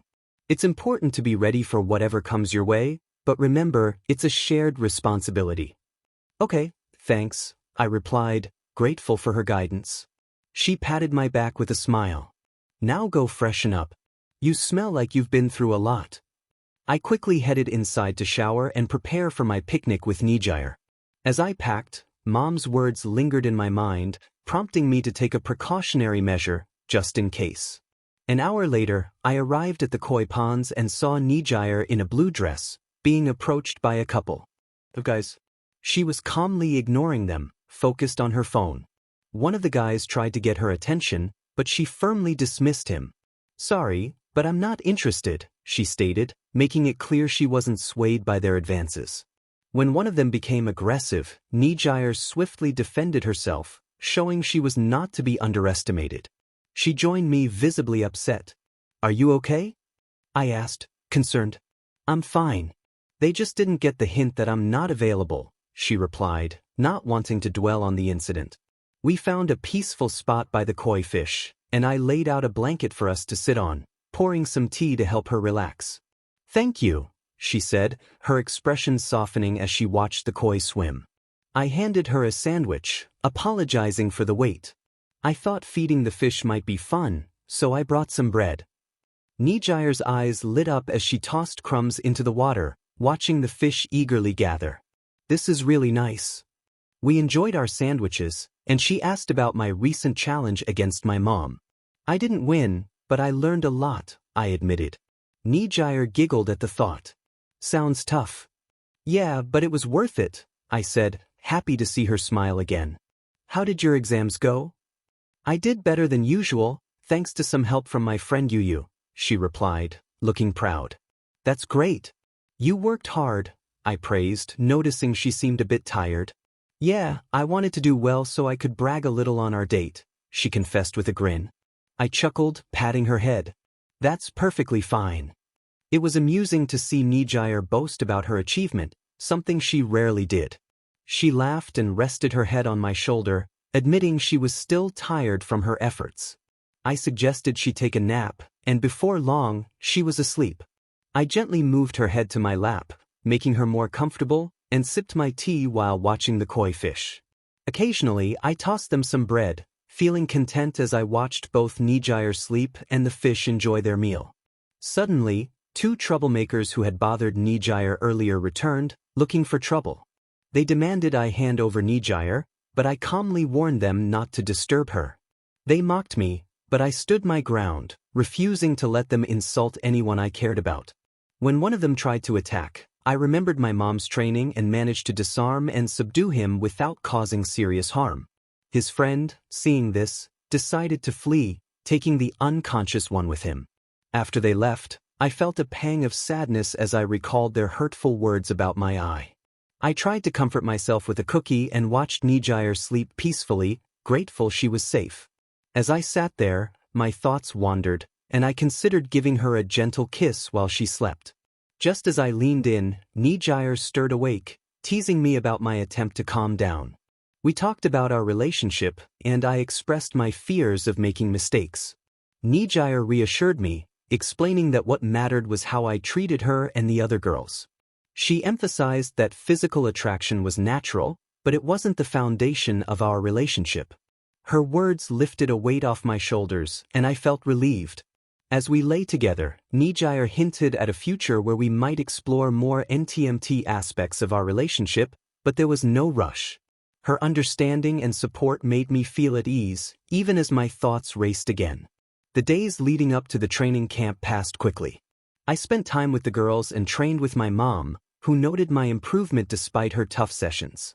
Today, we finally began heading towards the training camp Mr. Aizawa had told us about. Fortunately, we were boarding alongside Class B, allowing me to see the girls and greet them before we set off. Everything was going smoothly until Monoma started causing a scene, as he often does.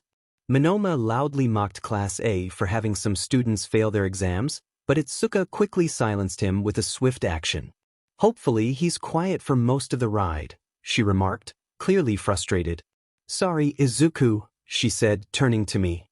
"He just keeps trying to provoke you all, and it's getting on everyone's nerves." "It's not your fault," I replied. "I'm surprised he hasn't realized that you're not letting him get away with it." Monoma, still persistent, tried to taunt me again, but Yui intervened, stopping him with a well-timed interruption. "Oops.my foot slipped.my bad," she said, with no sympathy from any of us. I remembered I had brought snacks for everyone. "Oh yeah, I almost forgot I grabbed you all something to eat for the trip." I handed out the treats: mushroom-flavored chips for Kino, strawberry pocky for Yui, bread from the baker for Ibara, dried apple chips for Pony, and coffee-flavored chocolates for Itsuka. "Thanks, Izuku. Mushroom chips. You always know what to bring, Shroom," Kino exclaimed. "Thank you for thinking of us," Yui added. "I appreciate the offer," Ibara said. "Dried apples. And they're red delicious." Pony cheered. I also had a couple of bags of chips and popcorn for Class B. Itsuka took the bag with a smile. "Thanks. I'll make sure they all know you did this." As we headed to our buses, I noticed Kachin, Tokij, and Toga having a moment together. They seemed happy, and it was clear they were enjoying each other's company. "See you at the training camp, Bomber," Tokij said with a playful tone. Kachin seemed slightly annoyed but also amused by their antics. "How much of that did you see?" he asked me. "Enough to know you've got two people who really like you," I replied. He explained that Toga and another student had been authorized to join classes A and B, with someone from Class B being dropped. "Oh, I hope it's Monoma," I said. "I don't want to be mean, but he does nothing but try to belittle us." Kachin agreed, expressing his own frustration with Monoma. Still, though, I wish Tokij would stop teasing me so much. "Take satisfaction in knowing you have people who care about you," I advised. "Not everyone has that." We boarded the bus and the girls saved a spot for me. Ochako, Tsu, Momo, Kyoka, and Mina were all there, and I handed out more snacks. Yakimochi for Ochako, lime jello for Tsu, dried okra for Mina, rice crackers for Kyoka, and fat cakes for Momo. "Thank you, Izuku," they all said, appreciating the gesture. I also had jalapeno chips for Kachin and orange juice for Ida, which they accepted with smiles. Mr. Aizawa joined us on the bus, and as we settled in, he simply asked for some chips before we began our journey. The trip was lively for the first hour, but as time passed, Most of us relaxed, either focusing on our phones or catching some sleep. 3 hours later, Mr. Aizawa announced, "All right, everyone off the bus." We found ourselves in the middle of nowhere, near a cliff with no signs of civilization around. It was puzzling, and Shinso came over to discuss it with me. "This is weird," I said. "What's weird?" Shinso asked. "We're in the middle of nowhere with no apparent reason to stop," I replied. "Maybe it's a bathroom break?" he suggested. "I doubt it," I said, noting the lack of facilities. The mystery of our location lingered as we prepared for whatever awaited us. Aizawa rarely acts without a purpose. There must be a reason for this, but what could it be? A woman's voice caught my attention, drawing my focus to a car nearby. "Your feline fantasies are here. Say meow," she announced, introducing herself and her team. "Perfectly cute and cat-like girls. You can call us the Wild Pussycats." "It's the Pussycats." I couldn't help but get excited, recognizing one of the top hero groups. "You seem excited. Are these people special pros or something?" Shinso asked, prompting me to explain. The Pussycats are a 4-person rescue team specializing in mountain rescue. Each member has a quirk that enables them to excel in this field. They were founded when we were kids, and this year marks their 12th year of dash. "I'm pretty sure your math is wrong," Pixie Bob interrupted, playfully grabbing my face. "I'm 18 at heart." "Chan, I have my face black?" I mumbled, and she released me with a stern look. I felt a chilling aura beside me as the other girls prepared to defend me. Mr. Aizawa explained that the Pussycats would assist with our hero training. Mandalay pointed to a spot at the foot of a mountain. "Our base is located there. It's 9 in the morning now, so you should reach it by noon. Those who don't make it won't get lunch." Everyone rushed towards the bus in a panic. "Sorry, but the training camp starts now," Aizawa declared as Pixie Bob used her quirk to send us off a cliff. "We're gonna be in trouble," I thought, but then Mandalay shouted, "This is privately owned grounds, so you can use your quirks?" That's all I needed to hear. I transformed into my dragon form and used creation to ensure a safe landing for everyone. Once on the ground, I checked if anyone was hurt. Everyone seemed fine, albeit a bit shaken. "So what exactly happened?" Kaminari asked. "My guess is Pixie Bob used her earth flow quirk. It's perfect for mountain rescue, allowing her to manipulate the earth as if she's one with it," I explained, impressed by her abilities. As we regrouped, a giant earth-like creature approached us. "That doesn't look promising." In the meantime, Pixie Bob listened in on our group through her radio communications. "The kid knows his stuff. He's quick to react. That's Usajiyama for you. He learned quick thinking from living with Miruko," someone commented. "I didn't know the rabbit hero had a son," Mandalay said, puzzled. "She doesn't. Usajiyama's adopted." "So what's his quirk then?" Mandalay asked as Aizawa explained while watching Izuku use rabbit and hardening to fend off the earth creatures. His quirk allows him to utilize the quirks of those he's bonded with, mixing and matching them effectively. He's talented but lacks confidence. Pixie Bob continued to challenge Izuku with her creations, impressed by his abilities. "Doesn't seem like he's lacking to me. He doesn't like hurting others and is sensitive about a scar from his past. It's best not to bring it up," Aizawa advised before heading to the camp. Pixie Bob watched as Izuku transformed into a dragon again, carrying the class on his back. That kid really knows how to make things easier for those around him. A boy with black hair and a red cap watched Izuku leave, looking agitated. "Koda, we're leaving," Mandalay called out to him. 2.5 hours later, Izuku landed near the camp, setting everyone down safely. "Looks like we made it with time to spare," Kirishima said, turning to Izuku, who was exhausted. "No problem," Izuku replied, tired but satisfied. "Nicely done, everyone. You've exceeded our expectations and arrived before lunch," Mandalay congratulated the class, though Bakugo seemed irritated. "The only reason we got here was because Izuku carried us. If you want to congratulate someone, it should be him." Pixie Bob approached Izuku with a smile. "You did awesome, kitten. So much so that I called dibs on you." she teased before noticing the glares from the Class A girls. Sorry Pixie Bob, but I don't think the girls would appreciate that, Izuku said, noticing a boy beside Mandalay. Who's the kid? Oh, this is my nephew, Koda. He's staying with us for a while, Mandalay explained. Izuku approached Koda with a friendly greeting. Hello. I'm Izuku Usajiyama. It's nice to meet you. Koda, however, responded with a punch, catching Izuku off guard. Ida rushed to help Izuku up, ready to lecture Koda. How dare you hit someone like that? Koda turned towards the group with a defiant glare in his eyes. Why should I care about getting friendly with people who want to be some kind of heroes? Seeing his eyes, Izuku remembered the look all too well. It was a look he had seen in kids who had been through tough times, a face that seemed to resent the world for taking everything away. Izuku, are you okay? Coming back to reality, Izuku noticed the girls making sure he wasn't too badly hurt. Yeah, he just surprised me there. Getting up, Izuku smiled and brushed it off. That was a good hit, Koda. I should have kept my guard up. I hope we can become friends. This irritated the small child, who then walked back inside, trying to avoid dealing with the group any longer. Koda, I don't know what made you have that glare, but I'll try and help you get rid of it. The first day of training officially started with Mr. Vlad King having us wake up fairly early.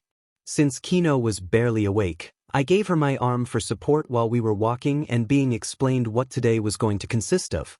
For the entirety of this week, we will be training your quirks. Just like your skin and muscles, the more you push them to their limits, the stronger they'll become. As such, we'll be having assignments put specifically for all of you. When we arrived at a clearing, Class A had already been placed into their training with only one word coming to my mind at first glance: intense. Usajiyama. Change positions now.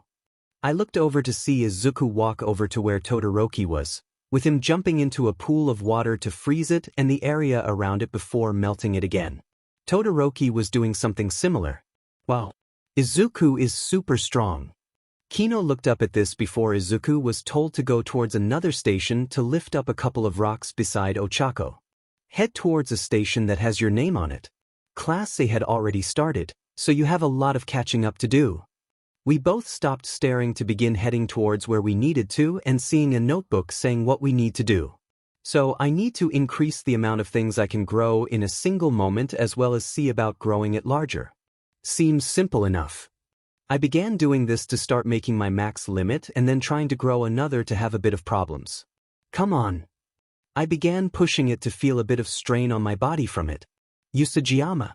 Change positions. Yes, sir. Izuku ran towards me to begin grabbing every piece of debris he could before getting to the max limit I could and pushing to get another one. How is it going for you? Could be better. I was able to finally get the 10th one done before trying to go for an 11th.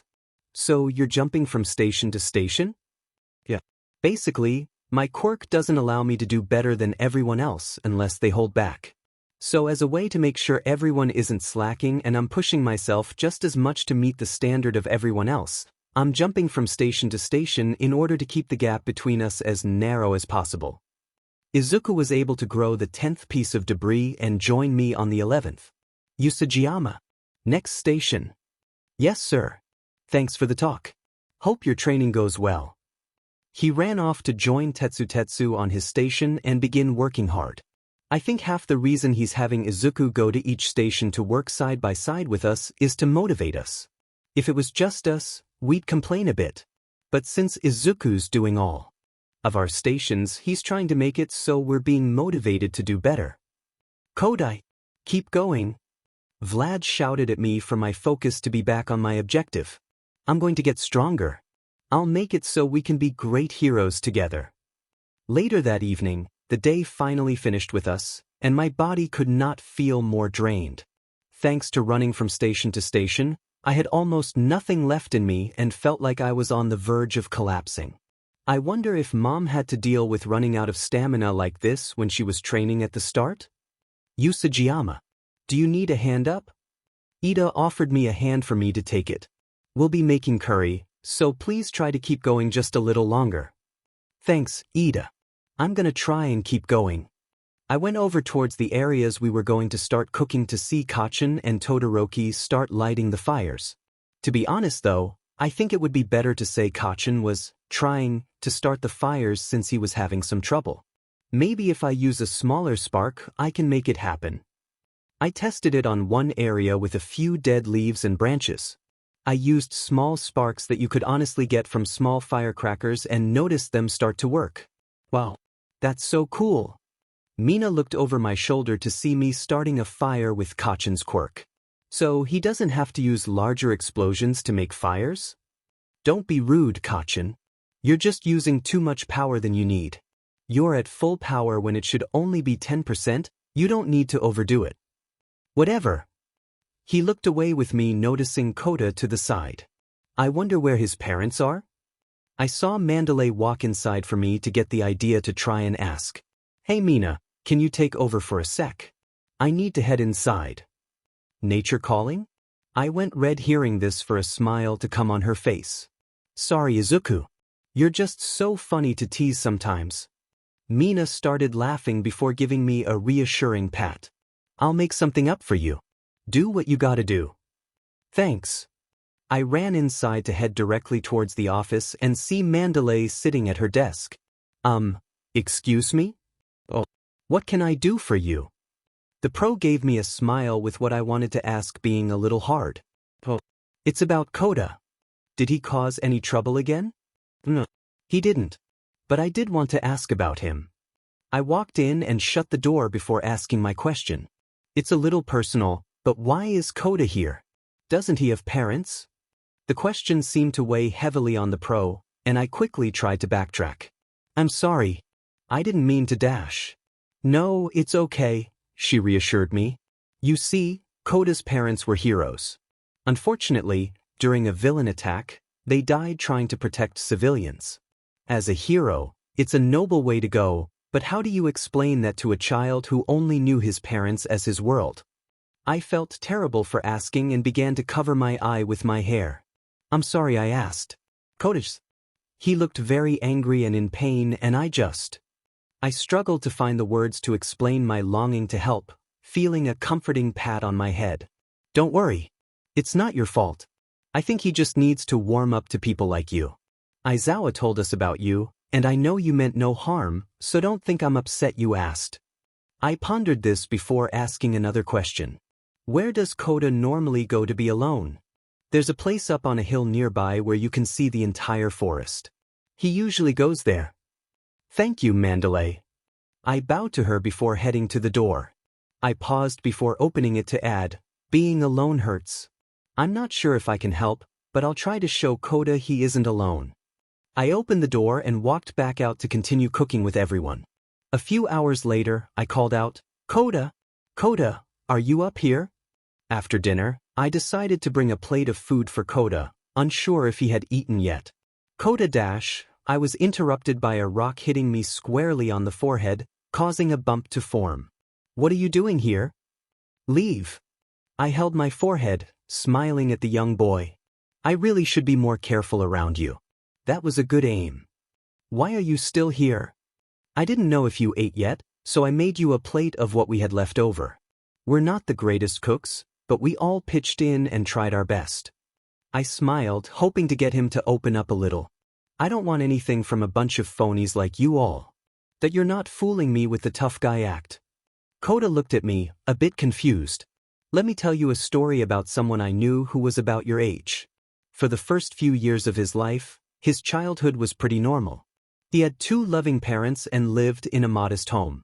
But when the boy was told what his quirk was, his family deemed him different and left him. For 2 years, he struggled to survive on the streets. Eventually, he encountered someone who hurt him, leaving a lasting mark. Despite all this pain, the worst part was feeling abandoned by his parents. Kota listened, his head lowered as I moved closer. I know it hurts. Losing family is never easy, especially in the way your parents did. Wait, when did dash? I have a knack for learning about heroes. I thought their work was amazing and they didn't deserve to go the way they did. But for you, it's much worse since you probably feel abandoned. Believe me, leaving you was the last thing they wanted. One day, You'll find people who will help you find the love and happiness you lost. I knelt down to eye level with Koda, showing him my scar. The pains we carry, whether inside or out, hurt now because they haven't healed yet, but they will, leaving scars that remind us to cherish what we have. I placed the plate down and hugged Koda. I let go. He began to push me away, his voice cracking. I said let go. I felt his tears as his resistance slowed, and he finally let everything out, holding on to me tightly. It isn't fair. Why did they leave me? I know. This pain never fully heals, Koda. It hurts, but we learn to bear it as we grow. Even if you feel alone, you're not. Mandalay and her teammates want to help you. She knows your pain and wants to help you heal. Koda continued to sob into my shoulder, and I accepted it, gently patting his head. I'm sorry, Koda. Nobody deserves to go through this. 10 minutes later, after Koda had let everything out, we sat on the rocks, looking at the evening sky while he ate. Hey, he said, getting my attention. I'm sorry I hit you with a rock and was mean to you. It's okay. No harm done. He finished eating and placed the plate beside him. Sorry if it was a little cold. No, it was good. There was a pause before Koda took a deep breath. Thank you. For what? For helping me. I patted Koda's head and smiled. Everyone needs help from time to time. Though some need more than others, not every person who needs help needs a flashy cape to be someone's hero. Sometimes, it just takes someone willing to lend a hand. Koda smiled a bit before looking up at the stars. Your name's Usajiyama, right? Yep. Do you think my mom and dad are still watching over me? Yeah. They're probably sad they left you and want to make sure you grow up happy and healthy. I saw this get him down before getting an idea. Koda. When you feel sad and hurt, try to smile to make it feel a little less painful and look on the brighter side of things. It's easy to accept unhappiness, but it's hard to smile and look at something positive when you're sad or hurt. Sometimes, smiling helps you the most when you're in pain. I'll keep that in mind, Kyoka thought as she and the girls decided to look for Izuku, who had been gone for a while. Mandalay mentioned he might be near a cliff overlooking the forest, having had an emotional moment with Koda. They overheard a bit of what Izuku said and felt for the kid, smiling at how Izuku managed to get him to open up. I feel sorry for the kid, Kyoka reflected.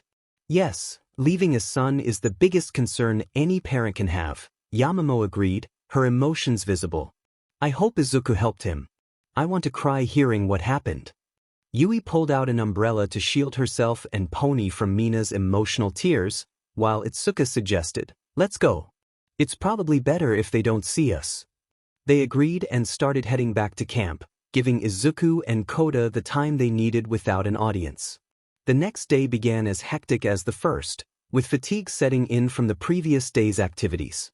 Izuku moved from station to station, determined to get stronger despite the exhaustion. At one point, he practiced his English with Pony, who was delighted by his efforts. They worked together on improving their quirks, with Izuku offering advice that helped Pony control her abilities better. Later, Izuku assisted Toga in understanding how to use the quirks of people she transformed into. They experimented with Momo's quirk, trying to create a simple piece of maple wood.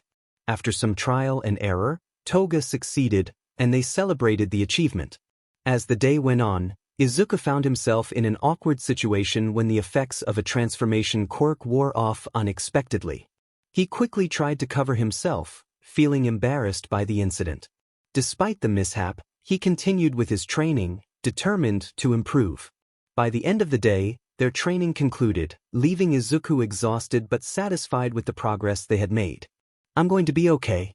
Everything feels a bit overwhelming, I thought as my eyes began to close, only to be jolted awake by a splash of water.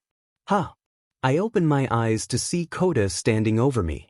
Did that wake you up? He asked. I smiled at him and sat up. Thank you for the cool down, Koda. It really helped. I didn't do that because I wanted to. You were just in the way and nobody could do anything around you, he exclaimed, his face turning red, which made me chuckle a bit. Still, thank you, I said, watching as his face remained flushed while he walked away. Such a nice kid. Hey Izuku, do you want to help cut some meat for beef stew tonight? Kyoka called from across the area, prompting me to get up. Right. Sorry about slacking, I replied. I started cutting some meat but noticed the blade was a bit dull. Before proceeding, I needed to sharpen it. I cleaned the knife and activated Kirishima's hardening to use my arm as a sharpening tool. Whoa! Kyoka exclaimed. It's okay, Kyoka. I'm just sharpening the knife, I reassured her. After a moment, I checked the knife and saw it needed a bit more sharpening. Kirishima, your quirk works great for sharpening knives. Yeah, he replied, looking exhausted from his remedial courses. I feel kind of bad for those who need to take extra lessons, I said as I finished sharpening the knife and began cutting again. Well, they are put through a lot. But then again, it's because they didn't pass their practical exams, Kyoka explained. It must be tough on them, I mused. Sometimes I think you're too nice, Izuku. You need to show a backbone sometimes. If you don't, people might take advantage of you, Kyoka advised. Am I really that bad? I wondered. Kyoka shrugged. It's not bad to be kind-hearted. But you need to know when being kind isn't helping and when you need to be firm. I see. I pondered how I could be stricter before Kyoka playfully flicked my nose. Don't overthink it. I know you want to be a good person, but remember to keep it balanced. Come on, we're falling behind and need to get this done quickly. If we don't, we might miss out on our treat tonight for working hard. Right? I agreed. That evening, after we filled our bellies and cleaned the dishes, it was time for a special event. A totally awesome test of courage. Thanks to our hard work, the Pussycats and Mr. Aizawa allowed us to have a test of courage as a reward. I wasn't great with scary stuff, so this might be a bit challenging for me. Not so fast. The remedial students didn't show enough promise in today's training. They'll need to stay out of this to take extra lessons tonight with me, Mr. Aizawa announced. Mina's face fell in shock, realizing she wouldn't participate. You've got to be kidding me, she exclaimed as she, Kirishima, Shiro, Sato, and Kaminari were taken away by our teacher's capture gear. The Pussycats explained the rules to us. We would go in teams of 2 around a trail, with a marker at the midway point where Ragdoll was stationed. Once there, we'd follow the trail back and present proof of conquering it. The scary part was that the class not participating would be the scarers. Wait, how are the people of general studies going to fit into this? I asked. Since there are 2 who don't fit into this category, Insomnia Boy will be in Class A and Messy Buns will be in Class B for this game. Pixie Bob explained, which helped me understand before we began drawing lots for partners. Unfortunately, I ended up without a partner, increasing my unease. I'm not even good with these things to begin with. This just makes it worse, I thought. Revelry in the dark, Tokoyami said, causing us to look at him with concern. Hey Tokoyami, are you okay in the dark right now? You're training with Dark Shadow to get stronger, so isn't all this darkness challenging for you? I asked. If I were to try and control Dark Shadow in this state, I might lose control. But I don't need to fear that as long as I keep him confined within me, Tokoyami replied. I considered this and made some glow sticks with creation. Since losing control would be bad for everyone, take these and wear them around your body so you and Shoji don't get hurt. I handed him the glow sticks, hoping they would help him maintain control. I'm not sure if it'll help, but a little light might give you better control. He seemed surprised but grateful. Thank you, my friend. I blushed slightly as my body glowed purple, and my shadow emerged. Just be at ease and try to control the darkness inside you, Tokoyami instructed as my shadow returned to me, feeling like something slithering back inside. BR, does it always feel like something's entering you when Dark Shadow returns? I asked. I'm used to that feeling, Tokoyami replied. Let's get moving, you two. Tiger shouted, urging us to fall in line. We started sending people out one by one, with the eerie voices from Class B making my skin crawl. Midway through, I noticed something off and activated Rabbit to enhance my senses. Usajiyama, is everything all right? Shinso asked, sensing my unease. I hear 2 people coming this way. One might be female from the walking patterns, and the other has some form of skin alteration, I reported, noticing smoke and going pale. Fire. Things became more intense as Pixie Bob started floating. Hey! What's going on? She shouted as she was propelled toward the direction of the two I heard, colliding with a giant magnet. She was knocked out after colliding with the large magnet and fell motionless on the ground. Well, I guess we should start dealing with these feral cats, an effeminate man stated, while another, with a gecko mutation, Quirk placed the magnet on Pixie Bob's head. You villains! Get that thing off my teammate this instant, someone shouted. Careful there. I give enough pressure, and I'll cause serious harm, the villain threatened. Realizing there was no choice, I began using my inherited ability to move the magnet away from the villain. What the? I managed to pull it away and used my power to destroy it. You brat! Tiger immediately intervened, punching the villain into a tree and pulling Pixie Bob to safety. Amidst the chaos, I remembered that Koda hadn't returned to the camp. Oh no! I used my abilities to quickly jump towards the cliff where Koda often stayed. There, I saw a man with a scar on his face about to harm him. I grabbed and pulled Koda out of harm's way just in time. Seems we've got another one to deal with, the man said with a menacing grin. Recognizing his face, I recalled something my mom had told me. If you ever find a man with a bloodthirsty look and a scar over his eye, avoid him. You're outmatched. Sorry, Mom, but I can't avoid a confrontation with Muscular right now, I thought. His muscle fibers began to cover his arms as he smiled. Come on, kid. Show me what you've got. About a year ago, Izuku sat on the sofa in his and Miruko's home as his mom explained about certain villains. These villains cause chaos for the sake of chaos, with no significant motive, she said.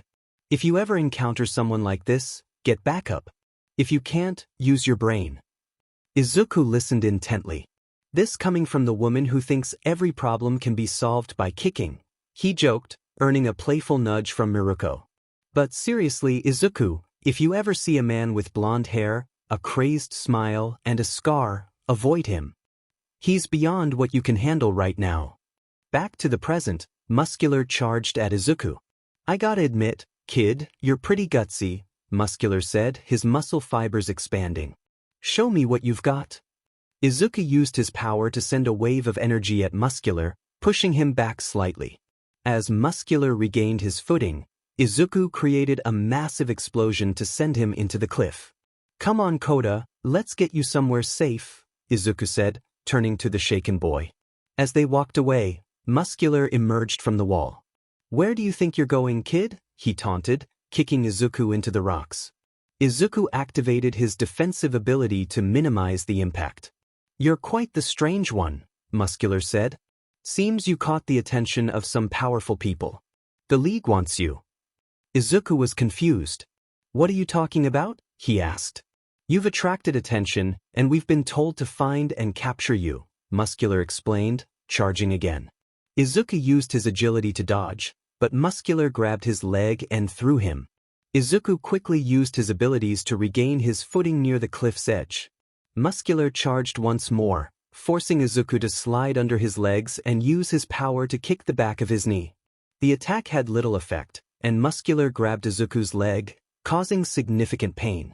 Using his abilities, Izuku managed to kick Muscular in the face and create some distance. Despite the injury, Izuku remained determined to protect Koda and find a way to overcome the threat. Sometimes Izuku wished he could think on his feet like Kachin. Suddenly an idea struck him. I've got it, he thought. Izuku activated his abilities, creating a blinding flash of light to disorient Muscular, followed by a series of powerful attacks. Using his various powers, he managed to freeze Muscular in place and launched a powerful combination attack, sending the villain flying off the cliff. As Izuku screamed with determination, Koda watched in awe, feeling a mix of happiness and relief. Tears filled his eyes as he realized Izuku had defeated the man responsible for his parents' fate. After the battle, Izuku fell to the ground, exhausted and in pain. Koda rushed to his side, worried about his injuries. I need to keep moving. My friends are in danger, Izuku said, trying to tend to his injuries. Despite the pain, he began moving with a makeshift crutch, ensuring Koda was unharmed. Suddenly, Muscular reappeared, taunting Izuku. The villain's resilience was unnerving, but Izuku refused to back down. He confronted Muscular, reminding him of the lives he had taken and the pain he had caused. Izuku's determination was unwavering, even as Muscular revealed a second quirk that had been given to him. Despite the odds, Izuku found a new strength within himself. A strange aura emerged, helping him restrain Muscular. Seizing the opportunity, Izuku launched a final, powerful attack, determined to end the fight once and for all. The force of his attack created a massive shockwave, extinguishing fires and clearing the smoke. As the dust settled, Izuku stood victorious, though battered and barely conscious. Koda ran to him, relieved to find him alive. "I'm going to get help. Just stay alive," Koda promised, rushing to find assistance. Alone, Izuku reflected on the battle, knowing he had given everything he had to protect those he cared about. A strange voice emerged from a black portal, sounding as if it came through a visor. "I'm impressed. It seems Muscular has done his part. Now, I think it's time I take you with me." Even in his weakened state, Izuku recognized the presence of the unknown man. 4.1.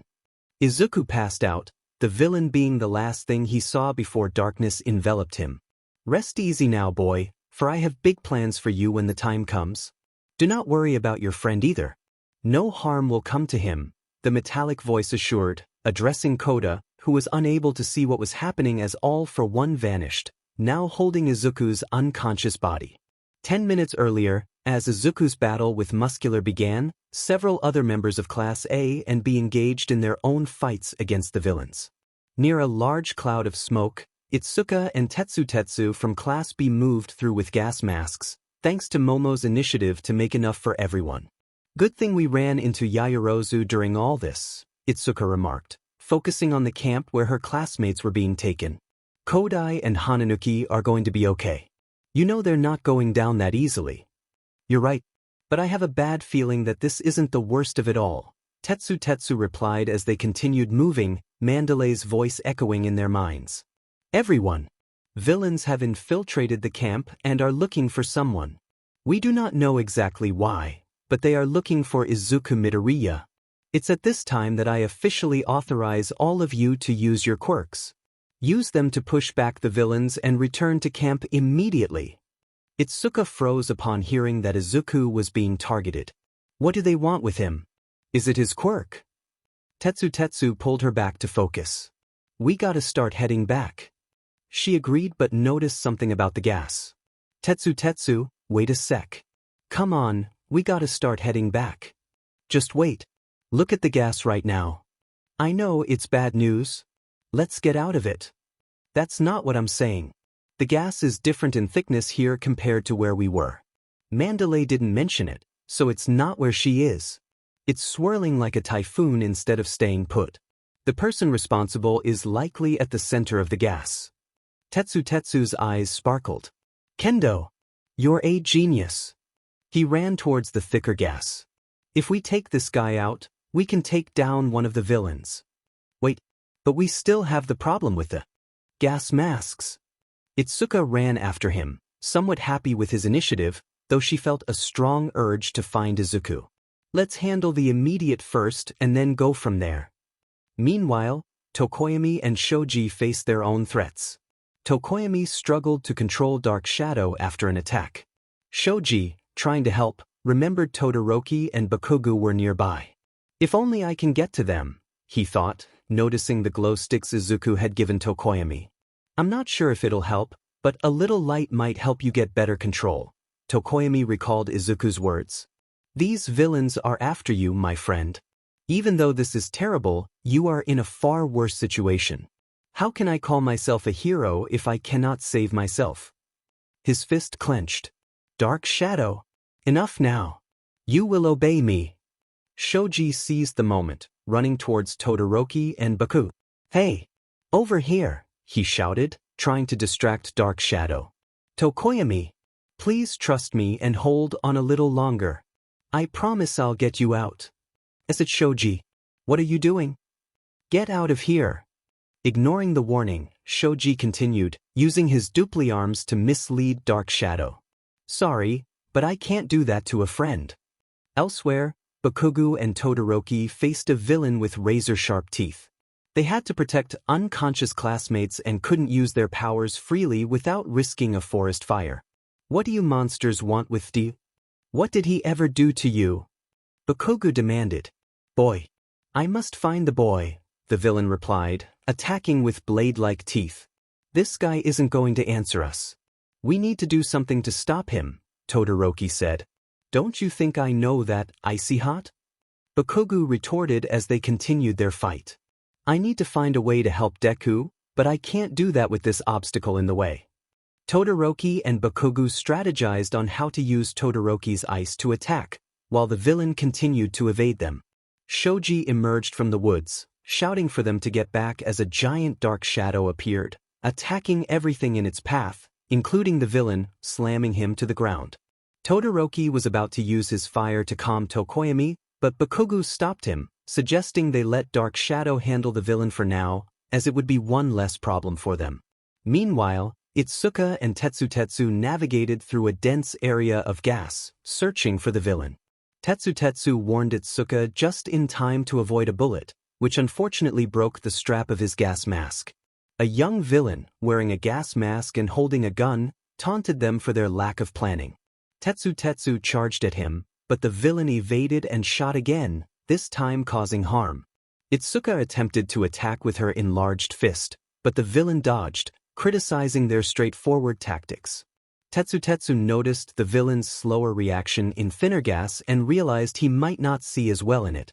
Just then, a strong gust of wind cleared most of the gas. Tetsu charged again, and the villain, in his panic, was swept off his feet by Itsuka and knocked out as the gas thinned. Tetsu gasped for air, grateful for the unexpected help. Itsuka looked toward the source of the wind, seeing a cracked mountain. I didn't do anything, she said, puzzled. Whoever did it, I owe them big, Tetsu replied. Back with Bakugo and Todoroki, Dark Shadow's power helped them defeat the villain, but they now had to deal with Tokoyami's rampaging quirk. A sudden gust of wind brought Tokoyami closer to the ground, allowing Bakugo and Todoroki to use their quirks to calm Dark Shadow. Tokoyami, exhausted, thanked them. Bakugo suggested they thank Deku, suspecting he was behind the wind attack. As they prepared to leave, Todoroki found a small earpiece on the ground. Listening to it, his face turned pale. They kidnapped Usajiyama, he revealed. Ochako and Tsu were trying to return to camp but found themselves surrounded by blue flames. Two villains appeared, one with burns and staples, the other in a jumpsuit and mask. As they pondered how to get past without a fight, a strong wind extinguished the flames. The burned villain smiled, tapping his ear. Our job is done, he said. The two villains left, leaving Ochako and Tsu relieved but worried about who had been captured. Let's head to camp and find out, Ochako suggested, hoping it wasn't Izuku. Aizawa, informed by Kota about the situation, arrived with Kirishima and Sato carrying a stretcher for Izuku, witnessing the destruction at the cliffside. Usajiyama had orchestrated everything, earning the respect of Sato and Kirishima. Aizawa hurried to the area where Izuku was last seen, hoping to find him. Instead, they discovered Muscular unconscious on the ground, but Izuku was nowhere to be found. Kota searched frantically, but it seemed Izuku had vanished without a trace. Aizawa noticed unfamiliar tracks in the dirt and feared the worst. Usajiyama's been captured. We need to gather all the students and assess the situation, he said, frustrated by his inability to protect his student. He silently hoped that history wouldn't repeat itself. Izuku slowly regained consciousness, hearing an unfamiliar voice urging him to wake up. He felt strangely light and disoriented. As he opened his eyes, he saw a man with no hair and strange equipment speaking to him. You're finally awake. I've been trying to get your attention for a while, the man said. Izuku looked down, realizing most of his body was obscured by a black haze, except for his right leg and part of his left hand. Don't worry, the man reassured him. You just haven't fully mstred one for all yet. Izuku was taken aback, realizing he was inside one for all. The man introduced himself as Daigoro Banjo, the fifth user of One for All, and explained his quirk, Black W. He advised Izuku not to overuse it and mentioned that thanks to All Might, they could communicate with him. Banjo explained that Izuku would eventually have access to multiple quirks, but emphasized the importance of escaping his current predicament. The vision faded, and Izuku found himself back in reality. Izuku awoke, bound to a metal chair. "Where am I?" he wondered aloud. A voice responded, revealing itself to be All for One. "I suppose introductions are in order, Izuku Usajiyama," the villain said. Izuku demanded to know why he had been kidnapped. All for One hinted that Izuku already knew the reason, implying it was related to One for All. Izuku realized that All for One couldn't take One for All by force. The villain explained that the presence of past users made it difficult to steal the quirk, but not impossible. Izuku tried to activate his abilities, but found himself restrained by quirk cancellation binds. All for One admitted that while One for All was powerful in Izuku's hands, it would be useless to him. He preferred to keep Izuku captive rather than take a power he deemed unnecessary. Despite his ominous intentions, All for One claimed he wasn't as monstrous as Izuku believed, only taking quirks he found uniquely appealing. "A unique ability allows me to sense where someone or something is. It's been a long time since I've encountered such a special one." Deep down, I felt immense anger towards AFO. How can you treat someone who just wanted to be a good person like this? Ragdoll didn't deserve this. Suddenly, I felt a surge of energy coursing through me, causing my body to convulse on the metal slab. I struggled to catch my breath as it finally stopped. "I may not be as heartless as you think, but I won't be talked down to. You are only alive because you have something I want, OFA. With its power, I can enhance my abilities and achieve my true longing. That quirk is the only thing preventing me from reclaiming my position as ruler from the underground. So you live for now, but I won't keep you in great condition." I felt a sharp pain in my leg and realized I was still a mess from my fight with Muscular. "Take care, Izuku Usajiyama. I shall return when some time has passed, with my doctor keeping you alive. Make this interesting for me." As the door shut, I looked around the room, enveloped in darkness. I need to think of a way out, but I can't move or do anything to help myself in this condition. I hate to admit it, but I'll have to wait. A few hours later, from Miruko's perspective. After learning about the incident at the training camp, I decided to visit Nizu, with Ryuko trying to stop me. "Rumi, this isn't a good time to start conflicts. You know what else this isn't a good time for? Sitting around while my son gets abducted by villains. You, of all people, know what I'm going to do and why." Reaching the principal's office, I kicked the door open, anger evident on my face. "Nizu!" Everyone in the room was startled, but I ignored them and approached Nizu. "I'm sorry if we upset you, Ms. Miruko. What can we do for you? Don't give me your peaceful negotiations. I heard from the kids in Izuku's class what happened to him." I grabbed Nizu by his shirt collar, glaring at him with my anger barely contained. "So you're going to tell me what happened and why a group of villains managed to abduct my son and harm the kids?" "Miruko, this isn't. I'd stay out of this, Eraser." I noticed Ryuko was also angry, and Nizu tried to calm the situation. "I understand your anger, Ms. Miruko, and believe me, I am doing my best to find Mr. Usajiyama as quickly as possible." "Well, what are you going to do to help find him? This is the third time my son's encountered the League. I understand the dangers of hero work, but repeated incidents with the same group should be a red flag." "You know, she's actually got a point," Mike added. "We took precautions to avoid the kids getting hurt. We changed the location of the training camp last minute, asked pro heroes to help, and it was in a location you couldn't stumble upon by accident. The longest someone knew of the location was less than 3 days, and only we and the Pussycats knew. You could also consider the students after they arrived at the camp," Ryuko noted, understanding Mick's point. "So what are you suggesting?" "Well, I can't say for sure, but it sounds like there might be a traitor. Midnight tried to steer us away from this idea. Mike even suggesting that puts you under suspicion. I'm just saying, it's too strange of a coincidence." I took a deep breath and placed Nisa back in his chair. All right. I glared at the staff. Who's the traitor? Though we cannot fully embrace mixed theory, I will investigate this possibility, Nizu said, turning to me and Ryuko. We will be organizing a raid to find and retrieve Izuku Usajiyama. If possible, I'd like you to join. Having the number 9 and number 6 pro heroes on our side will make this smoother. You don't have to tell me twice. I was going to join whether you wanted me to or not. I left the room, fixing the door as I went. Send me the information when you're ready, and I'll be there. Ryuko and I departed, the door falling again as we did. You know there may need to be drastic changes in the school system after this, right? Not that I care. All I want to do is deal with whoever tried to take my son without considering the consequences. For once, I agree with you. Later that day, from Yui's perspective, I started to wake up, feeling like my head was on fire. Hey, you're finally up, Itsuka said, adjusting flowers beside me. How long was I out? The camp. Relax. You've been asleep for 3 days. We were attacked at the training camp by the League of Villains. From what we've gathered, there were at least 7 villains in total. Most of our class was incapacitated because of a gas villain. The situation was tense, especially for Tetsu, who had been injured trying to avoid inhaling the gas. Itsuka was visibly upset as she recounted the events.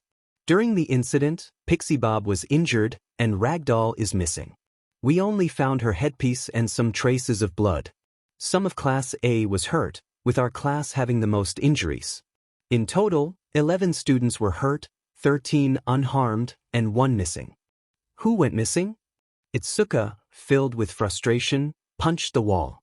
I should have trusted my instincts. I should have helped find him instead of focusing on the villain. Why did they take Izuku? I felt a chill hearing this and gripped the blankets tightly. I should have known something was wrong when I smelled that gas. There was a knock on the door, and Kirishima and Bakugo entered. Hey, I heard some noise and wanted to check if everything's okay, Kirishima said. Sorry, I let my anger get the best of me, Itsuka replied. Bakugo placed a reassuring hand on her shoulder. There was nothing we could have done. They targeted Deku specifically. But he didn't go down without a fight. Mr. Aizawa said he took down Muscular. If he hadn't, more could have been hurt.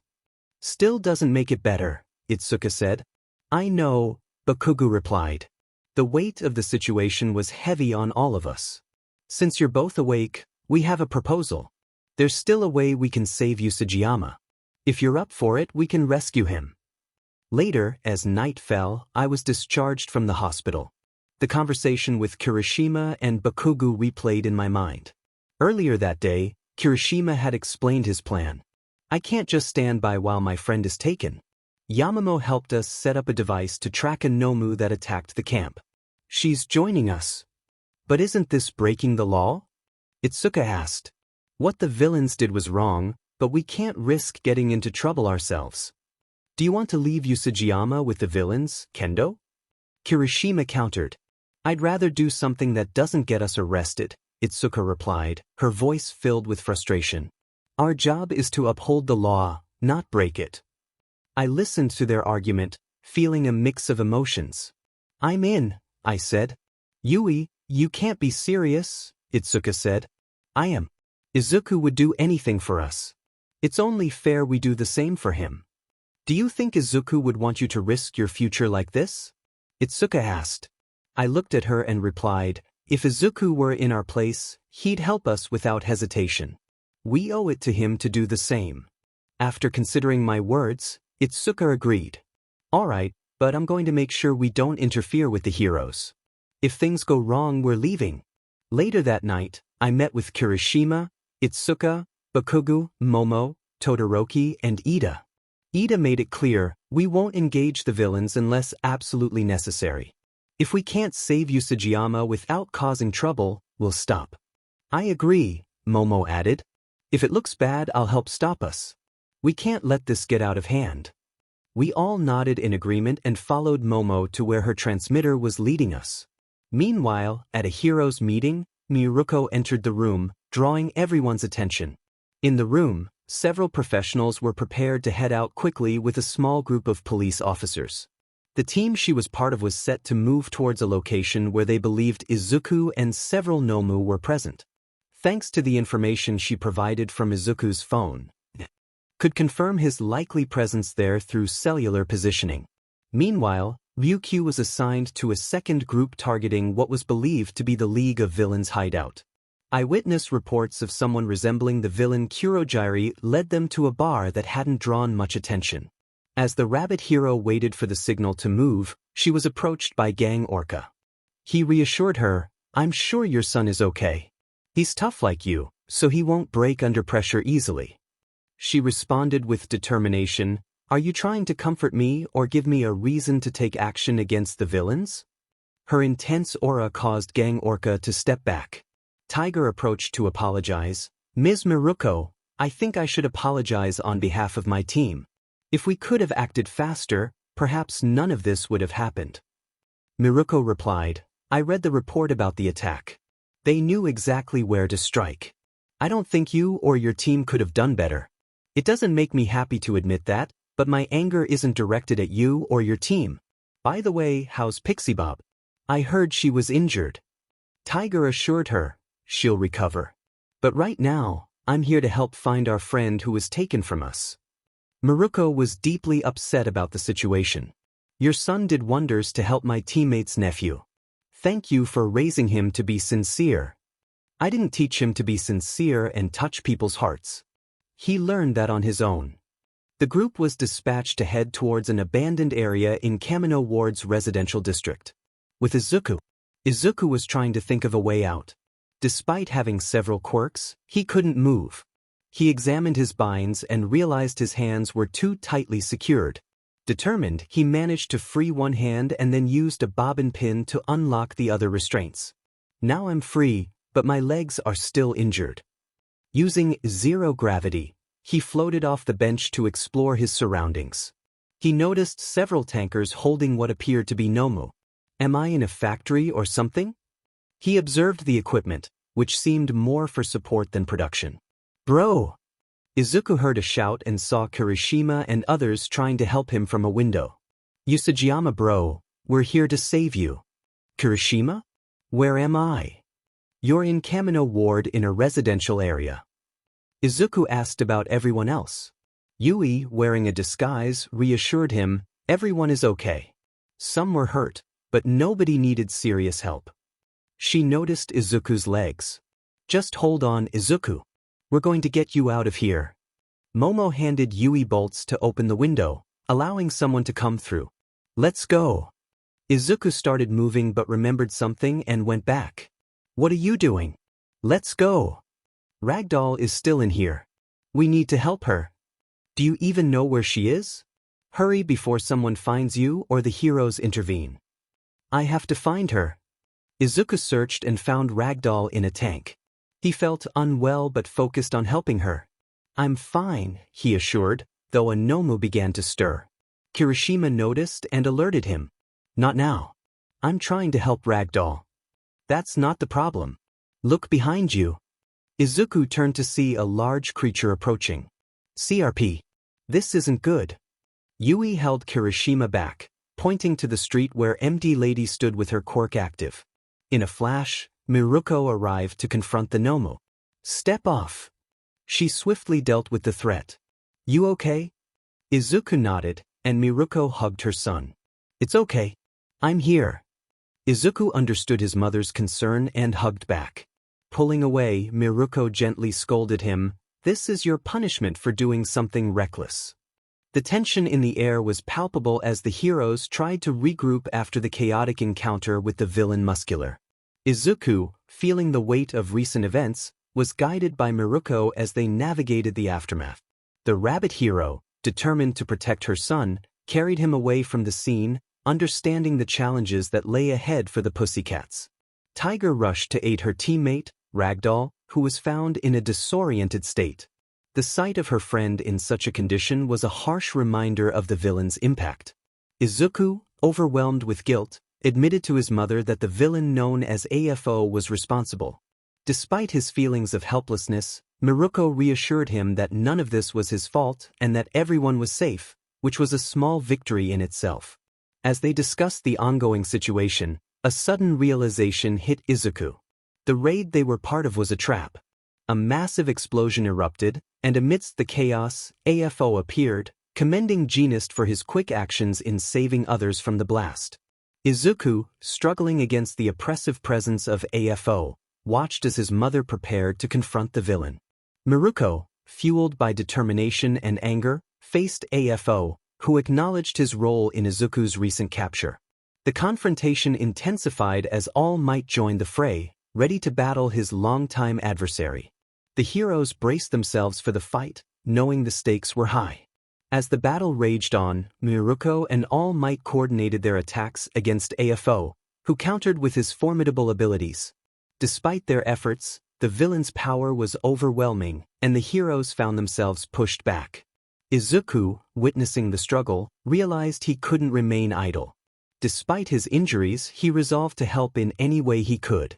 Using his resourcefulness, Izuku managed to evade the villains targeting him, employing his quirks to create distance and defend himself. The situation was dire, but his determination to contribute to the fight kept him moving forward. As the battle continued, the heroes and villains clashed, each side pushing their limits in the high-stakes confrontation. The pressure on his legs intensified the pain Izuku was already feeling, but he managed to evade the attacks from Spinner and Twice. Shigaraki grabbed Izuku's kneecap, causing him intense pain, but Izuku used Ida's Recipro Burst to kick Shigaraki away. Despite the effort, Izuku's knee felt as if it could barely hold out. Young Usajiyama. I'm coming. All Might tried to reach Izuku, but was held back by AFO. You aren't going anywhere as long as I'm here. Miruko attempted to intervene, but was stopped by the villain. As the battle raged on, Yui and the others watched in horror, feeling helpless. Bakugo, frustrated, activated his quirk to join the fight, but Ida stopped him, warning about the consequences of their actions. Yui struggled to think of a way to help without causing more problems. Suddenly an idea struck her. What's the worst charge for using a quirk in public without causing damage? She asked. Momo replied, a slap on the wrist, unless it's repeated. Why? I have a plan to save Izuku, but I need you all to work together, Yui explained. She outlined a strategy involving Todoroki creating a glacier, while Ida and Bakugo used Kirishima as a battering ram. They would surprise the villains and rescue Izuku using their quirks. Momo questioned the plan's success rate. About 45%, Yui admitted. But it's the best chance we have. Bakugo smirked. If anyone's gonna beat Deku, it's gonna be me. Despite the tension, everyone agreed to the plan. As Todoroki created a giant ice pillar, Kirishima broke through the wall, and Bakugo and Ida raced up the ice. Izuku, realizing their intent, used explosion to propel himself towards them. Kirishima reached out to grab him. You're all insane. Izuku laughed, grabbing Kirishima's hand. Ida prepared to lead there. Skip. Everyone on my mark. Ida called out. Bakugo shouted, let's go, as they activated their quirks to escape the battlefield. The villains noticed their escape attempt, but MT Lady intervened, taking the impact to protect them. Get him out of here, you crazy kids, she urged as she fell. Miruko charged at the villains, knocking them out. Shigaraki, frustrated, yelled, you ruined everything. We're pros, Miruko retorted. We stop those who want to hurt people. Miruko prepared herself for a confrontation, but a shockwave from the villains sent her flying, and Shigaraki and the rest of the league were pulled into a portal. The villain declared that Shigaraki still had a role to play in his plans. In the midst of the chaos, All Might managed to land a powerful blow, revealing the villain's scarred face. Reflecting on their past battles, the villain taunted All Might about the loss of his mentor, Nana Shimura. All Might's anger flared at the mention of his son. Meanwhile, Miruko, enraged by the villain's words about Izuku, prepared to attack again.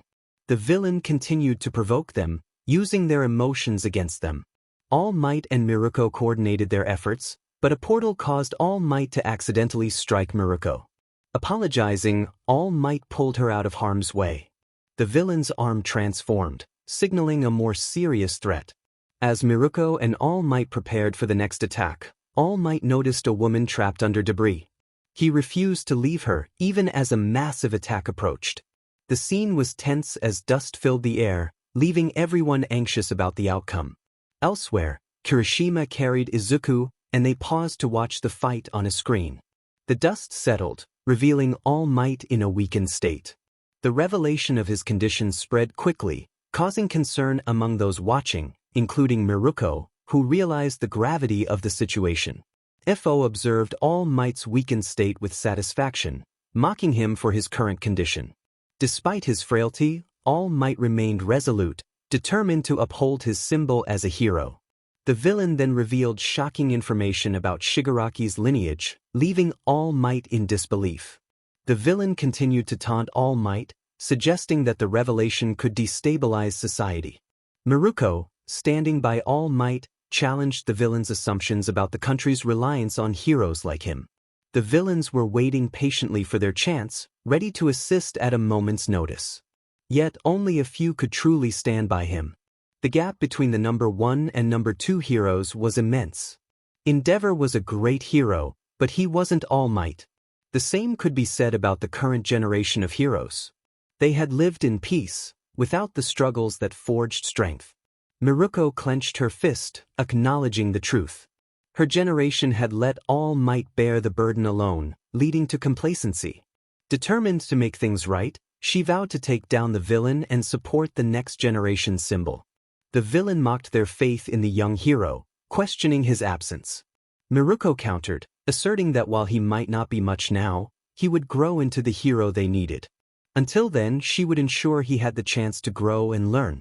Charging at the villain, she dodged his attacks, showing her agility and determination.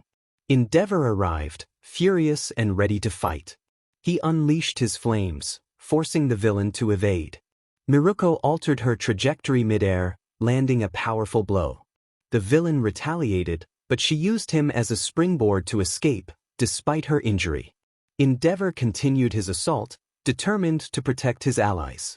Miruko urged All Might to push past his limits, reminding him of the hope people placed in him. This was his final fight, a chance to show why he was great. The villain attacked again, but All Might stood firm, focusing on his remaining strength.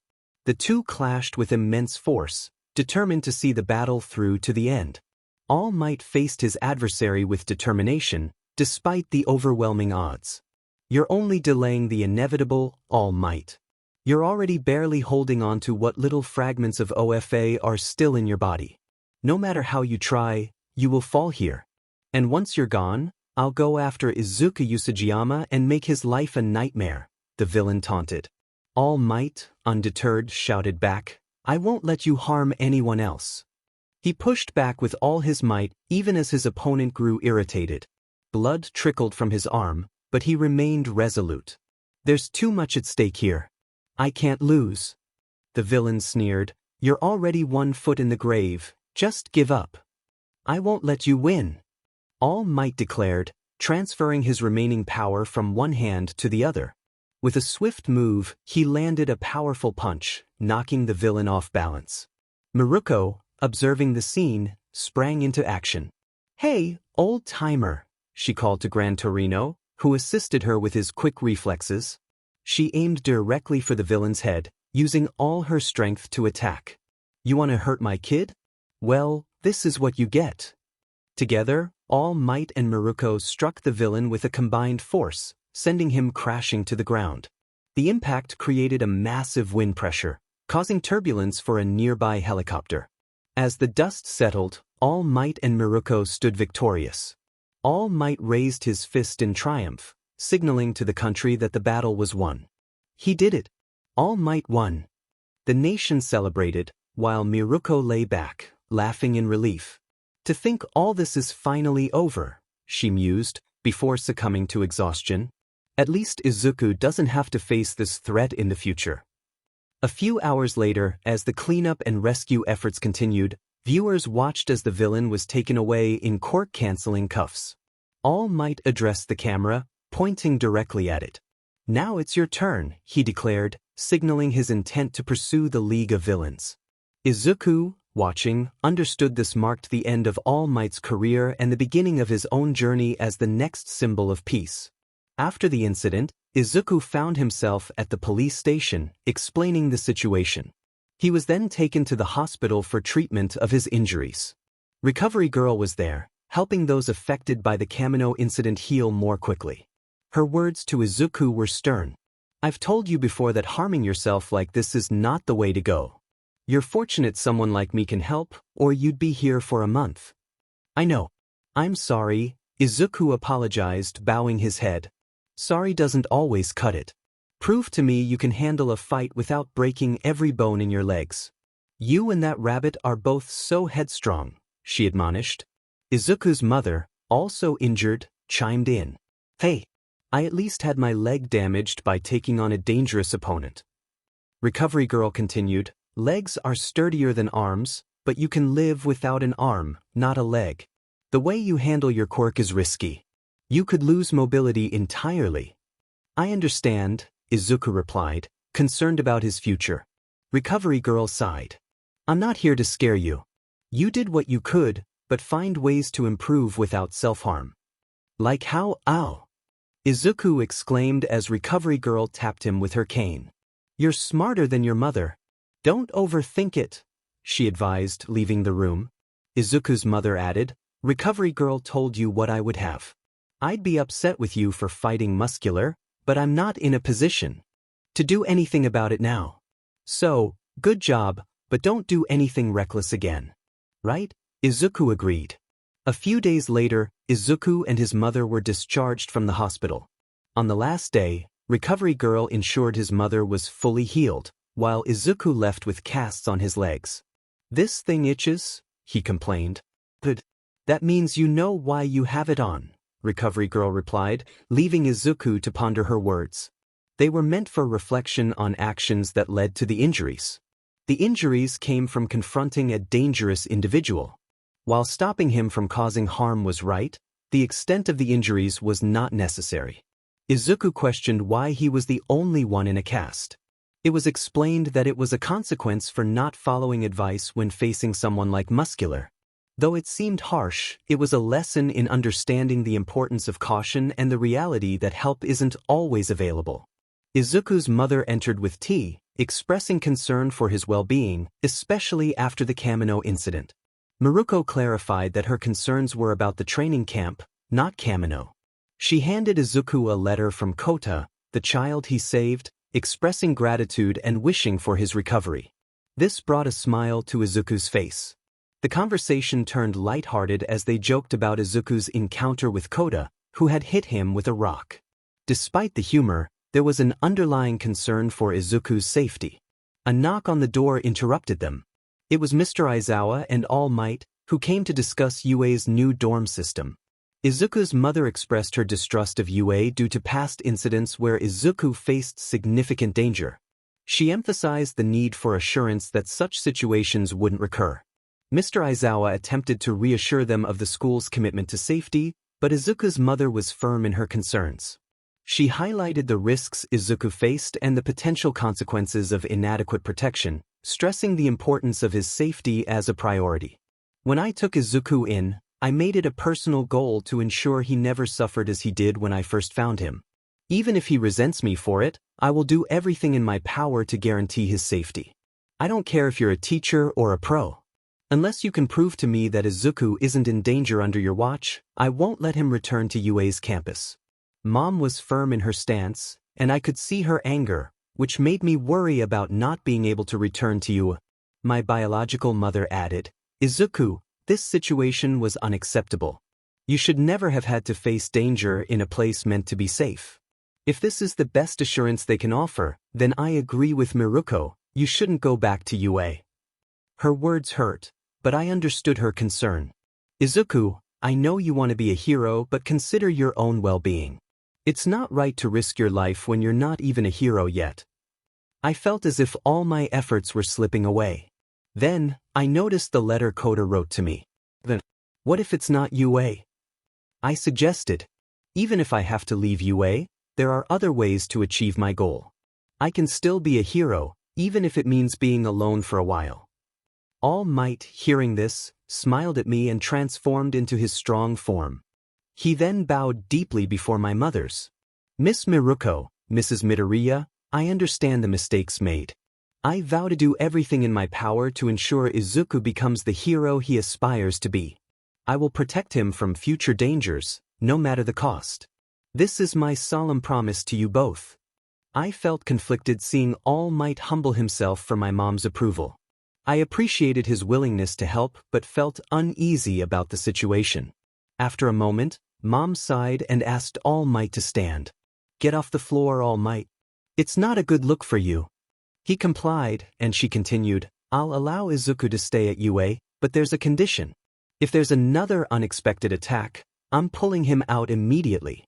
My trust in UA is limited, especially now that All Might is no longer active.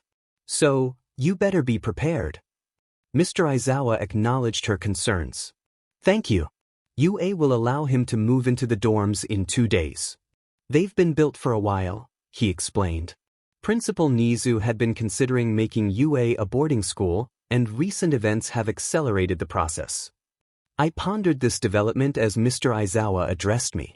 Recovery Girl will visit before the move to help you heal. You may need to take it easy for a day or two, but you should be fine to move in. Thank you, I replied, grateful for the support. I don't condone your actions, Mr. Aizawa continued, but I'm glad you're safe. Take better care of yourself. Saying, I did it to save someone, won't suffice in the future. Get stronger so you don't have to worry about the consequences. He left with All Might, leaving me to reflect. Mom added, saving someone is noble, but risking your own safety isn't wise.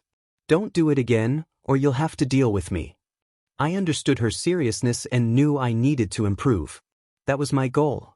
The day of the move to the UA dorms arrived, and we were all excited. It was nerve-wracking for me, as I hadn't been away from home for long PRs before. In all honesty, the longest I'd willingly been away from home was during a week-long school trip to Kyoto. The Kyoto Tower was a highlight. This time, however, was different. I was living on my own, which worried my mom. She insisted I call her at least once a week to check in. Even when she tries to hide it, she's really kind and soft at times, though she'd probably be upset if I said that out loud. As I made my way over on crutches, Ochako waved me over. Hey, did I make it on time? I asked. You did. But are you okay? You're looking kind of. Kyoka hesitated, searching for the right words. Beat up, wobbly. Any of those work. I offered. Yeah, but I don't like saying them, she replied. I get it. I'm not fond of being on crutches either, but it's better than not being able to walk at all, I said, trying to lighten the mood. Just then, Toga approached us with a cheerful greeting. What are you doing here? Someone asked. Toga smiled and announced, I'm your new classmate. Starting now, I'm officially taking the free spot in Class A. Shinso decided to step back, saying he'll find another way in later. I smiled, respecting Shinso's decision. That's great. Congrats. I really respect Shinso for giving up his spot for someone else. He should join us for training outside of classes, I suggested, and Toga nodded happily. Mr. Aizawa then gathered us together. Starting now, this will be where you'll be living. There are rules you have to follow. But before that, he said, his tone serious, Bakugo, Kirishima, Todoroki, Yairozita. I'm aware of where you were during the Kamino incident. Everyone who knew about it went pale. If I had half a mind, I'd expel everyone except Usajiyama, Jairu, and Hagakure. But due to our current circumstances, I'll let it slide for now. Follow the rules and don't cause trouble. Feeling the tension, I decided to lighten the mood.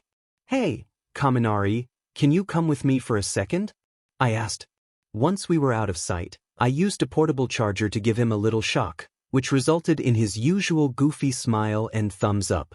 This made everyone laugh, easing the tension. Why did you do that to Kaminari? Ida asked. To cheer everyone up, I explained. It's frustrating knowing everyone is in trouble because they wanted to help me. I should take responsibility and try to make everyone smile. I apologized to Kaminari, who took it in stride. As we entered the dormitory, we were amazed by the facilities. I live in a mansion, Ochako exclaimed, spinning around in excitement. The dorm system is split from the second floor up, with the boys on the right and the girls on the left. The bottom floor is for everyone, so do your fair share of cleaning. The baths and restrooms are split by gender, Mr. Aizawa explained. Later that evening, after settling in, I joined the others on the sofa, feeling content with how the day had turned out. Everyone else seemed to be finished with their tasks. Kaminari confirmed, pretty much. Tokoyami smiled when Kaminari offered some thumbtacks to help with his project. That actually does, Tokoyami replied. The boys turned to see the girls approaching in casual clothes. So everyone's done? Mina asked with a smile. Kirishima nodded, and Mina suggested, how about we do a dorm showing then? It'll be fun. Izuku hesitated, raising his hand. No, Izuku, you can't pass on this, Mina teased, making him blush. No. It's just. Izuku stammered, but Mina continued to press him for an answer. Mina led everyone to Izuku's room, with him trying to catch up. You can't go in there, he called out, using his quirk to float up the stairs. Please leave. I'm so embarrassed. Inside, everyone saw his room filled with merchandise of his mom, Aunt Ryu, Uncle Fat, and All Might.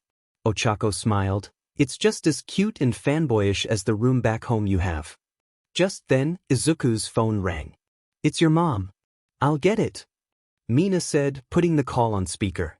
Hello, she greeted, but there was silence on the line. Hello. Izuku's mom responded firmly, asking Mina to return the phone to Izuku. Izuku quickly took the phone back, explaining the situation to his mom and stepping out of the room to talk privately. Outside, Izuku's mom discussed a strange quirk that had appeared at camp. Izuku recalled what the fifth user had mentioned about using the past user's quirks. His mom explained that All Might had shared some insights, suggesting that the quirk's development might not be ready yet. They discussed possible reasons for this, but Izuku's mom urged him not to overthink it. She mentioned that All Might had provided information about another quirk that might manifest in Izuku, Float, which allows levitation. Izuku thanked her for the information and promised to be careful, especially with the league still at large. After ending the call, Izuku sat on a bench, contemplating the challenges ahead. The world was changing, and there was growing distrust among the public towards heroes. He wondered how they could regain that trust.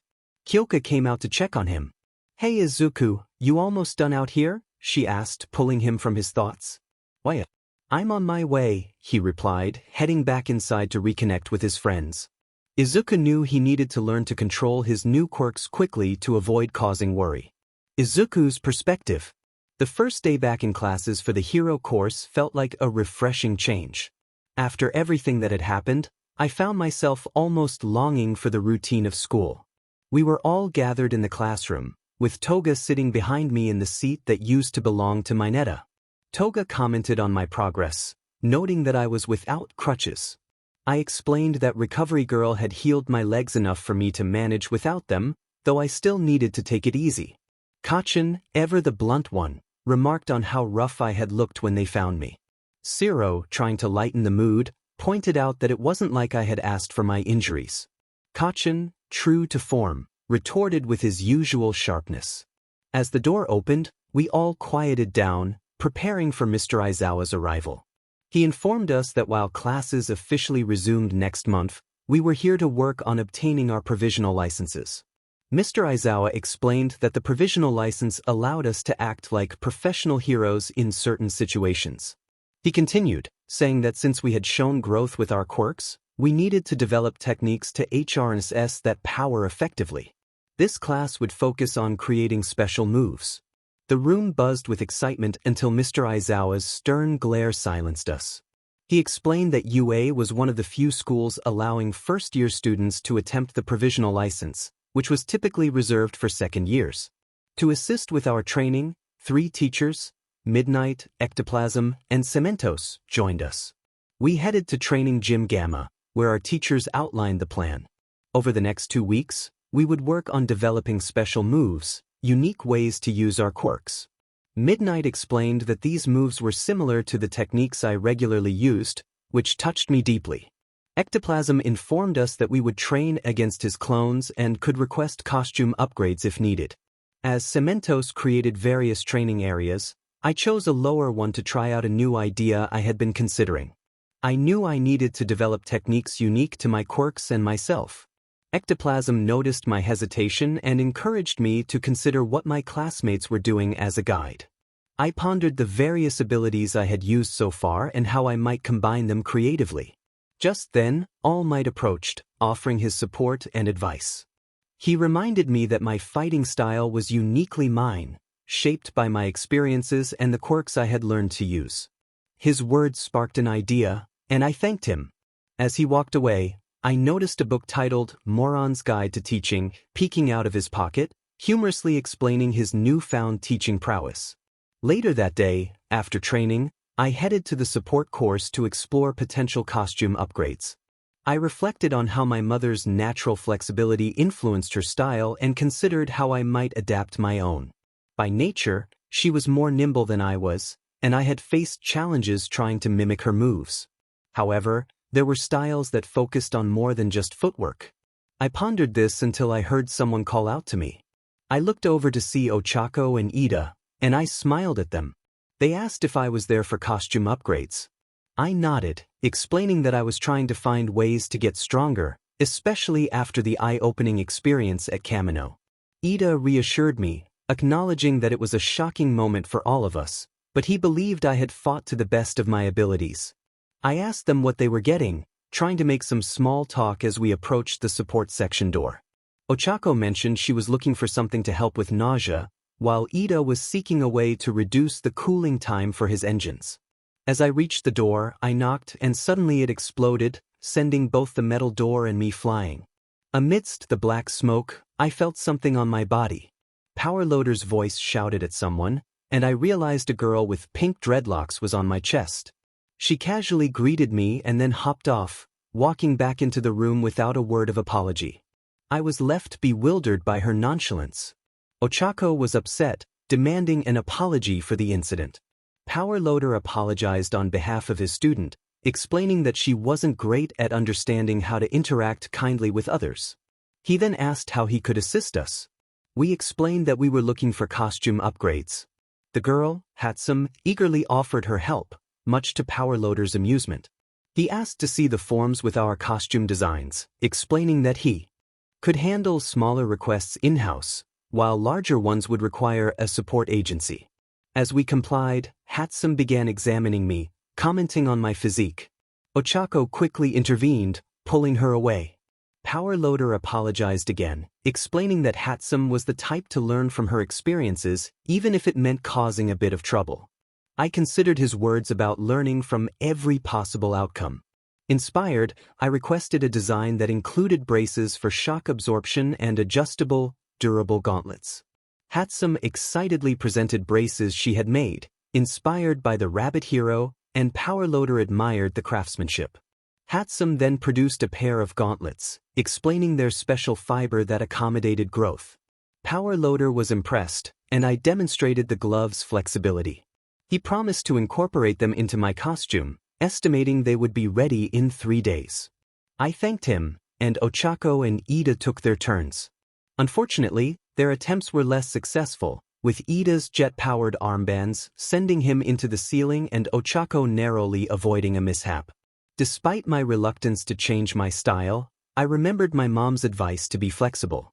Next stop, the provisional license exam. The days of training flew by quickly. During this time, I focused on refining a fighting style that Uncle Fat had encouraged me to learn. It combined mixed martial arts with techniques like rabbit, big fist, and hardening, allowing me to use both my hands and legs effectively. Adding OFA to the mix made me feel confident about the upcoming exam. As we arrived at the exam site, I was struck by the sheer number of participants. There must be 1,000 people here. Is the pass rate really as high as they say? I wondered aloud. Mr. Aizawa reminded me to focus on the task at hand. This exam is your gateway into the world of heroes. If you succeed, you'll be like young chicks entering a new world. Remember our motto and go beyond. Just then, a peculiar guy behind me shouted, "Plus Ultra." Startled, I let out a small shout, drawing attention. He apologized and, in an odd gesture, slammed his head into the ground, expressing his admiration for you. Concerned, I offered him some gauze and a handkerchief to help with his head. "Thank you, you're a nice guy," he said, referring to me as Mr. Scarred Eye, which made me uncomfortable. Kyoka intervened, reprimanding the guy for his insensitive comment. A brief argument ensued between our group and some students from another school, but it was quickly resolved when one of their classmates acknowledged the mistake. A girl with fawn hair approached me, speaking in a way I couldn't quite understand. She seemed to be asking if I had a girlfriend. Yurashi, one of the students, tried to clarify, and my friend stepped in to confirm that I was already taken. As the group left, Kachin mentioned that the students were from Shiketsu, a school known for its high standards.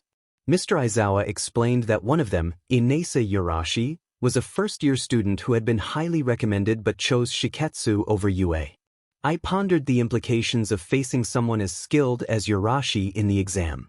Just then Ms. Joke, the smile hero, appeared, and I couldn't help but get excited. Her quirk, which induces uncontrollable laughter, makes her a formidable opponent.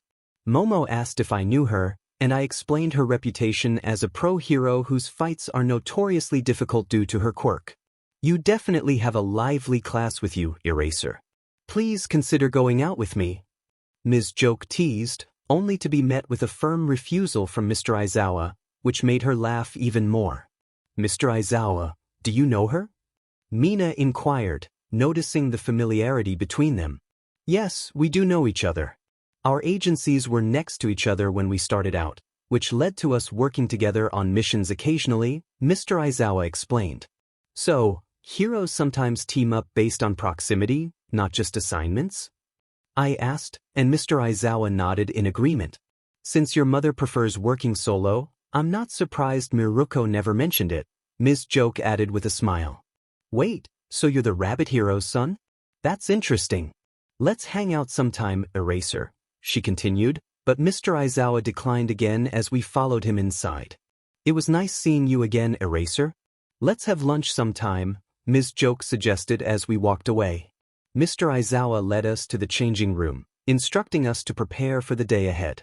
After changing into our hero suits, we gathered in a large room filled with students. The atmosphere was tense as we prepared for the provisional license exam.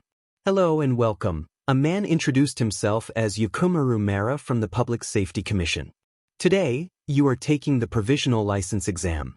Normally, the pass rate is around 50%, but due to recent events, we've adjusted the exam to ensure only the most capable become heroes." I felt a pang of determination, recalling past challenges and understanding the importance of this moment. The first part of the exam is a game of target practice. You have 3 targets to place on your body and 6 ball. Your goal is to hit others' targets while protecting your own. Once all 3 of your targets are hit, you're out. To pass, you need to hit the 3rd target on 2 people. As the walls around us transformed into a vast arena, the exam began. We scattered, each finding a strategic position. The stakes were high, and I knew I had to make it into the top 100 to advance.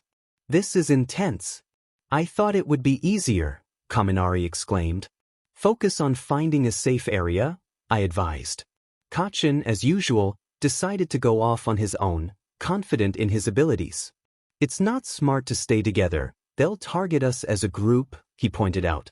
Understanding his reasoning, I explained to Siro and the others, because of the sports festival, they know our quirks, giving them an advantage.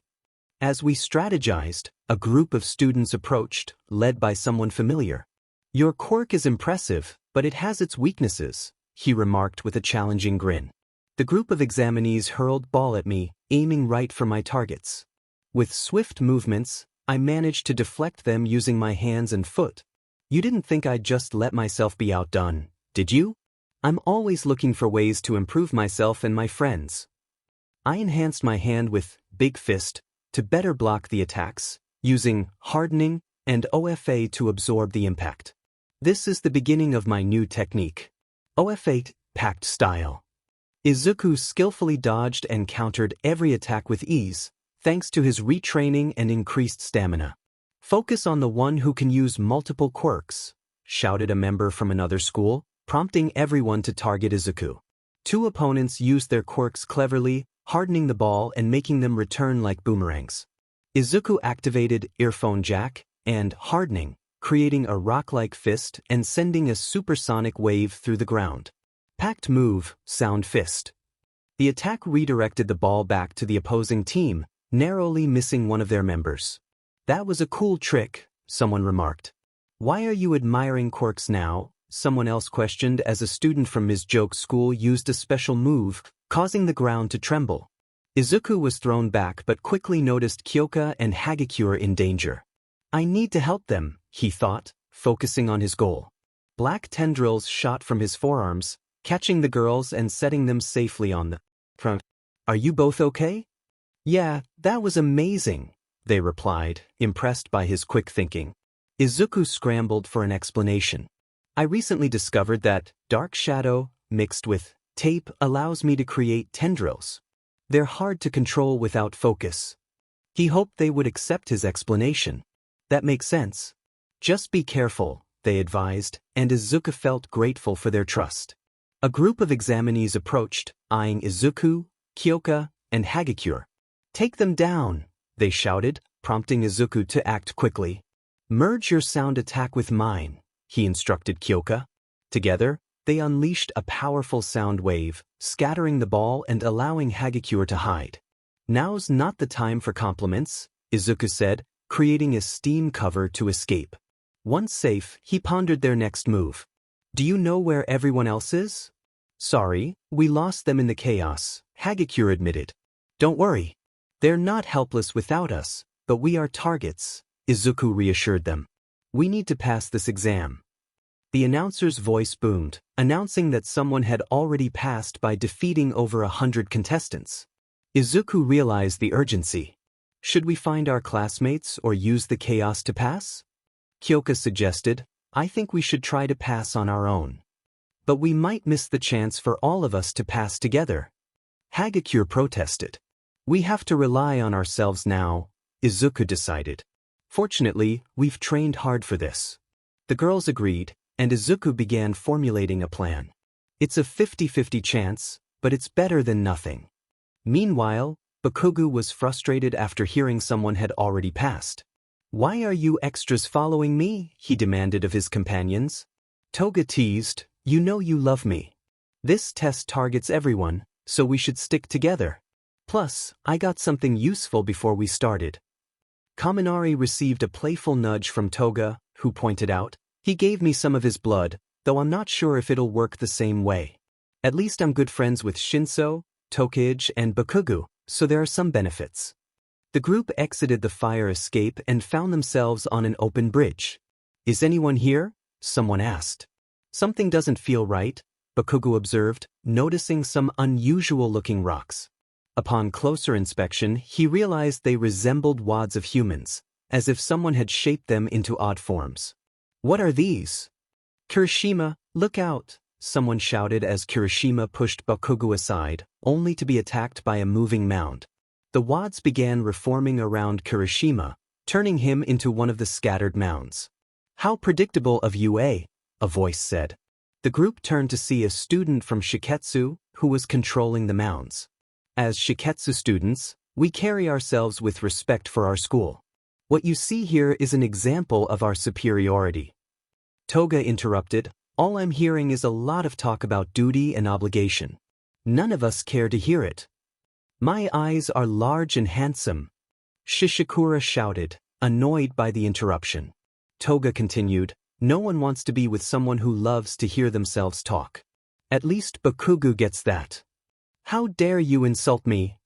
Shishikura fumed as the mounds moved toward them. I'll make you regret facing me in my school. As the mounds approached, Bakugo took action, blasting them apart. So much for your superiority, he remarked. Once again, my eyes are not squinty. Shishikura yelled, sending more attacks their way. Bakugo took most of the attention, but a mound attacked Toga from the side, causing her to panic. I don't want to lose like this, she thought, reaching for a blood sample before Bakugo tossed her a grenade. In response, he was caught by the mounds. How sad, Shishikura taunted. People like him don't deserve to be heroes. Toga glared at him. You don't know us, so stop pretending you do. We learn from our mistakes. Don't think you're better than us just because of your abilities. Once again, my eyes are large and handsome. Shishikura sent the mounds at Toga, who waited until they were close before smirking and tossing the grenade. The explosion created a smoke cloud, obscuring visibility. Kaminari emerged from the cloud, and Toga, using her quirk, appeared as a second Kaminari. Those projectiles are electric homing rods, they explained. Realizing the danger, Shishikura tried to escape but was too late. The electric shock knocked him out, and Toga returned to her normal form. Next time, don't underestimate us, she said. So, your clothes don't melt off anymore? Kaminari asked. Nope. I found a way to make it work. I'm happy with my hero costume, Toga replied. Bakugo and Kirishima began returning to normal, along with everyone else. But the guy's quirk was what was causing all this, someone remarked as the situation returned to normal. Pikachu was feeling a bit overwhelmed as Toga laughed lightly before moving to deal with Shishikura. Either way, this works in our favor, Bakugo said with a determined grin. None of them are going to get out easily. Kaminari, feeling the tension, shouted, Can you say that without sounding so intense? Toga chuckled at the exchange. Kirishima and Kaminari exchanged glances, thinking that Toga seemed to fit right in with Bakugo. The group prepared for the battle ahead. Meanwhile, Izuku was strategizing with Kyoka and Hagakure. You both ready? He asked, receiving confident nods in return. He leaped into action, activating his abilities to dodge the incoming attacks from several examinees. As the situation intensified, Izuku thought, with this many targeting me, we should be able to succeed. But I need to stay focused. Just then, one of his targets was hit, causing him to refocus his efforts. Surrounded and with no clear escape, he heard a loud air horn. Perfect, he thought as Hagakure stood above, creating a distraction. Izuku seized the opportunity, using his abilities to manipulate the boulders and trap the examinees. That worked out as well as I hoped, he mused, grateful for the teamwork. A few minutes earlier, Izuku had devised a plan with Kyoka and Hagakure. Our best bet is to trap the people we need to pass, he explained. Kyoka agreed, and they set their plan into motion, using tape and an air horn to coordinate their efforts. Back in the present, Kyoka praised Izuku's quick thinking. The way you used your skills was smart, she said, ready to continue their mission. Izuku nodded, determined to succeed. After successfully hitting the targets, Izuku and his team were relieved to see their targets turn blue, signaling their success. That's a weight off my shoulders, Izuku said, feeling a sense of accomplishment. Hagakure hugged him in celebration, and Izuku felt a bit flustered.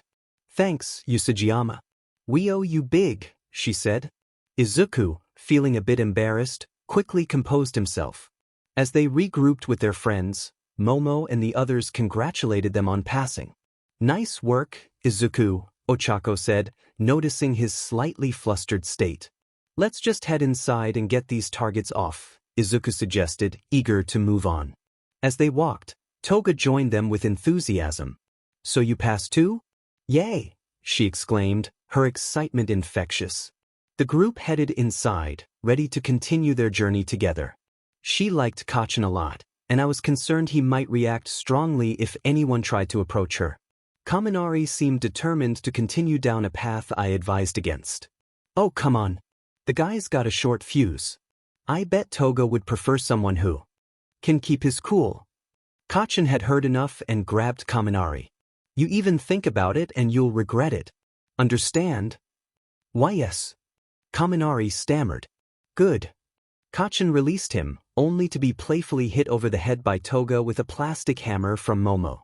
Oh. Don't upset our friends. He's fine asking because we both know he's not going anywhere with me. Besides, only you have the right to be close to me. I walked away, pondering the dynamics between them, and headed towards the snacks. Spotting Todoroki sitting alone, I decided to congratulate him. However, I noticed Yurashi glaring at Todoroki and thought it was a good opportunity to ask about it. Hey Yurashi, do you have a minute? The Shiketsu student turned to me with a smile. Certainly. What can I do for you? Well, I hope I'm not prying, but our teacher mentioned you initially aimed for UA with a recommendation. You had top marks but withdrew your offer. I'm curious why you passed up such an opportunity. Yurashi glanced at Todoroki, who was listening, before responding seriously. I can't stand the thought of being in the same school as Endeavor's son. I admired Endeavor once, but his true motives for heroism changed my view, and I believe his son might be similar. What do you mean? Todoroki asked, confused. During the exams, you seemed indifferent to everything around you. Even when I tried to befriend you, you treated me as a nuisance. I can't accept you as a hero or a friend. I was surprised and turned to Todoroki. Did you really do that? I might have. I felt a bit sorry for Todoroki, remembering how he used to be. He had changed, but it didn't matter now. I'm sorry if I sounded petty. I hope you don't think badly of me. Yurashi walked away, leaving a harsh impression. Todoroki, I won't judge you for this because I know you're trying to change. But it's those who saw you before that you need to prove yourself to. You can say you didn't know, but it doesn't change the impact of your actions. You have a point. We joined our classmates who had passed to watch the ongoing exam. It wasn't looking good, with many of our classmates still needing to pass. This isn't going well. Some of us might not pass, Sue said worriedly, echoing the concerns of others. I was worried too, until a bright flash of light caught my attention. What is that? Looks like Aoyama's naval laser. We were puzzled until the exam announcer spoke up. What's this? UA has filled 2 of the remaining spots. Now a third. UA students are claiming the final spots in the last minute. All spots are taken, with UA securing the last of them. That's genius, I exclaimed, drawing everyone's attention. Aoyama used his naval laser as a beacon to guide our classmates. It was risky, but it worked. I'm amazed by Aoyama's plan. It was dangerous, but now everyone has passed. Once everyone was gathered, there was a short break before the second half of the exam. That was close. I almost lost my cool, Mina laughed, easing the tension. It's only going to get tougher now. I doubt they made it easier for the next round. We grew anxious, and a girl from Shiketsu approached me, wrapping her arms around me. So, you passed? Awesome. I was worried, but I managed to hold my ground. I still don't know what she's talking about. Why are you clinging to me? We barely know each other. Is someone embarrassed? Don't worry, you can relax. I felt the intense stares of Ochako, Sue, Mina, Kyoka, and Momo, who pulled me away protectively.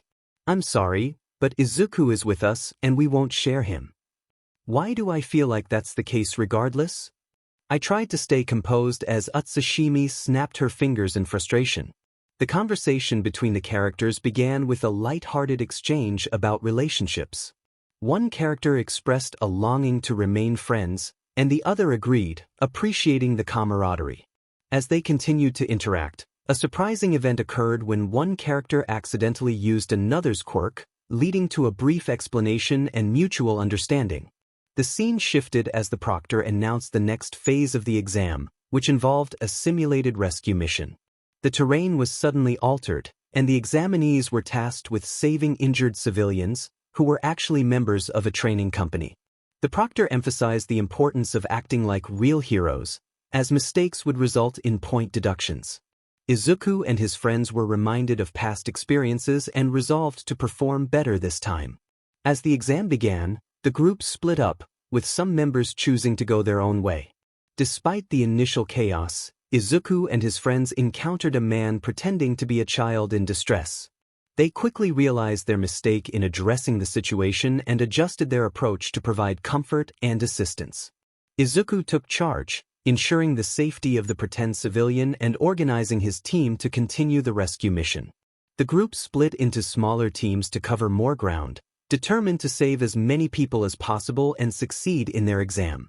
Meanwhile, the teams spread out to assist wherever they could. Momo realized the importance of collaboration, even among rivals, for the greater good. As she surveyed the scene, Ochako noticed a member of the HUC trapped under rubble, calling for help.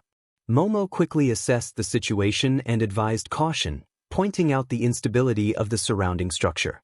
Together, they worked to stabilize the area, allowing Ochako to safely lift the debris with her quirk. In the stands, Ms. Joke offered Eraserhead some gum, but he declined, suspecting a prank. Miruko, joining them, accepted the gum with a playful warning. As they chatted, Aizawa inquired about Miruko's presence. She explained her interest in the exam's second half, which involved Gang Orca and his team simulating a villain attack to test the students' ability to handle multiple challenges simultaneously. On the field, Izuku quickly assessed the situation and created a barrier of ice to protect the medical tent. Gang Orca approached, taunting Izuku about his resolve. As Gang Orca's subordinates launched their attack, Urashi intervened with a powerful gust of wind, aiding Izuku. The teamwork was evident, but tensions rose when Todoroki and Urashi's personal rivalry interfered with their efforts. Despite their differences, they needed to focus on the task at hand. Gang Orca capitalized on their discord, launching a supersonic attack that disoriented both Todoroki and Urashi. Izuku urged them to cooperate, emphasizing the importance of unity in overcoming their challenges. Even a novice could understand the importance of teamwork when facing a formidable opponent. The pro-hero dismissed the two fallen fighters and turned his attention to Izuku. "Now it's your turn, boy. Let's see how much you've learned since we last met." Izuku assessed the situation. The subordinates of Gang Orca were on the verge of breaking through the ice, the only defense for the civilians. Todoroki and Urashi were incapacitated, leaving Izuku to devise a plan. He needed to find a way to distract Gang Orca and deal with the other villains. "I need cover. The moment I move, Gang Orca will be on me." As he pondered, a voice echoed in his mind, offering assistance. Izuku noticed the translucent image of a man in an overcoat. "If it helps me pass, then yes," Izuku agreed. Suddenly, smoke began to emanate from his body, enveloping the area. "This is not new," Gang Orca remarked. As the smoke obscured the view of Todoroki and Urashi. "What's his plan?" Izuku observed the smoke surrounding him. "What's happening?" "You've used my quirk," the overcoat man explained. "Smokescreen creates a cover with you at the center. If you stop it, the smokescreen won't cover you. So I can't move without being seen. But what if I send something out? It will create a minor distraction, but not for long." Izuku formulated a plan. Outside, Gang Orca's men aimed at the smokescreen. "What should we do, sir?" "He has to come out eventually. When he does, target him together." As figures emerged from the smoke, Gang Orca gave the signal. "Take him down." The men fired, missing their targets as some shots passed through. "What?" "I shot him." "What's coming our way?" Some figures transformed into horns, attacking the fake villains. Gang Orca grabbed what was coming towards him, realizing they were horns. "Horns? There's a student at UA with a similar quirk." Distracted, Gang Orca didn't notice the massive blast of ice pushing him back. Izuku seized the opportunity to pull Todoroki and Inesa to safety, sealing the ice behind them. "Usajiyama? What are you doing?" Todoroki asked. "Helping two who chose to fight each other instead of the enemy. If you can't work together, you're not useful on the battlefield." Izuku's words resonated with them. "You know, Todoroki, Usajiyama's right. Let's call a truce until the provisional ends." "Fair enough." Todoroki and Inesa agreed, climbing atop the ice to witness Izuku battling Gang Orca. Izuku skillfully maneuvered, landing a solid hit on Gang Orca. However, the pro-hero countered with a disorienting attack, causing Izuku to stumble. Damn it. Facing someone with little ability to control disorientation was your own fault. "Men, take the kid down." As they aimed at Izuku, he held his breath and dodged, using ice to create confusion. Packed move, phantom threat. Izuku swiftly dealt with the attackers before turning to Gang Orca. "You're next." A massive tornado of fire erupted around Gang Orca, courtesy of Todoroki and Inasa. Not bad. But Gang Orca likely prepared for this. Izuku leapt up, using wave motion to reach the top, combining his abilities for a powerful attack. Packed move, Sledge Rodeo. The attack landed, but Gang Orca grabbed him again. You forget what happened last time? No. But you forgot something. Izuku's hands sparkled as he blinded Gang Orca temporarily. Packed move, Stun Grenade. With Gang Orca momentarily incapacitated, Izuku prepared another attack, vines holding the pro-hero in place. Packed move, Heaven's Punishment. Just as the attack was about to land, the announcer intervened. In time, the final civilian has been saved. Everyone, please change and meet back here for the results. Izuku released Gang Orca. I'm sorry if that was uncomfortable, sir. I hope there's no hard feelings. Don't worry, it was part of the job. Gang Orca walked away, impressed. Well played, Izuku Usajiyama. Your mother would be proud. After changing into his school uniform, Izuku joined his class as the proctor explained the point system. Nicely done, everyone. Now, let me explain how the points work. You started with 100 points, and any lost points cannot be regained. The point deductions could come from the proctors watching you as well as the HUC members who would explain if any points were taken. Once you hit the 50-point mark, that officially means you fail. Up above, we have the names of everyone that has passed. I looked up and immediately tried to find my name. Come on. Usajiyama. Usajiyama. I found the U's in the lineup and went down them. Once I saw my name, a feeling of disbelief came over me before a smile spread across my face. I passed. Mina jumped for joy, and our classmates started to smile one by one. However, Kachin and Todoroki didn't look relieved at all. They seemed upset, especially Kachin. I told you to be nicer to some of the evacuees. If you did, maybe you wouldn't lose points. But no, you didn't, and you failed because of it, Toga remarked with a teasing tone, pinching Kachin's cheeks. Momo approached, confused about what to call the interaction. Is that moral degradation or something else? I don't know. Since he's not reacting aggressively, I want to believe this is common. Sorta, I replied. Hey, they've shown affection before, and Toga's clearly teasing Bakugo, probably as a way to calm him down, Kyoka added. The girls came over one by one to smile and hug me as a congratulations. Afterwards, I went over to Todoroki, who was still feeling down. Hey man, if it means anything, you did pull it together at the end. Not like that makes a difference to the final result. Well, note but progress was still made for you. You can't make significant growth all the time. I mean, take Kachin for example. He's normally in the top tier like you. Sometimes taking the shorter end of the straw is able to give you a better perspective and reflect on things.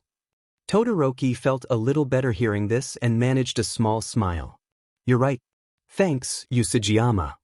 For those of you that did not pass, you can take remedial lessons, and at the end, you'll be rewarded a provisional license. It will be harder, but you will come out better than those who passed here. Of course, you could also take the exam again in the next few months. That would be the easier but not as fulfilling route. Todoroki and Kachin seemed ready to take the remedial lessons now, and I understood their determination. I walked back to the girls, who were talking to the Shinkitsu girl, Utsushimi. They seemed to calm down their aggression, which relaxed me a little. Usajiyama. I turned to see Inasa running towards me. I appreciate your assistance today and I hope that we can remain good friends. Also, Todoroki. Even though we've settled our differences at the moment, I still don't like you. I shall see you at the remedial lessons hopefully. He ran off, leaving us all a bit confused. That made sense to you, right? I asked. It probably made as much sense to me as it did to you. But at least he's a nice guy at heart. A little headstrong, but that's not always bad. I like the fact he thinks of me as a friend. I smiled a bit before I noticed a small whirlwind forming in my hands. Okay, this is kinda cool. After saying our goodbyes to everyone, those of us who earned the license received it and boarded the bus. As we left, I noticed Mr. Aizawa and Ms. Joke talking about setting up a group training with us and her students. Personally, I thought her students were really skilled and able to work together. If anything, maybe it could help us learn how to work more like a team as well. Hey, Izuku. You mind if I use your shoulder to sleep? Tsu asked, looking really tired. Go ahead. I'll wake you when we get to the school. She smiled before resting her head on my shoulder and closing her eyes. To the side, I noticed some of the girls looking a little envious before turning to the window. To the edge, I could almost swear I saw my mom talking with Gang Orca about something. I thought about it and figured she'd not have the time to come and watch this, so I ignored the thought and relaxed a little. Meanwhile, Rumi was having a conversation with Orca. All right, Miruko. What exactly was that quirk your son used? Orca asked, curious about the unusual ability. Out of all the information I have, there isn't a person with a quirk similar to that I'm aware of in UA or taking this exam. Long story, but you don't have to worry about it, Rumi replied. I'm not the one worried about it. But keep this in mind. People are afraid of what they cannot control. If things keep progressing with your son the way they are, the hero board may become concerned. My son is nothing like that. He respects the law and will do what he can to uphold it. Rumi insisted. Perhaps, but he has gone over the law on at least one occasion. Though it isn't public knowledge, the hero board has taken note of how powerful Usajiyama is. Going forward, they will keep a closer eye on him just to ensure he remains in their good graces, Orca explained. Rumi sighed, understanding the situation but still confident in her son's character. They believe if Usajiyama has some form of ties to the common norm right now, it'll keep him from diverting. Not only that, but it could keep some rings they could hold if he does go rogue, I thought as I glared at the papers, then turned to Orca with a scowl. So they want me to arrange for my son to be with his girlfriends in a quirk marriage. If he, by the unlikely chance, strays from his path, they can use them as leverage to keep him restrained. You must understand, his power is extremely unpredictable to them since he defies. I know. His power defies all natural laws of our world. Possibly dangerous if used by the wrong person. Could overthrow Japan if he wanted. I've heard this 100 times now, and it's getting old. I crossed my arms in irritation before Gang Orca spoke up. So what do you want to do? This is a less severe method they had and offered it knowing you're a respected hero and he has done, for the most part, nothing undeniably bad. For now, I want the girls' decision with their parents. There's a parents' day at UA in a few days. I'll wait till then to explain it. Better that than throw them into this and tell their parents after. Understandable. Gang Orca walked away as I looked at the papers again. Hero board, you're going to make a 15-year-old get married? I paused, remembering that Izuku is responsible and his girlfriends are as well. It could be worse for Izuku. He could be married off to someone he doesn't even know. A few days passed since the provisional with everyone quickly getting back into the rhythm of things. School started back up with Principal Nizu suggesting today to be Parents' Day. I came out of the kitchen with a cup of coffee, hoping to at least be a little more bright and peppy. If I was meeting the girls' parents, I had to look as energetic as possible to show I was happy being with them. I like the taste of this roast. Wonder who made it? I thought, sipping my coffee. Yeah. The bird actually knows something worthwhile, right? Mom spoke up, and I turned to her with a smile. Hawks really does. I sipped a bit more before accidentally spitting the coffee out. What are you doing here? Parents' Day. Here to support you. Duh. But that's not for another 2 hours. Why are you here so early? I'll explain it after you give me a towel. Oh, right. Sorry. I ran over to grab a towel for Mom to wipe off the coffee. Okay, so what are you doing here so early? Mom handed me a set of papers and I started reading them. Upon this statement, those enlisted would. Wait a sec. I looked closer before realizing what this was. Marriage? These are quirk marriage papers? What is going on? First off, this wasn't my decision to make. It was the hero board. Why would the hero board want me to get married? Also, why are there so many slots for this? As I said before, this wasn't my decision. Now I'm not against you making a lot of friends, And personally speaking, I think it's perfectly natural for you to make as many healthy relationships as possible. However, the Hero Board has been paying close attention to you recently. Before, they didn't have a problem with it. But recently, a situation made them change their tone. I stopped to think about it before getting an idea of what it was. Kamino. AFO was without a doubt a dangerous threat that we need to make sure never happens again. Fortunately, almost nobody can become AFO again since quirks like his are extremely rare. But they think I'll become AFO. I'm not for the thought, but they are unfortunately right to be uneasy. Power like that is extremely dangerous and shouldn't be unmonitored. So you're saying I'm dangerous? Thanks for the support. I'm not saying you're dangerous. I'm saying power like yours is. I don't want to admit it, but you are too trusting of people. Not that being trustworthy is bad, but having power so powerful like yours and not having a full idea where a line needs to be drawn to helping someone is a problem. So what exactly does having a quirk marriage have to do with this? Well, to make things simple, the board thinks that if you have something worthwhile to keep, you'll have a reason not to turn on this society. So they want to put me in a quirk marriage with my girlfriends to avoid the unlikely chance of me becoming a villain and using them as a way to keep me grounded. Do you even realize how that sounds right now? To be honest, I looked at Shamo and thought he was full of it saying this. I know for a fact you don't have the inclination to try and be anything like that. You're too nice. Unfortunately, I can't make things different. This is what the Hero Board wants, and if they can't do this, they'll resort to a more serious method to keep you on a chain. Oh, for the love of... Does anyone else know about this? Do the girls know about this? Do their parents know about this? Mom shook her head. I was planning on telling them about this when Nizu asks all of you to come into his office after homeroom. I walked around, clearly upset about it. I thought you'd at least like being with the girls. I am, but not like this. I don't want to be with the girls like that. I feel like I'm forcing them to be with me. Mom looked at me and laughed. Why are you laughing? Because of how simple your reason is to not want to marry them. The conversation continued with a sense of tension in the air. You could argue that the reason you don't want to is because you feel untrusted, but the real issue is the lack of choice given to the girls, she said, trying to lighten the mood with a laugh. Look, we'll talk to the girls about this together, and I'll explain that you had no say in the matter.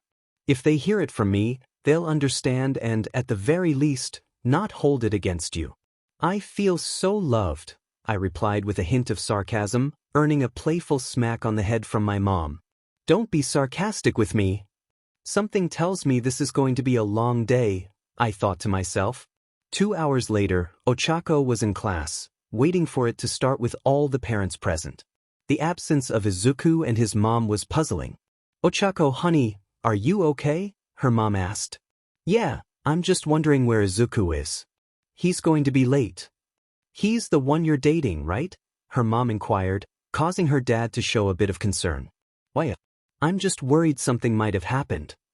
Don't worry, Uraraka. If I know Usajiyama, he won't skip class, Ida reassured her, helping her relax. Mr. Aizawa entered, and the class quieted down. Good morning, class. Good morning, Mr. Aizawa. Before we start, Ashido, Azui, Uraraka, Jairu, and Yayarozu, you and your parents are wanted in the principal's office. It has something to do with your boyfriend, Izuku. Ochako thought as they got up and headed out. In the hallways, Sue's parents questioned her about the situation. Sue, did your boyfriend do something wrong? As far as I know, no, she replied. Well, something must be up if this involves him, Yayarozu's dad commented, earning a gentle reprimand from his wife. As they turned a corner, they saw several other students and their parents gathered. Going to the office because of Izuku? Itsuka speculated. Maybe it's about him receiving an award or something, and we're here to support him? Everyone looked skeptical but continued walking. They knocked on the principal's door and entered, finding Izuku in a corner with his head against the wall and Miruko beside him. Hello. It's nice to see you all doing well. I'm sorry to be blunt, but could you explain what this is about? Momo asked, voicing everyone's thoughts. Miruko addressed them. Alright, this might sound strange, but please hear me out before reacting. You're all going to get married to my son. What? They all exclaimed, leading to a heated discussion among the parents. The argument grew intense until Principal Nizu intervened, ensuring everyone listened to Miruko's explanation. She clarified that the decision was made by the hero board as a precautionary measure, fearing Izuku might follow a dark path. The idea was to use the relationships as a way to keep him grounded. Izuku expressed his discomfort with the situation. I feel wrong having everyone forced into this. I don't like it. So you don't want to date my daughter seriously? Iber's mother asked. It's not that. I do want to maybe one day, if we get that far, marry them and start a family. But I think it's something that should happen naturally, not rushed or forced, Izuku explained. There was a moment of silence before the parents started laughing, leaving Izuku confused. Why does everyone find this funny today? He wondered aloud. Sorry, Izuku, they apologized, understanding his perspective. Mrs. Hideout chuckled at the situation, and Mr. Kodai calmed down enough to explain. He mentioned that people often say one thing but do another when faced with real situations. He used the example of promising to donate lottery winnings to charity but then hesitating when actually winning. He acknowledged that Izuku had shown genuine care for their daughters and was taking things slowly, despite having the opportunity to rush due to their marriage. Yui urged her father to continue, and he expressed his approval of Izuku's approach, giving his blessing for the marriage. Izuku was surprised but pleased, and after some persuasion, everyone agreed to proceed with signing the papers. Before doing so, Izuku double-checked that everyone was comfortable with the decision, ensuring no regrets. Miruko tossed Izuku a bag containing wedding bands, which he found amusing. Mina joked about being off the market, and Izuku blushed. Nijire then pulled out a box of party supplies, leading to some light-hearted teasing about their new marital status. Izuku, embarrassed, suggested they focus on handling the marriage situation before anything else. The group was then dismissed to their classes. The next morning, Izuku greeted everyone as they settled into their new living arrangement, thanks to Nizu's efforts to keep the group together. Nijire joyfully announced she made pancakes, and Mina joked about sleeping arrangements, causing Izuku to blush. Yui commented on Izuku's physique, leading to some playful banter. The conversation shifted to internships, with Nijire explaining their purpose and how they differ from work studies. Izuku pondered the opportunities, considering asking Gang Orca for an internship.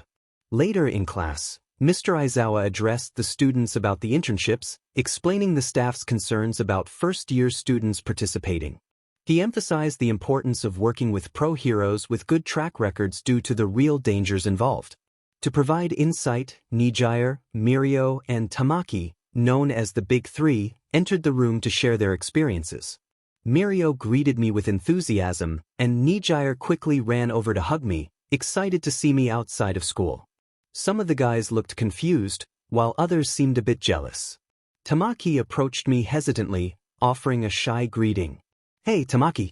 It's nice to see you again, I said, noting how he seemed more confident than before. Tamaki, however, quickly retreated under my desk, overwhelmed by the attention. I just want to go home, he muttered. Mr. Aizawa noticed the situation and seemed displeased, so I signaled Mirko to help ease the tension. Mirko addressed the group, explaining that we were there to learn about internships. He suggested we all change and meet in the gym for a demonstration.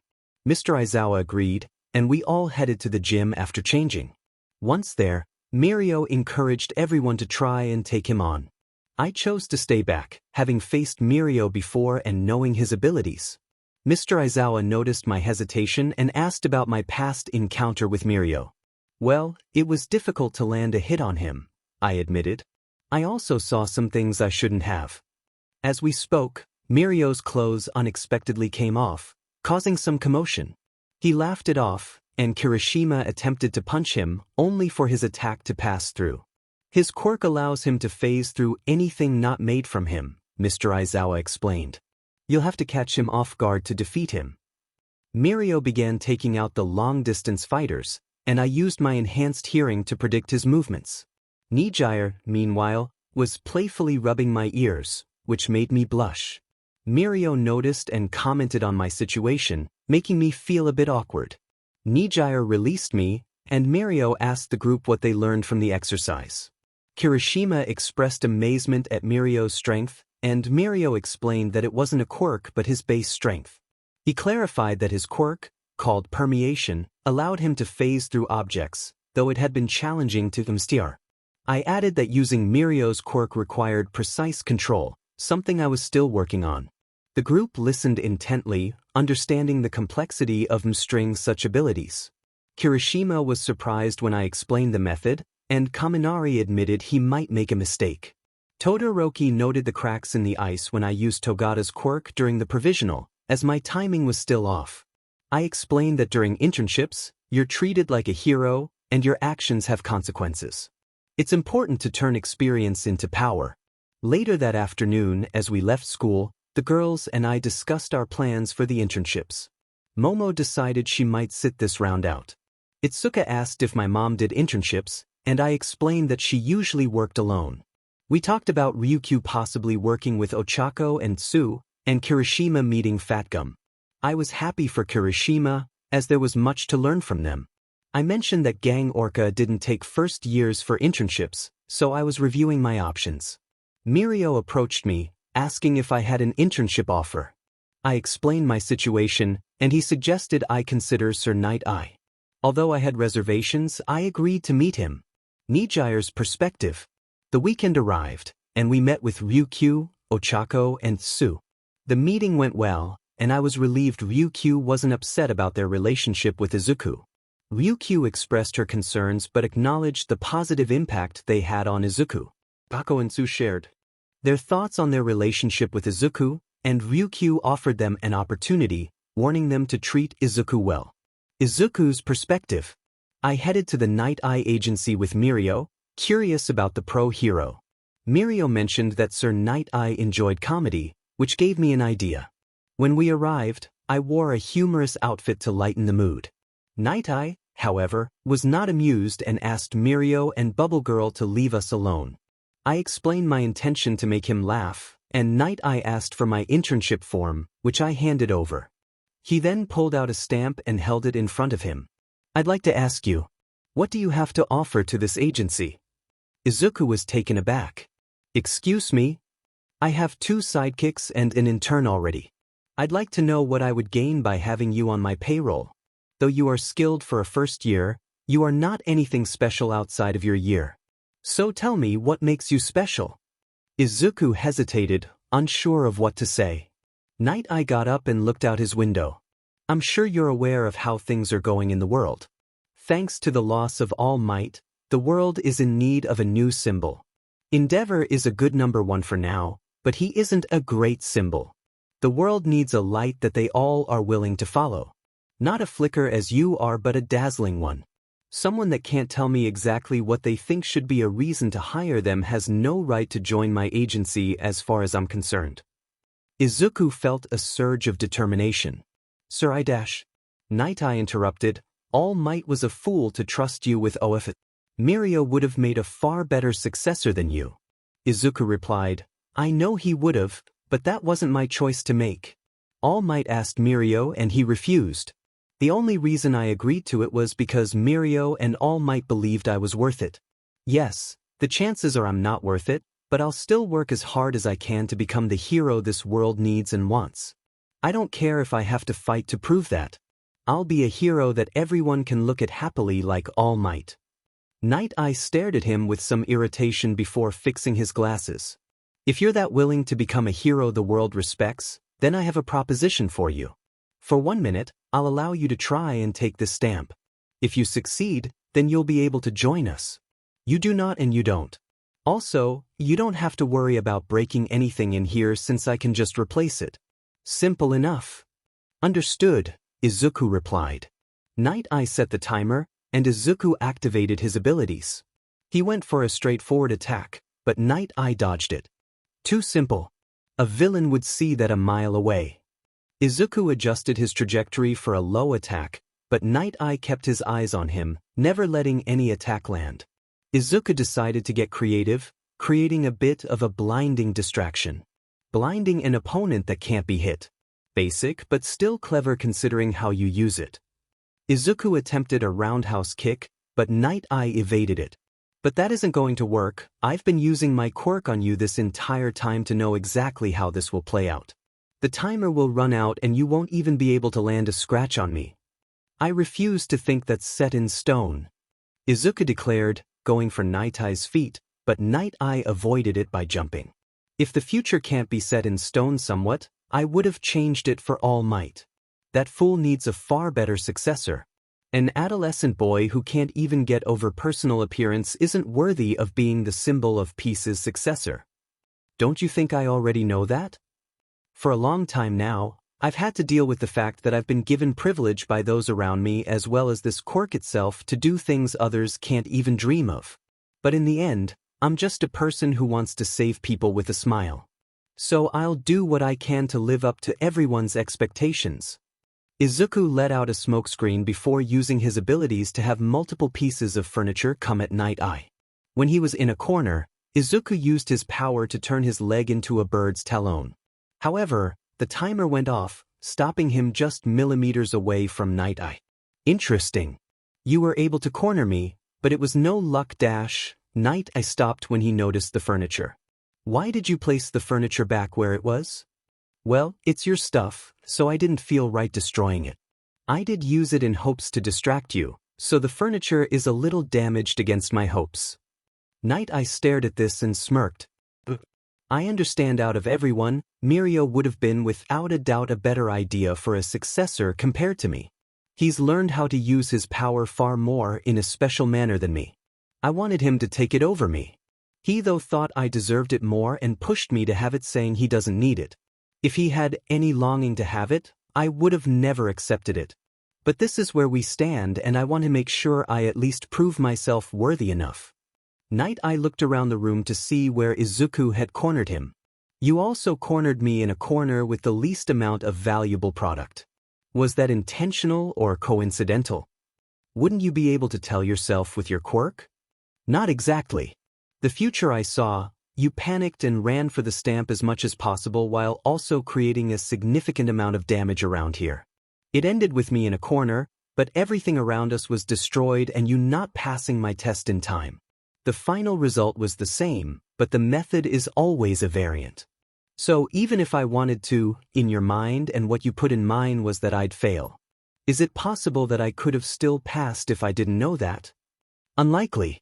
Every time I've used my future sight, I've seen its end results happen exactly as is with some alterations depending on the length, but resulting in the same end. All but one that has yet to come to fruition has been proven true and the last has at least another year until it happens. What was it, if you don't mind me asking? Night Eye looked at Izuku confused for a second before letting a sigh out. I'm surprised Miruko didn't force All Might to tell you.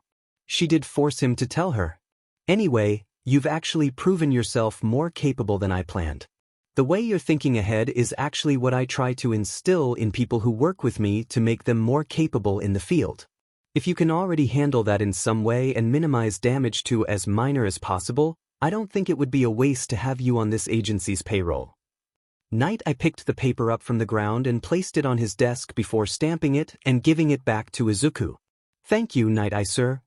Night Eye interrupted me with a stern look. Allowing you to work here doesn't mean I see you as a worthy candidate for OFA. I still believe Mirko is a better choice. I felt disheartened but noticed he said, yet, which gave me a glimmer of hope that I might change his mind. I focused on something Night Eye mentioned earlier. Sir, what did you mean when you said my mom knew something about All Might? Is that why you stopped working with him? Night Eye sighed and sat down. I might as well tell you, or you'll go to your mother or All Might and cause a problem. This dates back to when All Might fought AFO and thought he defeated him almost 6 years ago. In the hospital, I discovered his limitations and a truth I needed to prepare for. His eyes were hidden by his glasses. All Might is going to face a grave danger this year or the next. Eyes widened in shock.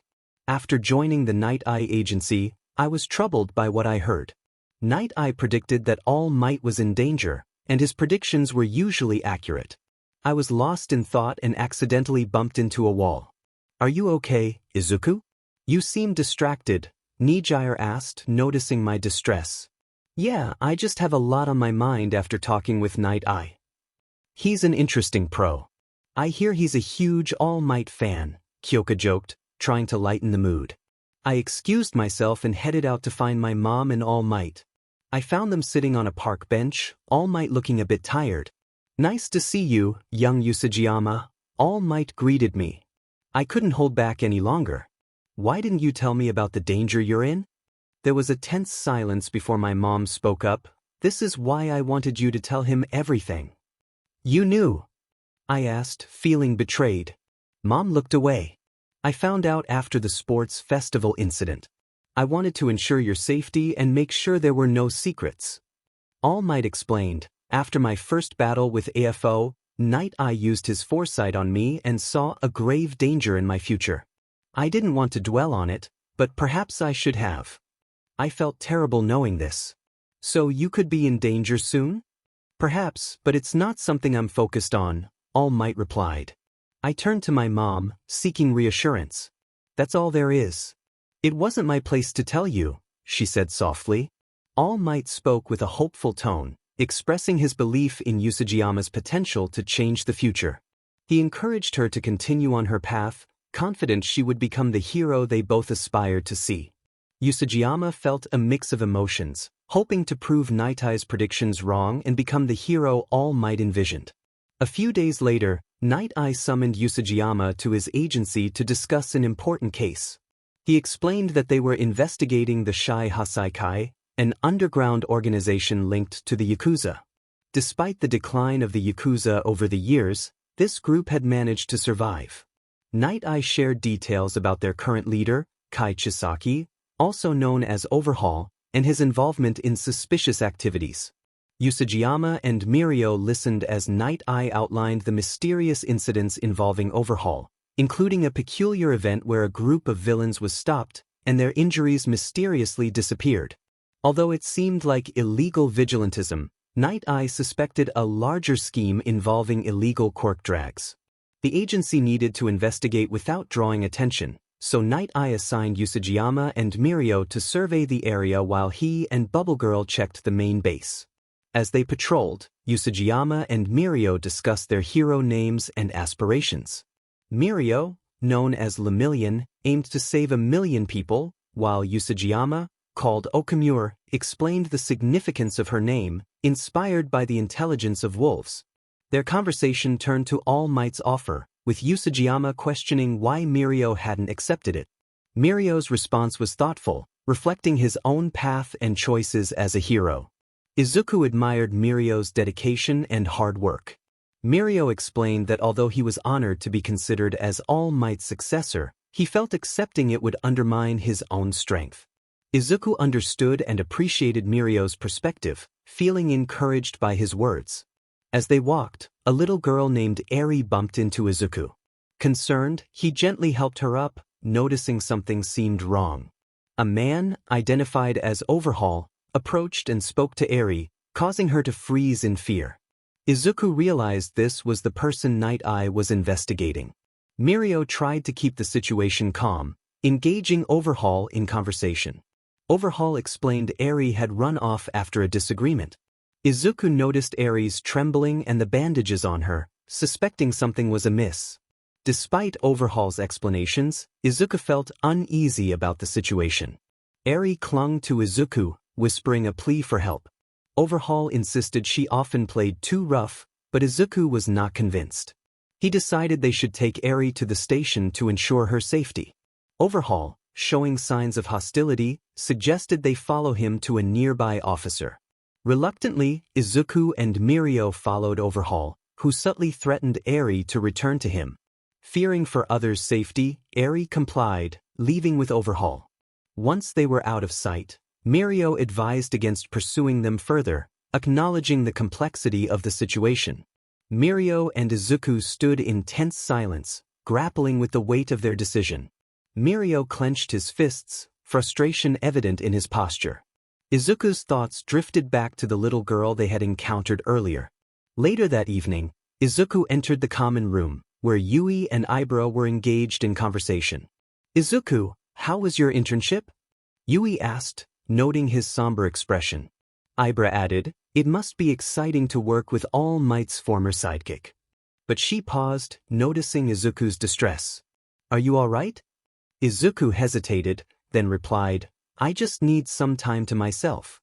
Yui, familiar with Izuku's demeanor when troubled, approached him gently. "Izuku, look at me," she urged, lifting his chin to meet her gaze. "What happened?" Izuku took a deep breath. "I can't share everything, but today Mirko and I met a little girl. She was terrified and I wanted to help her, but circumstances prevented us from doing so." Yui listened intently. "That's not why you're upset, is it?" Izuku's frustration boiled over as he recounted the encounter. A man claimed to be her guardian and took her away. She pleaded for help, but we couldn't intervene without jeopardizing an investigation. Yui reassured him, "You did what you could, Izuku. Sometimes, despite our best efforts, we can't succeed immediately." Itsuka joined them, kneeling beside Izuku. "Remember, we can't always win. But you didn't give up on her. You tried to help, and that matters." Izuku nodded, determination returning to his eyes. "You're right. I can't give up on Ary. Next time I'll be ready." He embraced Yui and Itsuka, grateful for their support. "Thanks. I needed that." As Izuku headed to his room, he grabbed his notebook. "I'm preparing for when I see Ary again. I won't let her down." The others watched him go, the weight of the day's events lingering in their minds. Kinoko gestured to the damaged wall. "Who's going to call Cementos?" Momo volunteered, understanding the intensity of their experiences. "I'll find him." Meanwhile, in the underground base, Overhaul moved through the corridors, his demeanor tense. The man responsible for watching Ary spoke up, but Overhaul silenced him with a dismissive gesture, leaving a mark on the grayish-white corridor. "Somebody clean that up," he instructed. A member of the group hurried to comply, but met a similar fate. Overhaul turned to Ary, reminding her of her importance to his plans. "Ary, you're very important to what we're trying to achieve. We can't have you running off. Imagine the trouble it could have caused if those pros hadn't given you back. Remember, your unique abilities are crucial for our vision of a better world. You need to stay with us and cooperate. Do you understand?" Ary nodded slowly, realizing her situation. "Good. Now, let's get on with today's work." He led her to a room with a chair designed for a small child, surrounded by medical equipment. As she was secured in the chair, she recalled Izuku's kindness. His hands, they felt so warm. He was happy to help me. Days passed as those involved in internships balanced their work with school life. One evening, a fight broke out between two individuals with the ability to grow to immense sizes. Members of Ryukyu's agency were the first to respond, managing the situation efficiently. Nijire initiated the attack, separating the two to prevent them from teaming up. Ryukyu restrained one, while Ochako, Tsu, and Nijire worked together to subdue the other. "Nicely done, everyone. You handled that efficiently," Ryukyu praised as the authorities took over. As they spoke, Ryukyu received a message. "We've been asked to join a joint assignment. This one looks interesting." "Joint assignment?"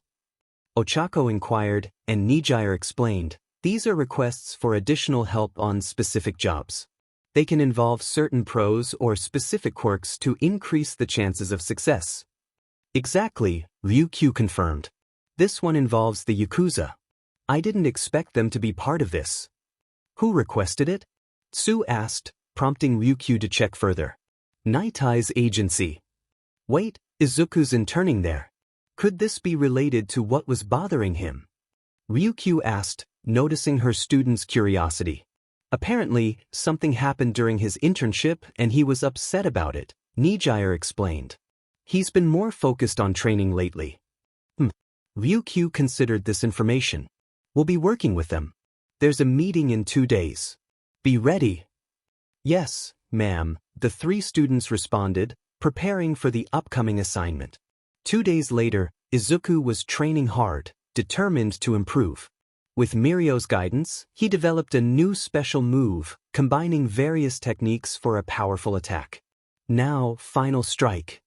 Miruko encouraged as Izuku executed the move flawlessly. Breathe, how was that one? Even better than last time. You were practically invisible. Miruko praised, making a light-hearted comment about his speed. Izuku checked his phone and saw a message from Night Eye. We need to head to the agency. There's been a break in the case. But I was hoping to put this technique into action, Izuku replied, quickly preparing to leave with Miruko. As they headed out, they encountered Ochako, Tsu, Nijire, Tamaki, and Kirishima. Yo, Usajiyama bro. What's up? Kirishima greeted as they left the school grounds. Off to your internship? Yeah, there's been a break in our case. What about you? We're on a joint assignment with another agency, but Fat never told us who. I see. By the way, nice job with that villain the other day. Izuku complimented Kirishima, recalling a recent incident involving a quirk enhancement drag. The drawback of the drag is that once it leaves your system, you lose a lot of energy, and your quirk use is reduced for a while. It's useful in the moment, but it doesn't permanently overcome any natural limitations. We took a train to Nitai's agency, where a surprise awaited me. Everyone exchanged glances before entering. We headed straight to the main hall, where several pro-heroes were gathered. What's going on here? I wondered aloud. It's pretty simple when you think about it, Aunt Ryu said, stepping forward. We're all here because there was a request for backup for this assignment. Wait, are you serious? Best surprised. Without a doubt, Uncle Fat replied, holding a large pan of takoyaki.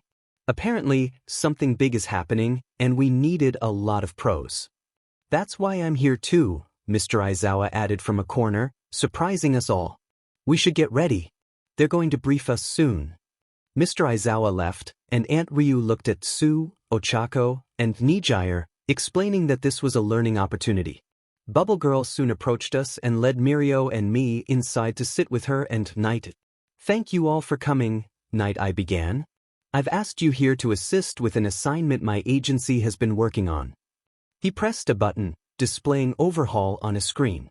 Our target is the leader of the last remaining faction of the Yakuza, Kai Chisaki, also known as Overhaul. We believe he is creating and distributing illegal drags. On what grounds do we have this information? A pro-hero named Lockrock asked as Night Eye showed another picture. Though they are not a large conglomerate, we believe the Shy Haiikai is involved with the drag trigger. So we're going off speculation? And why are there kids here? Lockrock questioned, looking at us with distrust. This isn't something we can connect perfectly, Night Eye continued. However, two factors suggest this possibility. First, Overhaul has a daughter who may be in distress. Overhaul was aggressive in trying to reclaim her from Okamura and Lemillion. Second, Fatgum's in turn had an encounter. Uncle Fat stood up to explain. A few nights ago, my interns were affected by a quirk from some villains. It was able to bounce off Red Riot, but Sun Eater wasn't so lucky and was injected. His quirk stopped working temporarily, which was alarming. I glanced at Tamaki, who noticed my concern. It came back the next day. He reassured me, demonstrating his quirk by turning his leg into a cow's. What's worse is when we tested the drag. It contained traces of human tissue, indicating its potency. I realized the implications with wide eyes. Strange. So you're saying this was the cause of someone's power? A quirk that can stop other quirks. The drag seemed to target quirk factors, temporarily reverting them to a non-active state, making Sun Eater quirkless. Wait, what does that have to do with this? Ochako asked, prompting Lockrock's irritation. Why are there kids here? We're saying Chisaki might be using his daughter for this. Everyone realized the gravity of the situation, and I felt ashamed for not acting sooner. Both did what they thought was right at the time, Night Eye said. Okamura risked everything to save the girl, while Lemillion opted for a later rescue to avoid problems. Our objective now is to find the girl and the quirk erasing bullets factory. Night Eye showed a map with numerous locations. That's a lot of ground to cover, Lockrock noted. Isn't time of the essence? I agree, I said, standing up. That's why I did some research. I approached the laptop and glanced at Night Eye. May I? He nodded, and I overlaid my map, narrowing it down to 20 locations. I used real estate data and maintenance records to eliminate unlikely sites. Most are small warehouses, which reduces the number significantly. Why only 5 years? Mr. Aizawa asked. Since the drag's effects are temporary, it's likely still in development. Production might have started 2 years ago, with preparations going back 5 years. I also looked at locations with frequent maintenance, as the Haiikai often disguise their activities. By analyzing Chisaki's public interactions, I narrowed it down to 5 probable locations, with 10 possible and 5 maybe. The discussion continued with Aunt Ryu stepping in to support Izuku's insights. She explained that while Izuku might not be the most reliable in combat compared to pro heroes, his logical mind had consistently helped solve cases since he was a child. His theories had always proven true, and she believed he had only grown smarter over the years. Lockrock was skeptical but intrigued. He asked Izuku where he expected the base and factory to be located. Izuku pointed to a spot on the projection, suggesting it was an obvious choice but likely for that very reason. The location had received numerous repair requests over the years, all traced back to burner phones purchased by the same person. Izuku suspected an underground passage existed there, potentially housing a laboratory and a place to hide someone like Ary. If he were Overhaul, he would hide both close to home. The room was silent, impressed by Izuku's detailed analysis. Night Eye acknowledged the information and instructed the team to search the areas, keeping in mind the potential for Quirk erasure bullet production. He also warned them about possible contact between the League and Overhaul, advising caution to avoid unforeseen troubles. After the meeting, Izuku and his friends gathered outside. Nijire mentioned she had noticed Izuku looking at real estate, thinking he was searching for a home. Izuku explained that he felt helpless about Ary's situation but was determined to use his intellect to help. Their teacher approached, commending Izuku for his efforts but reminding everyone to stay cautious, especially if the League was involved. They all agreed to keep a rational head and avoid trouble. Izuku's resolve was firm. Don't worry, Ary, we're coming for you. A few days later, a new meeting was held. Night Eye confirmed that both the girl and the factory were at the Haiikai headquarters. Lockrock was surprised by Izuku's accuracy, having doubted him due to his lack of experience. The raid was scheduled to begin in an hour. As everyone prepared, Ryukyu pulled Izuku aside to discuss the importance of their objectives, taking down the Haiikai and saving Ary. She reminded him that while saving lives was crucial, it wasn't always possible, and he shouldn't blame himself if things didn't go as planned. The Haiikai were dangerous and experienced at evading capture. Izuku promised to accomplish both goals, and Ryukyu encouraged him to stay safe. They rejoined the group, where Miruko was psyching himself up for the battle. Ryukyu chuckled, noting Miruko's enthusiasm, and Izuku joined Night Eye's agency, determined to succeed. At the Haiikai base, the team waited for the warrant to proceed. Kirishima expressed impatience, but Izuku explained the importance of following legal procedures, even when dealing with villains. Fatgum approached with Tamaki, offering something to help Izuku during the raid. The pro hero presented a piece of swordfish. It's swordfish. Just in case you need something to prove a point. Good idea. Thanks, Izuku replied, eating the swordfish as the officer returned with the warrant. With the paper in hand, the raid team made final preparations while the police knocked on the residence to avoid confrontation. Suddenly, a massive man burst through the entrance, sending several officers flying. Izuku and Aizawa quickly used their abilities to safely place the officers back on the ground. It's early in the morning. What do you all want? The man asked bluntly. The group recognized him as part of the 8 precepts of death, Rikiya Katsuki. Acting swiftly, Izuku froze the man's feet to the ground, and Ryukyu, in her dragon form, slammed the villain into the ground. My team will handle Katsuki. The rest of you go inside. Ryukyu directed as the officer continued to announce the search warrant. Okamura, do you have something to clear a path? I've got just the thing, Izuku said, stepping to the front and activating Gale Force. Pact move, Gale Wind.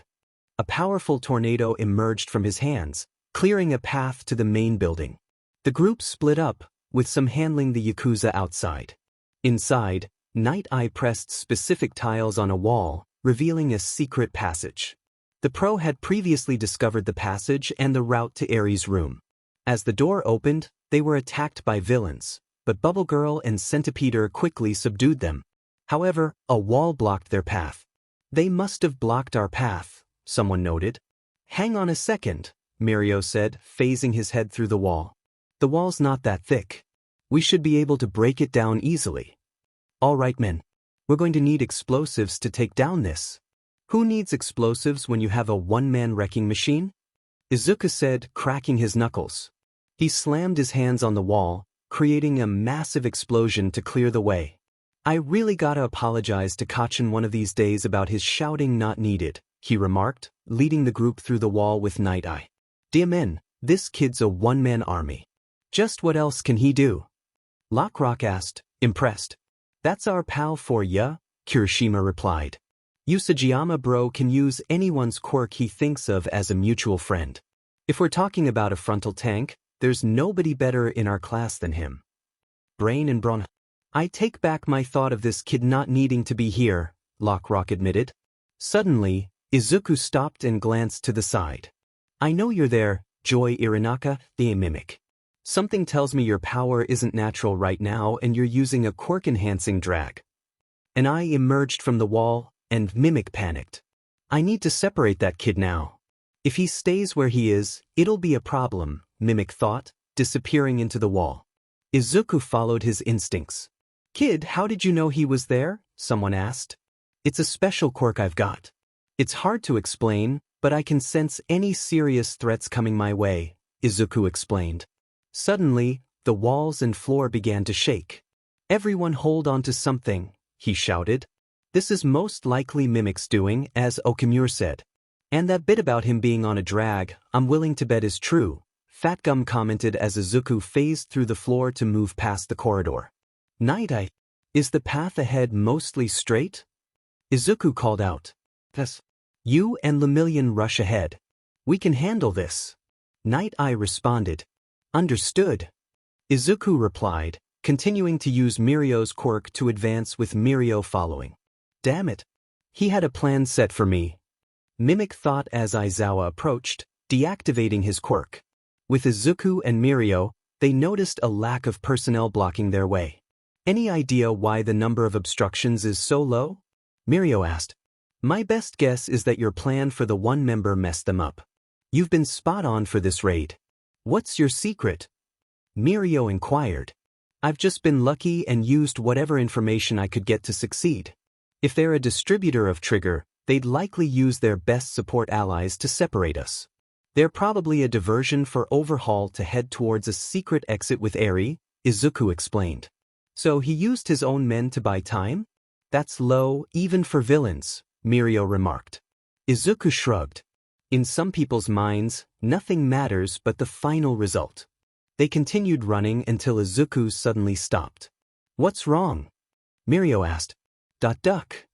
Izuku shouted, pulling Mirio down as a blast of fire came at them. The blue flames coated the wall behind them, followed by the sound of clapping. "Nice job, kid," a voice said. Two men emerged from the shadows, revealing themselves to be Dabi and Twice, with Dabi smiling. Izuku confronted them, recognizing them as part of the group that attacked the training camp. Twice made a comment, but Izuku remained focused. "Mirio, head past them using your quirk. I'll distract them and join you after," Izuku instructed. Mirio hesitated but trusted Izuku's judgment. "I'll see you in a little bit," he said, using his quirk to move swiftly past the two villains. Dabi smirked, but Izuku quickly engaged him, creating a barrier of ice to separate them from Mirio. Dabi, recovering from Izuku's attack, taunted him about past events, trying to provoke him. Izuku, visibly upset, responded with determination, acknowledging the challenges they faced but refusing to take the blame for the increase in crime. He emphasized that those who chose to do wrong were responsible. Izuku then demonstrated his abilities, creating hardened tentacles and controlling elements around him, ready to continue the fight. Dabi realized the threat Izuku posed if left unchecked. Meanwhile, Mirko continued his mission to rescue Ary, encountering Overhaul and his subordinate. Overhaul questioned Mirko's presence, dismissing his efforts. Despite feeling disoriented, Mirko was determined to make amends for past mistakes and save Ary. As Mirko faced Overhaul's men, he recalled his journey to becoming a hero, driven by the longing to help those in need. Despite the challenges and doubts he faced, Mirko remained resolute, ready to confront his current trial and prove himself as a true hero. Overhaul ordered his men to attack, but Mirko, determined not to give up, prepared to face the danger head-on. Using his Quirk's ability to his advantage, Mirko propelled himself from wall to the ceiling at incredible speeds, knocking out both Haiikai members. Ultimate move, Phantom Threat. With both adversaries down, Mirko moved on to face Overhaul and his assistant Chrono. In one swift kick, Mirko knocked both out while carefully avoiding Ary, catching her in his arms. He smiled down at her reassuringly. "It's okay, Ary. I've got you." Overhaul, now visibly irritated, glared at Mirko. "Ary, get back here. If you don't, more people are going to suffer because of you." Mirko stood firm, holding Ary close. "How can you say that to her?" he challenged as Overhaul revealed his uncovered right hand. "Let's get one thing straight, I don't have a daughter." Overhaul transformed the ground into spikes, attempting to harm Mirko and Ary. Fortunately, Mirko managed to evade the attack, keeping them both safe. Realizing his escape routes were blocked, Mirko faced Overhaul's ultimatum. "I'm only going to say this once. Give me back Ary. You do that, and this can go a lot smoother." "I'm not giving her back to you," Mirko declared, determined to protect Ary. Overhaul, frustrated by Mirko's resolve, created more spikes to attack them. Chrono attempted to assist, but Mirko used his cape to conceal himself and Ary, making them difficult to target. "I always wondered why heroes wore capes," Overhaul mused as he prepared for another attack. Mirko emerged from behind Overhaul, delivering a punch to his face. There to cover those that need it the most. Ary watched in awe as Mirko faced off against her tormentor with unwavering determination. Mirko continued to strategize, predicting Overhaul's movements. He disarmed Chrono and dodged another attack, delivering a powerful roundhouse kick. "I won't stop no matter what. Because I want to make sure Ary can smile when this is all over." Overhaul, realizing the situation was slipping from his control, called for Nemoto. "Nemoto, shoot!" Nemoto loaded a special bullet into his gun, aiming at Mirko. Mirko noticed the threat and moved to shield Ary, determined to protect her at all costs. "No matter what, I will protect her. Because that's what a hero does. They save people." Ary closed her eyes, bracing for impact, but when she opened them, she saw Mirko smiling at her. The bullet hit Mirko, and he felt a strange sensation as his quirk vanished. Overhaul taunted him, "Now what are you going to do, hero? You lost your quirk and now you're defenseless." Despite the loss of his quirk, Mirko stood firm. "Even if I don't have a quirk," he declared, delivering a solid punch to Overhaul. "I'm still Lemillion."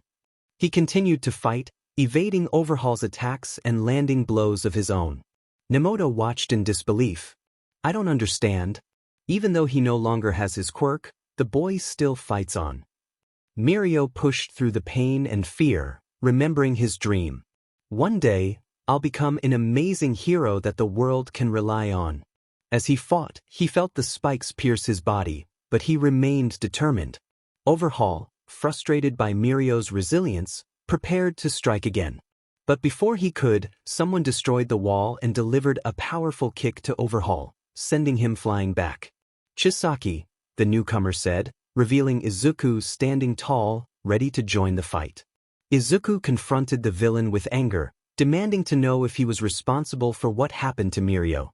The villain, brushing himself off, didn't respond, prompting Izuku to unleash a powerful attack. "Did you do this to Lemillion?" he shouted, his voice filled with intensity. The villain sneered, admitting his actions and belittling the heroes. Izuku, fueled by determination, attacked with a combination of quirks, pushing the villain back. The only sickness here is your own, Izuku declared, dodging an attack and countering with a powerful strike. You think you're pure, but you're just as harmful as any virus. The villain was forced against a wall, trapped by vines, as Izuku continued his assault. You've harmed the innocent and enslaved those around you, Izuku accused, delivering a decisive blow. You couldn't defeat Lemillion without that vile drag you created. Even without his quirk, he fought with unwavering will. Izuku turned his attention to Mirko, who was injured but conscious. Save your strength, Izuku urged, using his quirk to create bandages for Mirko. He then reassured Ary, promising that they were there to help her. Because that's what heroes do, he said gently, taking her hand. Meanwhile, Overhaul, struggling to stand, merged with Nemoto to create a formidable force. I hope you're ready, kid, he threatened, his anger palpable. Izuku prepared for the next battle, activating his quirks with determination. He recalled his earlier fight against Dabi and Twice, where he skillfully handled both villains. Despite a momentary setback, Izuku's resolve remained strong as he rushed to aid Mirko. Back in the present, Overhaul confronted Izuku, expressing his twisted vision of a world without quirks. Izuku listened, acknowledging the problems quirks could cause but condemning the villain's methods. When you harm others for your ideals, it becomes unforgivable, Izuku declared. I'm stopping you for Ary, Lemillion, and everyone else you've hurt. With that, Izuku charged forward, ready to face the villain's new form with unwavering resolve. I hope you're ready for this. Overhaul sent a wave of spikes towards Izuku, who activated both Big Fist and Hardening to smash the spikes away and continue his charge. Too late. Overhaul attempted to grab Izuku with all four of his hands, but Izuku used Explosion to dodge and create a smoke screen to get behind him.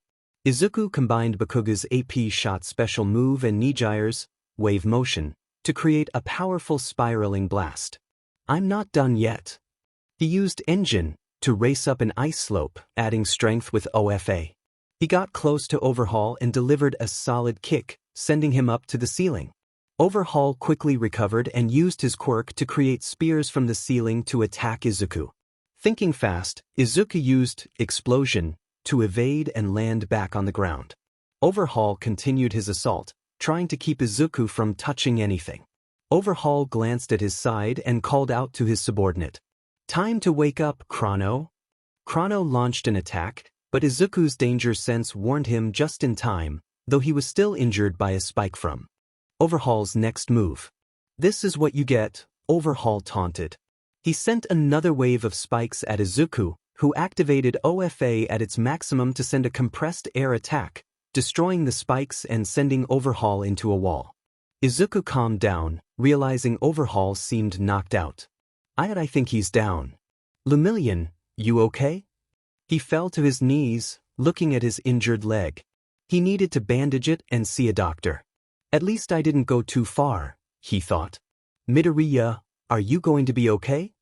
Mirko asked, struggling to approach. I've been better, but I'll be all right. What about Ary? Ary slowly walked towards Izuku, seeing Overhaul immobilized. She was shaking, noticing the damage done to Izuku and Mirko. Why? Ary asked, tears in her eyes. Why help me? I hurt people because of my curse. Why help me if you're getting hurt? Izuku saw a reflection of himself in Ary and gently patted her head. Because this is what heroes do. We help people. Do we need a better reason? Ary hugged Izuku, crying into his chest. He comforted her, letting her express her emotions. It's okay, Ary. We're all okay. The police and pros arrived, shocked by the scene. Lemillion. Night Eye rushed to Mirko, who was struggling but smiling. Hey, sir.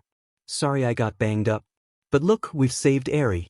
All's well that ends well, right? Mirko tried to laugh, but Night Eye was concerned about the damage. I'm sorry I couldn't do anything. If I could have helped, maybe things wouldn't have been so. Sir, we're okay. Ary's okay. What happened to us is painful now, but we'll get better. I promise. Izuku smiled at his mentor, who was surprised by his resilience. Night Eye tried to recompose himself. You're still very reckless. If things had been different, Overhaul might have ended you. But nice job. You did well, Midoriya. Izuku smiled, feeling proud. Suddenly, a massive spike appeared, shocking everyone. They held their breaths as footsteps echoed.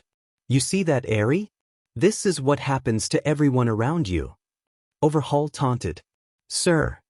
Miruko rushed to support Night Eye, who was injured. Sir, hang in there. Izuku tried to stand, but his leg was injured. The pros moved to protect him. Midoriya. Get Lemillion, Night Eye, and the kid out of here, now. Aizawa ordered. Izuku created a splint and stood with difficulty. He grabbed Ary and moved, with Miruko supporting Night Eye. Once safe, Izuku looked at Ary, who was pale. Ary, this isn't your fault. People get hurt doing what's right. It's painful, but it happens. Our job isn't over. We need to get you to safety and help Night Eye and Lemillion. If we don't, then the efforts of those who stayed to stop Overhaul would be in vain. But not everyone did this for me. Why am I not at fault? As I said, heroes help those in need. It's just what we do. We're not invincible, so we get hurt, and some might even make the ultimate sacrifice. But there's one thing you need to know about heroes. We'll never give up if it means saving someone. So please have faith in us. Hearing these words, Ary felt a sense of hope. She gripped Izuku's costume, resting her head on his chest, tears streaming down her face. I want to believe you. I'll do it. Suddenly, Ary's horn began to glow, and Izuku's leg felt much better. At that moment, Kirishima was thrown through the wall, unconscious. Ary, this is what happens when you defy me, Overhaul said, stepping through the hole. He reached for Ary, but Izuku quickly activated his power, kicking Overhaul back through the hole. Ary, can you use your power on Miruko and Night Eye? Izuku asked, showing his healed leg. If you can help me, maybe you can help them too. Can you do that? I don't know. I'm scared. It's okay. I'll be here to help you. That's what heroes do. Can you try to help them? Ary was surprised to hear her quirk called a gift. Encouraged, she touched Night Eye and Miruko, and their injuries began to heal. However, Ary felt overwhelmed and pulled away just in time to avoid any negative effects. Ary, did you do this? Miruko asked, looking at his body. Though he couldn't use his quirk, he felt better. There are steps to take. Sir, with your permission, I'm returning to the fight, Izuku said, and Night Eye nodded. Get Eraser to come here so Ary can calm down.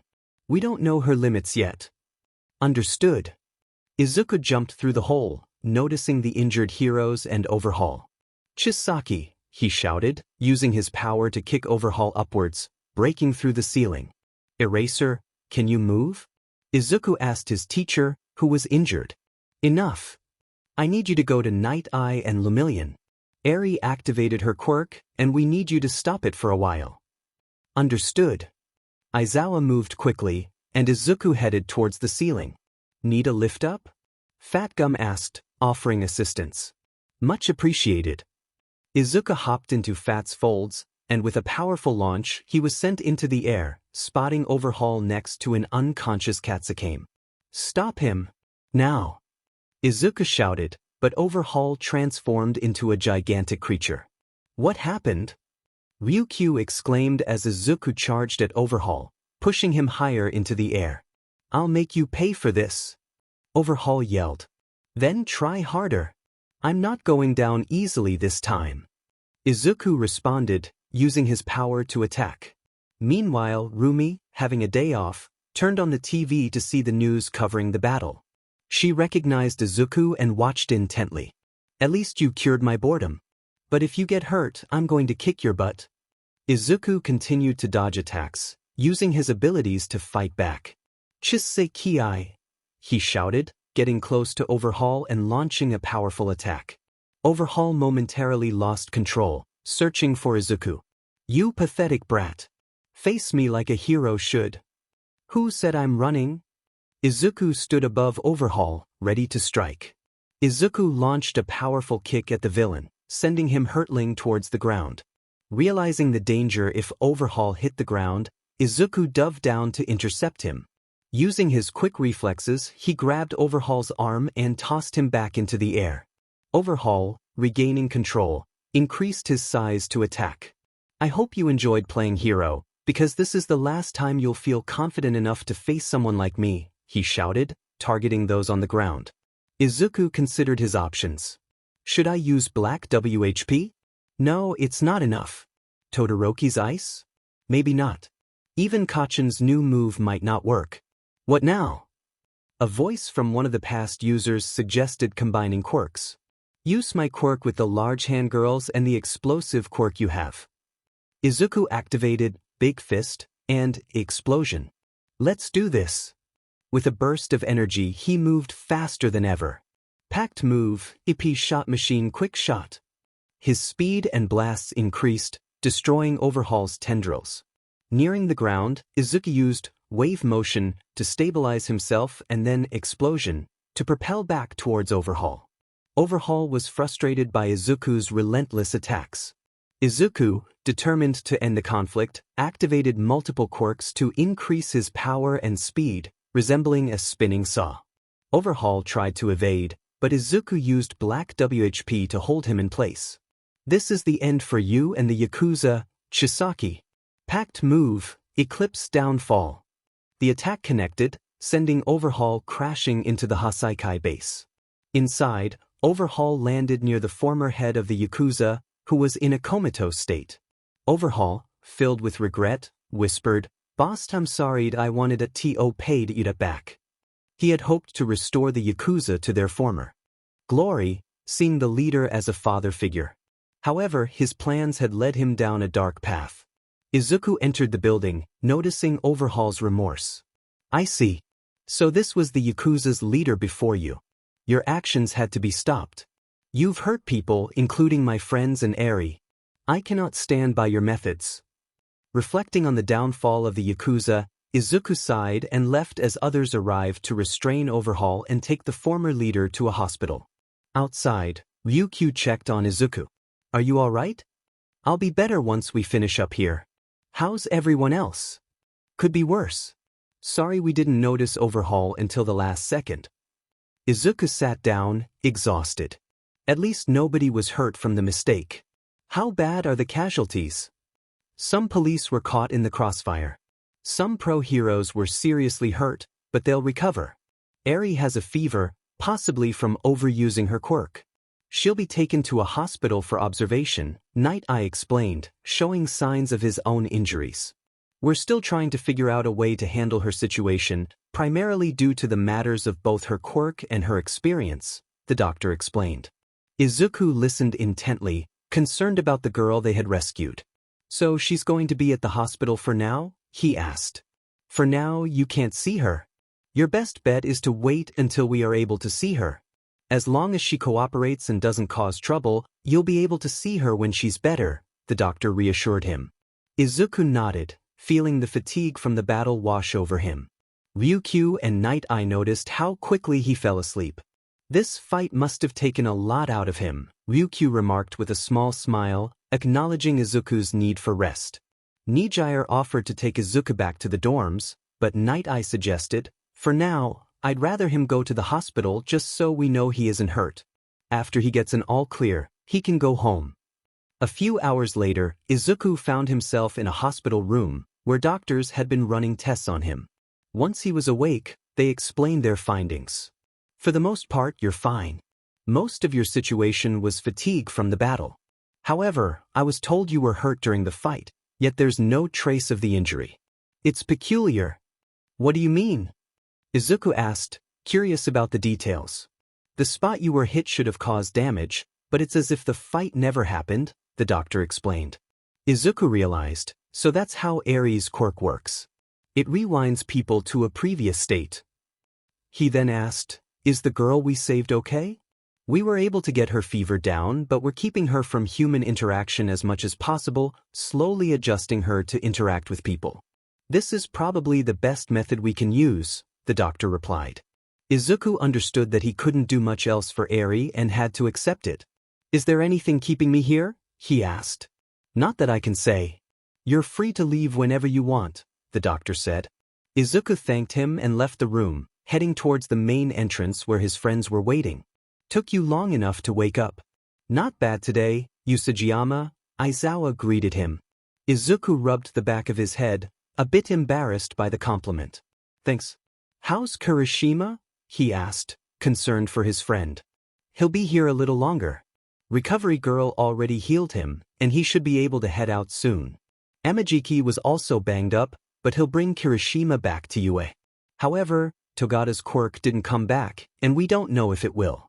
For now, he's on approved leave from school until we can sort this out, Aizawa explained. Izuku felt terrible about Togata's situation and asked, Is he still here? He's down the hall talking with Night Eye, Aizawa replied. Izuku decided to visit Togata, feeling uneasy about the conversation. He found Togata exercising and greeted him. Usajiyama. What's up, my man? Togata said cheerfully. Izuku hesitated. Am I interrupting something? Nah, just keeping in shape for when my quirk comes back, Togata replied optimistically. Izuku felt even worse, knowing the uncertainty of Togata's quirk returning. Mirko, I'm sorry. If I wasn't stuck fighting the league then? This isn't your fault, Usajiyama. You did what you could and handled the situation well, Night Eye interrupted, reassuring him. Unfavorable outcomes are inevitable in this field.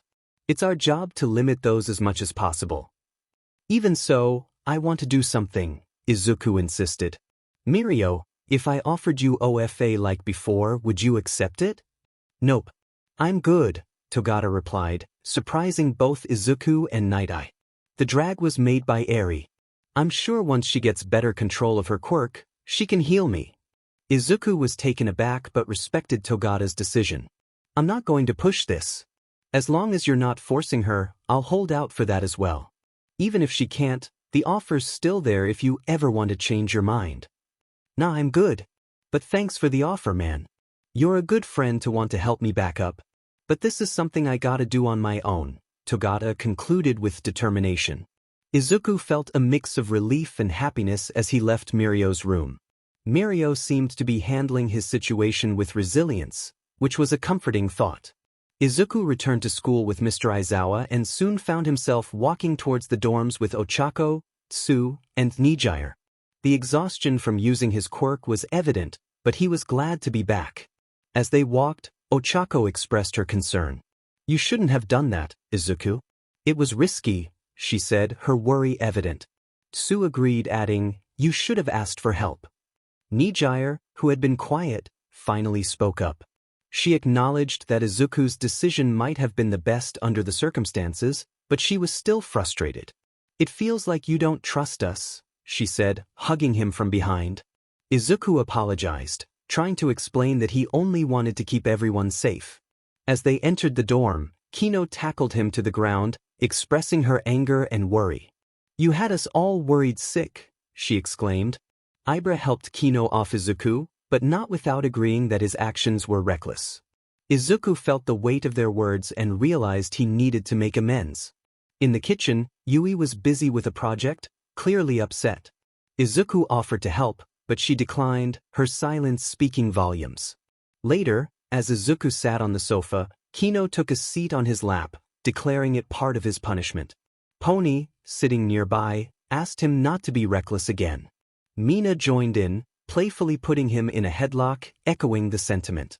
Throughout the day, Izuku found himself doing small tasks for his friends, trying to make up for his earlier actions. He helped Ochako with a machi run, gave Momo a massage, and offered opinions on clothes. Finally, he ended up as Itsuka's sparring partner. After a training session, Itsuka sat beside him, expressing how frustrating it was to see him act alone. We love you, and it's because of that love that we're more upset, she explained. Izuku realized he had unintentionally made his friends feel undervalued and resolved to treat them as equals moving forward. I couldn't finish my sentence before Itsuka gently pressed her lips on mine. When we parted, she rested her forehead against mine.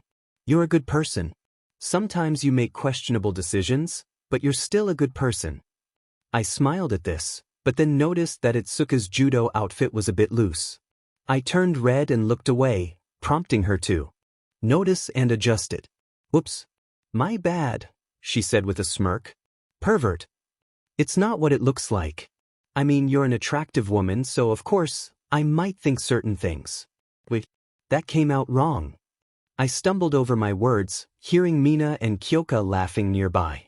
We turned to see them watching the whole scene unfold. So how's the seat feel? Mina teased, causing Itsuka to blush and walk away quickly. Can we please stop this conversation? I feel bad knowing Itsuka feels awkward already. Relax, she'll be fine. Besides, we came to tell you dinner's ready. Yui made it tonight. Something about proving she can be useful without you, Kyoka said, her tone showing she was still a bit upset. Get up before you end up in more trouble. I'm not that much of a troublemaker. I protested, quickly getting to my feet and heading to the table. Once there, Kino decided to sit on my lap again as Yui brought out dinner. Holy cow, girl. What is this, a 5-star meal? Kyoka exclaimed in surprise. Yui had prepared a delicious spread, including handmade croquettes, homemade pasta, a steamed vegetable medley, and a chiffon cake with fresh berry sauce for dessert. I could tell Yui had put a lot of effort into it. She sat next to me silently, enjoying her meal. Yui, I began, but she ignored me, making it harder to address the situation. Look, I'm really sorry. I assumed you'd all understand my reasoning and didn't think things through. I promise I'll try harder next time. You should have asked for help before going after that villain, Yui said, her voice showing her frustration. I hate how you try to do everything by yourself. It's typical of you, but this time I wanted you to think more logically. What if that villain was too much to handle? Let people help you even when you don't want it. We're here to support you, so rely on us. Her voice shook with emotion. You've gone off on your own 3 times now, and it's dangerous. You need to stop thinking you have to do everything alone. Yui. I tried to speak, but she continued, her emotions spilling over. Don't get me wrong. I respect All Might and think he was a great hero, but he never took help in a fight. That's why he had his injury and had to retire, in my opinion. Next time you think about doing something like this alone, don't do it. We were all taken aback by her outburst, as Yui rarely showed such emotion. I hugged her, apologizing again. I'm sorry. I should have asked for help. If I ever do this again, you can hit me with the hardest thing you can find. I want you to think more, not lose brain cells, she replied, showing her determination. Fine then. Next time you do something reckless, you're getting hit with a large pillow. Everyone laughed and Yui smiled, hugging me back. Am I still in trouble after this? Yes. You're not getting away with it that easily. Nuts. Later that evening after dinner and cleaning up, I walked to my room to find Nijire, Tsu, and Pony in their pajamas on my bed. This is your punishment. Tonight, you have to sleep in the same bed as us and be our body pillow, Tsu stated bluntly, making me blush. And as a body pillow, you can't touch us. If you do, you'll be tied up, Nijire added with a stern look, holding a rope. Yeah. No touching tonight. Pony chimed in. I accepted the situation and lay down. Tsu rested on my chest, while Nijire and Pony each took an arm, resting their heads on my shoulders. Your arms are more comfortable than I thought, Tsu murmured. Nijire smiled and I couldn't help but feel a bit uneasy at the thought. I blushed, feeling both awkward and comforted as the girls drifted off to sleep. Reflecting on my recent battle with Overhaul, I vowed not to repeat my mistakes. Classes resumed after our break, and those of us who had been on internships had to catch up on missed schoolwork. This meant our free time was now dedicated to completing assignments. The internships were cut short due to the Haiikai incident, so this was only temporary. And that concludes what you missed. Next week, there will be a test. Make sure you study, our teacher instructed. We were dismissed, and I walked alongside Kirishima and Tokoyami, with Tsu and Ochako nearby. Kirishima brought up my mom's reaction to the recent events. She told me I did well, all things considered, and then mentioned something about having fun with my friends. Ochako chimed in, we were only hard on you because you went off on your own. Tsu nodded in agreement. Nijire mentioned you didn't have many choices, but it was still tough for us. I laughed it off and shifted the conversation. Any ideas for the culture festival? I asked. My idea got shot down, Kirishima replied. Mr. Aizawa had told us to brainstorm ideas for the festival, with a deadline approaching. If we didn't come up with something, we'd have to perform as a class. Tsu suggested discussing it in the dorms, which Ochako thought was a great idea. We decided to gather everyone's input and headed back to change into comfortable clothes before meeting at the first-year dorms. A few hours later, the discussion turned into a debate, with everyone proposing different ideas. Maybe a maid cafe, someone suggested, while another proposed a big block party. Ida argued for a book reading, but Kachin pointed out it might not be popular. Momo intervened with a bullhorn, bringing the room to silence. We're getting nowhere. Izuku, what do you think of the ideas so far? She asked, turning the focus to me. I considered the suggestions. Food stalls might be overshadowed by the school's concessions. An expo could seem like we're competing with the support course. A dance party could work, but it needs more structure. Tsu asked for my suggestion. I remembered something Todoroki had mentioned. Zero, how are you with designing clothes? I asked. I'm decent, he replied. Mina, could you teach us some dance choreography? I inquired. Absolutely, she exclaimed. I proposed combining these elements with special effects using our quirks. Todoroki showed us a video of a dance concert he had bookmarked, which inspired the idea. Kyoka and I can play guitar, Momo knows the keyboard, and we just need a drummer, I explained, feeling optimistic about our plan. Toga suggested that Kachin should be the drummer, which led to Kachin shouting in protest. Kirishima reminded him that he had taken drumming lessons as a kid, which eventually convinced Kachin to agree, albeit reluctantly. I felt relieved that we were making progress in organizing our band. However, I was unexpectedly chosen to be the lead singer, which made me nervous. Can't someone else sing? Kyoka is really good at it, I suggested, hoping to pass the responsibility. Mina encouraged me, pointing out that I had a channel dedicated to singing. Kyoka also supported the idea, leaving me with no choice but to agree. Mina was excited about creating dance choreography for our songs, and I was tasked with working with Kyoka to select the music.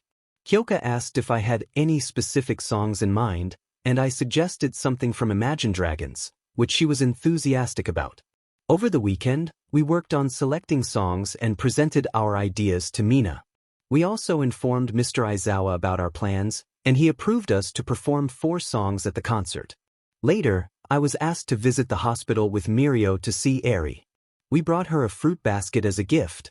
Ary seemed surprised and a bit confused, especially about my name.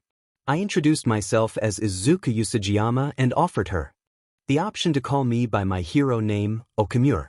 She decided to call me Mr. Bunny, which made Mirko laugh.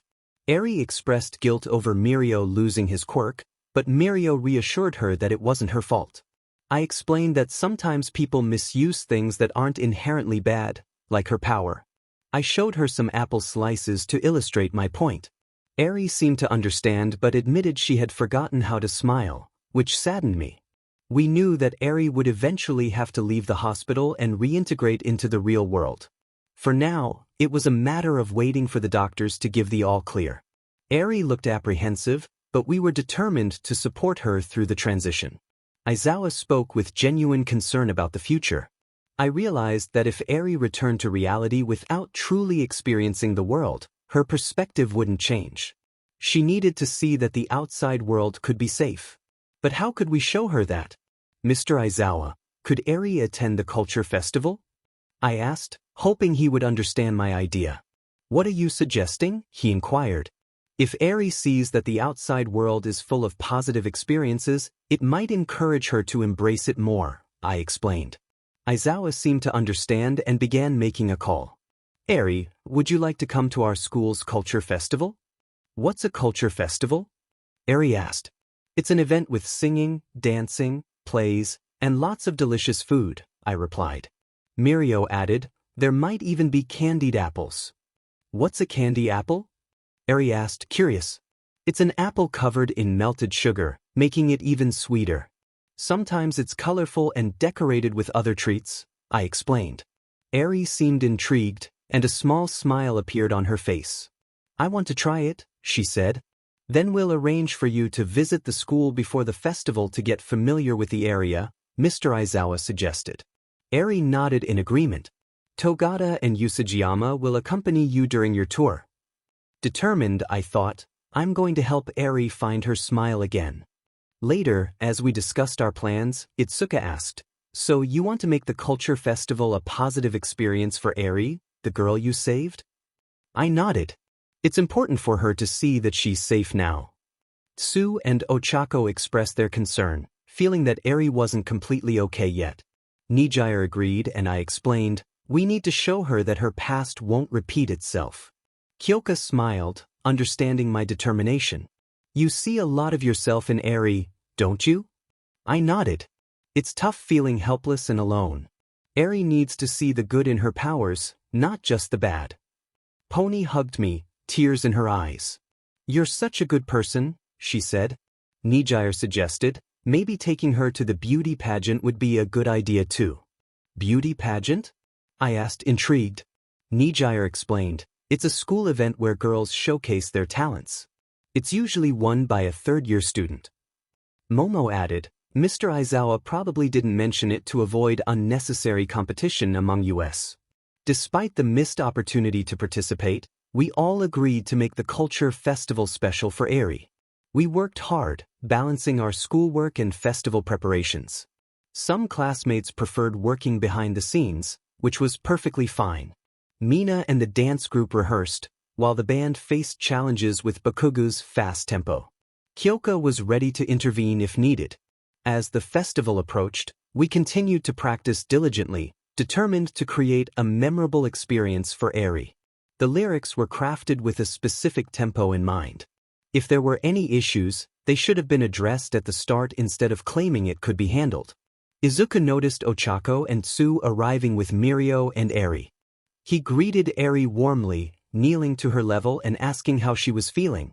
A little scared, Ary admitted, looking around curiously. She then asked if this was his home, having heard it referred to as a love nest.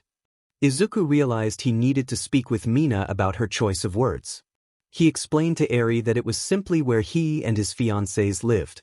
When Ary asked what a fiancé was, Izuku explained it was someone you plan to spend your life with, eventually becoming a family.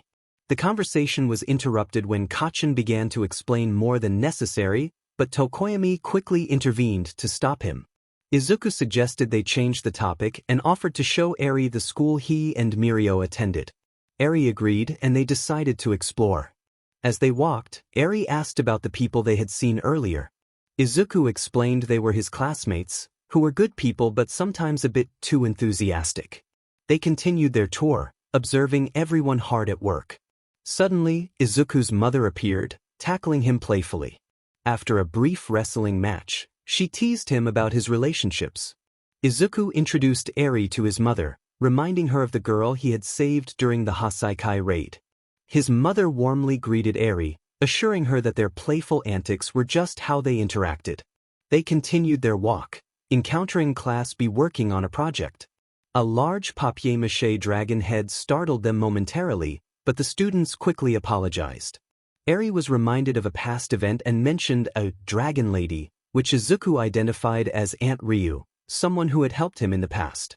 Monoma appeared, boasting about Class B's upcoming theater performance. Izuku's mother bluntly critiqued their choice, pointing out the flaws in their plan. Ibra confirmed the chaotic decision-making process that led to their play. Izuku's mother advised them to focus on what the majority enjoyed rather than trying to please everyone. As they moved on, Izuku and Miruko caught up with his mother and Ary, heading to the support course. There, Power Loader explained the significance of the culture festival, particularly for his students. Izuku noticed Hatsumi approaching, ready to engage in conversation. It was a bustling day at the culture festival. As we moved through the crowd, an unexpected explosion near Hatsume's workbench caught everyone's attention. Power Loader quickly jumped into action, and Hatsume hurried to get the fire extinguisher. Mom decided it was best to move on, so she gently guided Ary away from the scene, leaving us all a bit concerned. We wandered over to where the beauty pageant contestants were gathered and found Nijire floating gracefully in the air, wearing a unique dress. She greeted us warmly, and I couldn't help but feel a bit awkward about her revealing outfit. Nijire's friend, Yu, joined us and introduced herself, noting that Nijire often spoke about me. Nijire shared her frustration about a girl named BGMI Kenranzaki, who had consistently won the pageant for the past 2 years. Yu explained that this was something Nijire had been striving for since she started at the school. I offered my support, hoping it would encourage her. Just then, Itsuka appeared in a beautifully crafted teal dress.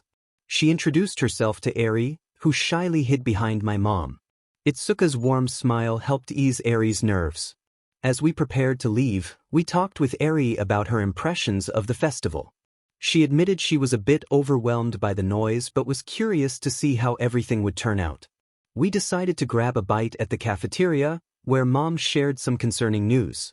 The Hero Board was hesitant about holding the festival due to recent events, but Nizu had negotiated a deal. If any danger arose, the festival would be immediately cancelled. I understood the gravity of the situation and hoped everything would go smoothly for everyone's sake. Meanwhile, in a distant apartment, an older man named Gentle and a young woman with red hair, La Brava, were deep in conversation. They were planning something significant, though not inherently malicious. Their past actions were more about resisting authority than causing harm. La Brava offered her assistance, and Gentle outlined their plan to infiltrate UA and broadcast it to the world. Their journey would include a stop at a special shop known for its exquisite tea, a detail that only true tea enthusiasts would appreciate. The unique brand of tea was something only those with a keen sense could truly appreciate. Its flavor was crucial to their plans, ensuring their names would be remembered alongside legendary figures. Gentle expressed his gratitude to La Brava, acknowledging her dedication as the key to their success. Overwhelmed by his words, La Brava embraced him, tears of joy in her eyes. "Gentle, I love you," she declared. Gentle returned the sentiment, smiling at how fulfilling his life had become since they teamed up. Meanwhile, at UA, Izuku was on the phone with Siro, who was calling from the 1A dorms. They discussed the worn-out rope needed for Aoyama's performance, realizing they needed a replacement. Izuku offered to pick one up during his morning errands, as he was already planning a trip to get candied apples for Ary. Siro confirmed Sato's willingness to help with the preparations. As the night wound down, Izuku and Tsu shared a moment before he headed to bed. The next morning, Izuku hurried through the streets to gather the items he needed. While running, he listened to a random video about a supposed villainous act. Distracted, he nearly collided with 2 people in overcoats. Apologizing, he noticed they mentioned a tea shop, sparking his interest in visiting it with Momo someday. The conversation took a turn when the man mentioned the tea Momo had shared with them. Izuku realized the man was the same person from the video, discussing plans to invade UA. Confronting them, Izuku identified the man as the criminal known as Gentle. The man acknowledged Izuku's discovery, revealing his intent to head towards UA. "I, along with my lovely assistant La Brava, shall give you a performance you shall never forget." The girl with him held a portable camera, clearly captivated by the moment. I knew I had to stop him before he could disrupt the UA event everyone had worked so hard for. "Look, whoever you are, I don't want to fight. There are better ways to handle this. You haven't done anything wrong yet, so please, turn back. Let you be for today at least. I appreciate your attempt, my dear boy, but I cannot. Our hard work would be for naught. I hope you understand." He waved his hand as if saying goodbye, confusing me. I sighed, realizing reasoning wouldn't work. Don't say I didn't try. I took a fighting stance, activating Rabbit. "Just like you, I have people whose hard work would be wasted if you invade today. I hope you understand it's not personal." I moved to kick him, but something sprang me back, and I hit the ground. "My sincerest apologies, young man. You've fallen for my quirk, RBB. I can make anything I touch turn to RBB for a time, including the air." I realized he had prepared for my attack. "Farewell, young man." The girl hopped on his shoulders, and they bounced away. Darn it. I pursued them with Explosion, determined to stop him. If he reached UA, the festival might be cancelled out of fear. I couldn't let that happen. As Izuku continued to chase the duo, La Brava turned back. Gentle, I think I've seen that boy before. His name's Izuku Usajiyama, the son of the pro-hero Miruko. Is he now? Quite a twist in fate, Gentle laughed, while La Brava seemed worried. I'm serious, Gentle. He can use multiple quirks. I looked it up. He can use anyone's quirk if they see each other as mutual friends. That does make things difficult. They descended to a construction site, with Izuku close behind. We're taking a small detour. They landed, and Izuku followed, trying to figure out their location. I don't want to fight you too. You don't seem entirely bad. You didn't attack first, so I partly blame myself. But please, don't go after Yue. Even if I regret it tomorrow, I don't care. I just want today to be peaceful. I can relate, my dear boy. But I cannot follow your wish. Gentle appeared from behind a beam, and Izuku prepared to jump. He's planning for me to use the same attack. I'll surprise him, use Explosion to change direction, and bind him with black WHP. Izuku launched himself at Gentle, who stood calmly. Izuku used an explosion to change his position, but the beam acted like a springboard, nearly causing him to hit another beam. You catch on quickly, but you failed to assume I hadn't already touched the beam. I expected more from a UA student. How will you defeat me if you cannot touch me? Izuku glared, knowing he needed a new strategy to outsmart him. As the culture festival began, Itsuka received help from Reiko. Alright, the seam should hold now. But why break bricks in a dress? Not every form of femininity suits me. There are different kinds of elegance. Ha! Seeing you in a dress, Kendo, you almost look like an actual girl. Monoma barged in, his usual antics annoying her. Did he just say I almost look like a girl? Why did you barge in? She could have been changing. Reiko continued helping as Nijire approached. Oh wow, Itsuka. You look amazing in that dress. I'm sure Izuku would love to see you in it. Thanks. Likewise, it suits you. I was a little worried it wouldn't look as good on me as it does. We had a decent conversation with Monoma, who was trying to be cheeky, before seeing Himiko come over to us. Hey, have any of you heard from Usajiyama? Katsuki keeps trying to call him, but it's going to voicemail. Not since this morning. I heard he was going out to get something for your class. Outside of that, no. I tried to remember what he went to get and recalled he mentioned a hardware store and a convenience store. Oh, by the way, that kimono looks amazing on you. I almost didn't recognize you. It does, right? I have to thank Grandma for keeping this in good condition. She said it was a gift from her grandma and she wanted to keep the tradition going. Sometimes a tradition like this is an amazing thing to have. Monoma made a rude comment about the kimono, but Himiko quickly put him in his place with a sharp retort, making him run away. That's more like it, she said with a smile. So I'm assuming your talent is going to be something with knives? Nijire asked, and Himiko nodded. I'm actually really good at knife throwing to the point I can make it seem like a dance. At least, that's what Katsuki says. I heard Setsuna say how amazing you are with accuracy, Reiko added, explaining how skilled Himiko was. She said you threw a knife 100 feet away from a target and nailed a bullseye 3 different times. You can do that? Wow, that's amazing. It's a natural talent I had with my quirk, which I turned into a form of showing inner beauty. Himiko glanced at the knife with interest before someone approached us, whom Nijire seemed to know. If you call something like that beauty, then you don't truly understand the meaning of dazzling the crowd, said Bibamai Kenranzaki, the winner of the pageant for the last 2 years. She was flashy and confident. Who's the person with the long eyelashes? Himiko wondered aloud, echoing what we all were thinking. Bibamai Kenranzaki. She's super flashy and shows it off a lot. I hate that she can do that so much. Nijire grumbled. If I recall, you tried to do the same last year, Nijire. I hope for you the best of luck that your attempt this year will be far more dazzling than the last. Bibamai walked away, leaving a slightly annoying impression. That felt kinda annoying. Same. It's annoying, but she can do some amazing stuff to turn that dazzling display into a talent. I continued to think about this before turning back to what Himiko said. What's keeping Izuku so long? Meanwhile, Izuku was dealing with Gentle, who was jumping from beam to beam of a building under construction. Izuku realized he needed to hurry up, as he was likely worrying everyone. Gentle stood on one of the beams, which continued to bounce. My apologies, boy, but I must end this here. Gentle hopped away with La Brava on his shoulder, but not before warning Izuku about his quirk's effects on the beams. Hearing this, Izuku realized the beams were unstable. A man shouted from a nearby building, causing Izuku to panic. Get out of here now, he yelled, but the beams began to return to their natural state, threatening to collapse. In a rush to protect the man, Izuku activated his quirk and succeeded, though he sustained a minor injury.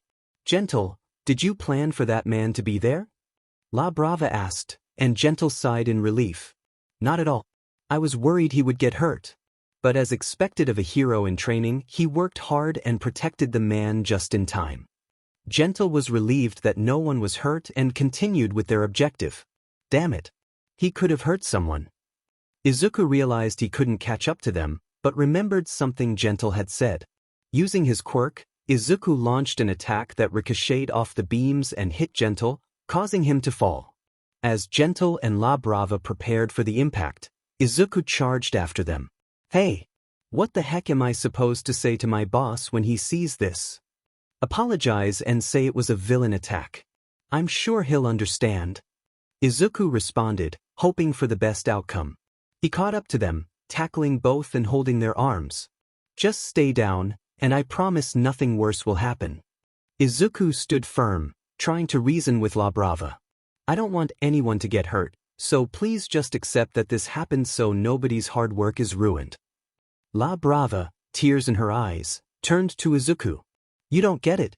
Gentle worked so hard for this. If you're worried about people's hard work being ruined, what about Gentle's?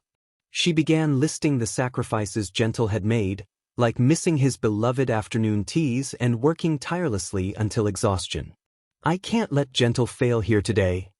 Izuku felt a pang of sympathy. He had seen videos of Gentle's activities and understood the effort behind them. Gentle had once aspired to be a hero, much like Izuku, but life had taken a different turn. After failing the provisional exams multiple times and facing a series of unfortunate events, Gentle found himself on a path he hadn't intended. Despite his struggles, he had become determined to make his mark, even if it meant being seen as a villain. I'm sorry, La Brava. If only I had planned better, things might have been different, Gentle said, genuinely remorseful. La Brava looked at him, knowing she had chosen to stand by him. They were each other's reason to keep going, despite their past failures.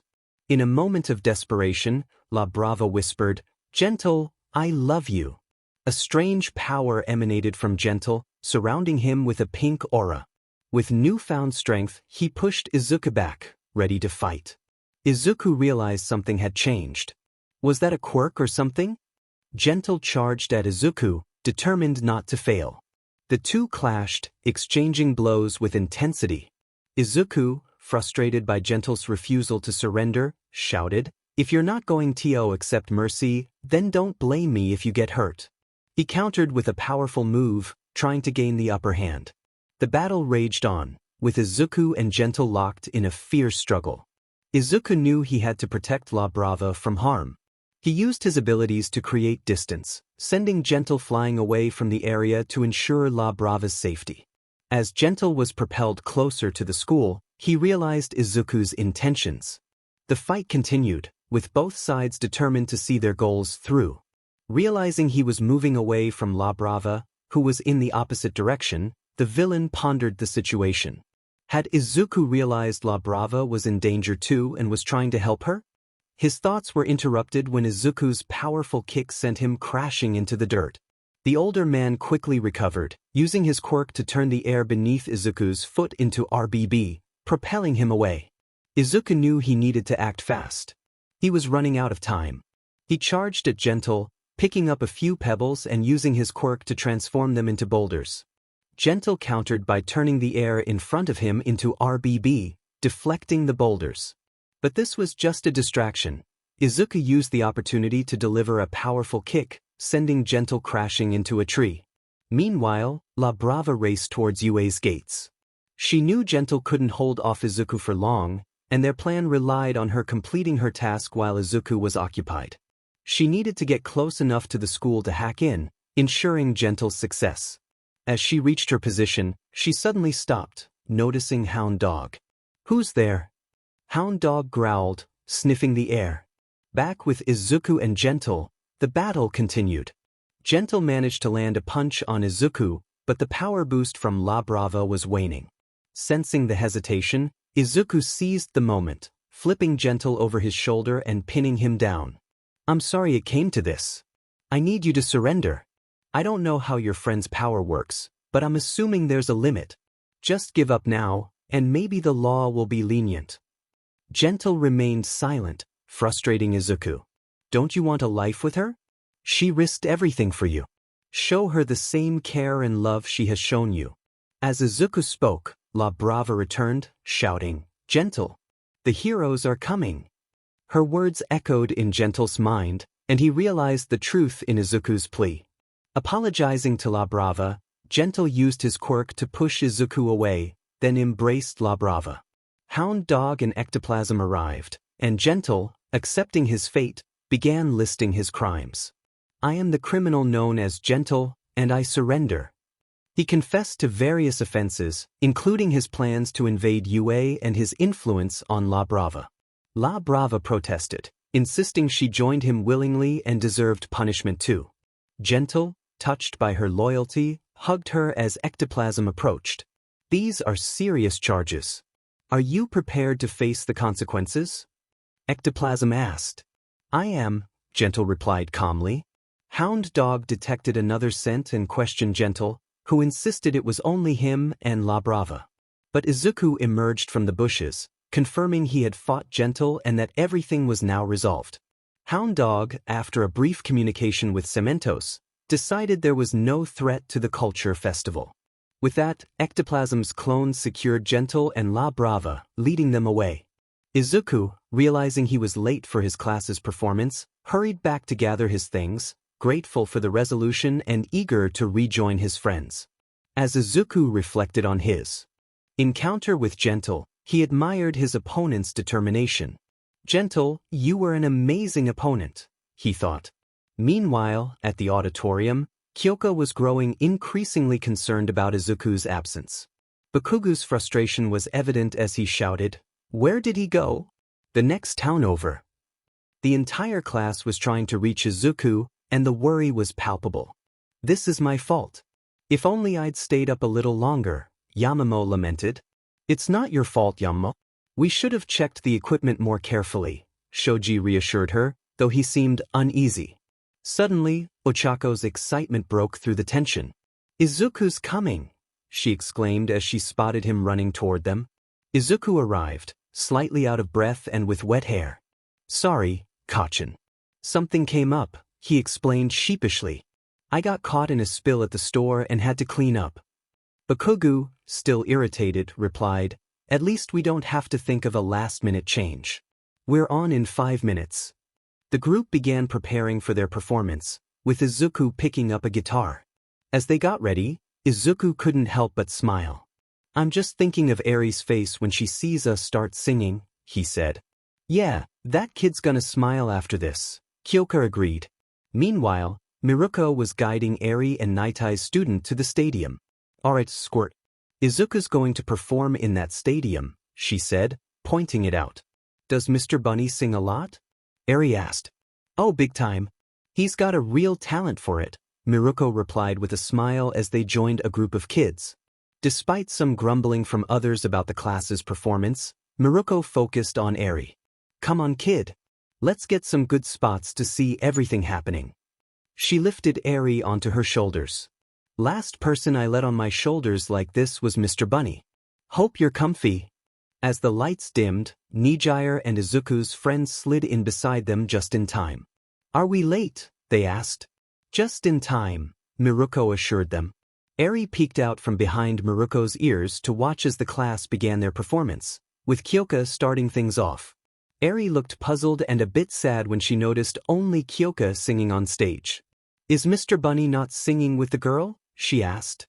Trying to reassure her, I said, I'm sure he's going to come out. Maybe he's just letting her take the first song and then he'll join for a big second song. I was a little uneasy, thinking maybe he got stage fright. But then, I heard a guitar play and saw Izuku emerge from the shadows to join Kyoka in a duet. He seemed calm and composed while singing with her. Above, I noticed a camera set up to record the performance. Something tells me that Blasty had something to do with that, I thought. The crowd joined in, singing with Izuku and Kyoka as they exchanged glances. I felt energized seeing everyone with glow sticks, and Itsuka handed one to Ary, who mimicked the crowd. The people in front of us, who had previously spoken poorly of Izuku and his class, started to smile, realizing their mistake. That's what you get for being unkind to my son, I thought. As the first song ended, everyone cheered with joy. Izuku addressed the crowd with a smirk. All right, folks. Hope you're all ready for a show. As you know, we're Class 1A. I hope you all like this one. The next song began with Momo on the keyboard and Bakugo on the drums, setting a lively rhythm. Everyone smiled as the members started dancing along. Ochako and Tsu lifted Mina, who spun in the air with a smile. Miruko and Ary bobbed their heads to the music, understanding the emotions Izuku must feel while singing. He pushes himself to fight and not give in. I think we all can relate to not wanting to deny ourselves. As the song ended, everyone clapped, and Ary joined in, catching the attention of Izuku and Togata. It was a sign that she was beginning to open her heart. What we're doing is making a difference, Izuku thought. Alright, next one's for all those out there who know what it's like to be at the bottom. Trust me, I know how it feels to be there. But now, I'm in a place I couldn't have reached without pushing forward. Izuku smiled as he sang, looking into the crowd and meeting Ary's gaze. He conveyed that he had faced challenges just like her, and like her, he had people who wanted him to be happy and whole again. The atmosphere was electric, with everyone dancing and Ochako making them float in the air. Even Ida's robot dance couldn't dampen the mood. As the song reached its final verse, Izuku noticed Ary smiling, finally free from the shadows of her past and becoming the joyful child she deserved to be. What do you know, the kid did it, Miruko thought, smiling at Ary as everyone celebrated her happiness. Ary felt at peace, understanding she could be happy. Izuku, overjoyed, realized he had achieved his goal for Ary. She's free now. She's finally free of that man's clutches. As the song ended, Izuku addressed the crowd one last time. Alright, now it's time for one final song. To be honest, I feel this song is for a buddy of mine. He tends to be a little flashy, but he taught me that shining is something we all do in our own way. So this one's for you, my friend. Izuku smiled at Aoyama, who was lowered by Kirishima and began to dazzle the audience like a glittering star. Izuku began playing a unique song, and those familiar with it cheered. Kyoka joined in for the chorus, and they leaned back against each other, smiling at the camera. The students in the background started smiling and moving to the rhythm, with Aoyama dancing energetically. His quirk added an extra flair to Izuku's song. As Izuku sang about irredeemable sins, he thought of his father, Overhaul, and Shigaraki, people he couldn't forgive. When the song ended, Todoroki added some ice effects, making the scene more dazzling and exciting. Alright, thanks for visiting us, and I hope you all enjoy the rest of the Culture Festival. As the audience left the auditorium, Izuku and his classmates headed backstage. Izuku collapsed on the floor, startling everyone. Is he okay? Kyoka asked, concerned, as Momo checked on him. Are you alright? Yeah, just a bit overwhelmed. I'll be fine, Izuku reassured them with a smile. Bako, Tsu, and Mina rushed over, worried. Are you okay? Yeah, I'm fine, Ochako.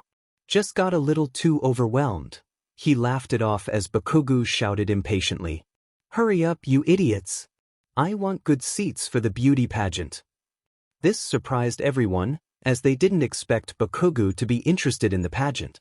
Why is he so obsessed with the pageant? Kaminari wondered.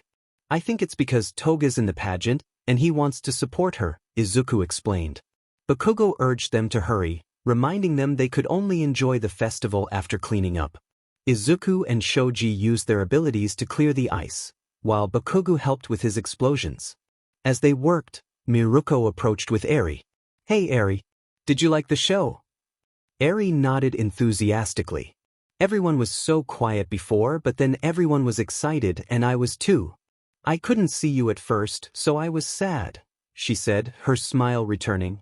"But then you came back and played with the music girl." "Yokit, breathe.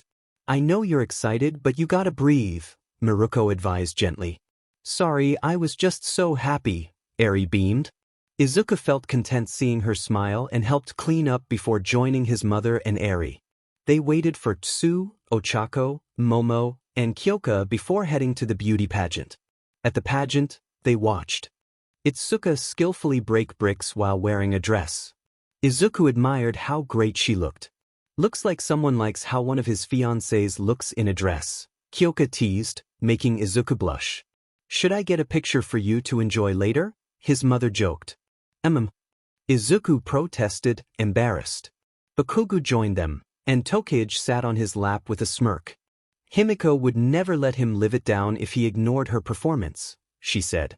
Toga appeared on stage in a traditional kimono, showcasing her impressive knife-throwing skills. The audience was amazed by her precision and elegance. When she finished, she bowed and left the stage. "Unbelievable! Himiko Toga has shown us the beauty of precision and elegance," the announcer exclaimed. "I didn't know she was that good with knife throwing," Tsu remarked, impressed. The event continued with more performances, including Nijire's stunning routine that showcased her ability to fly gracefully. Izuku watched in awe, mesmerized by her performance. "That was so pretty," Ochako and Momo commented, captivated by Nijire's display. The rest of the event continued with everyone enjoying the festival's various activities.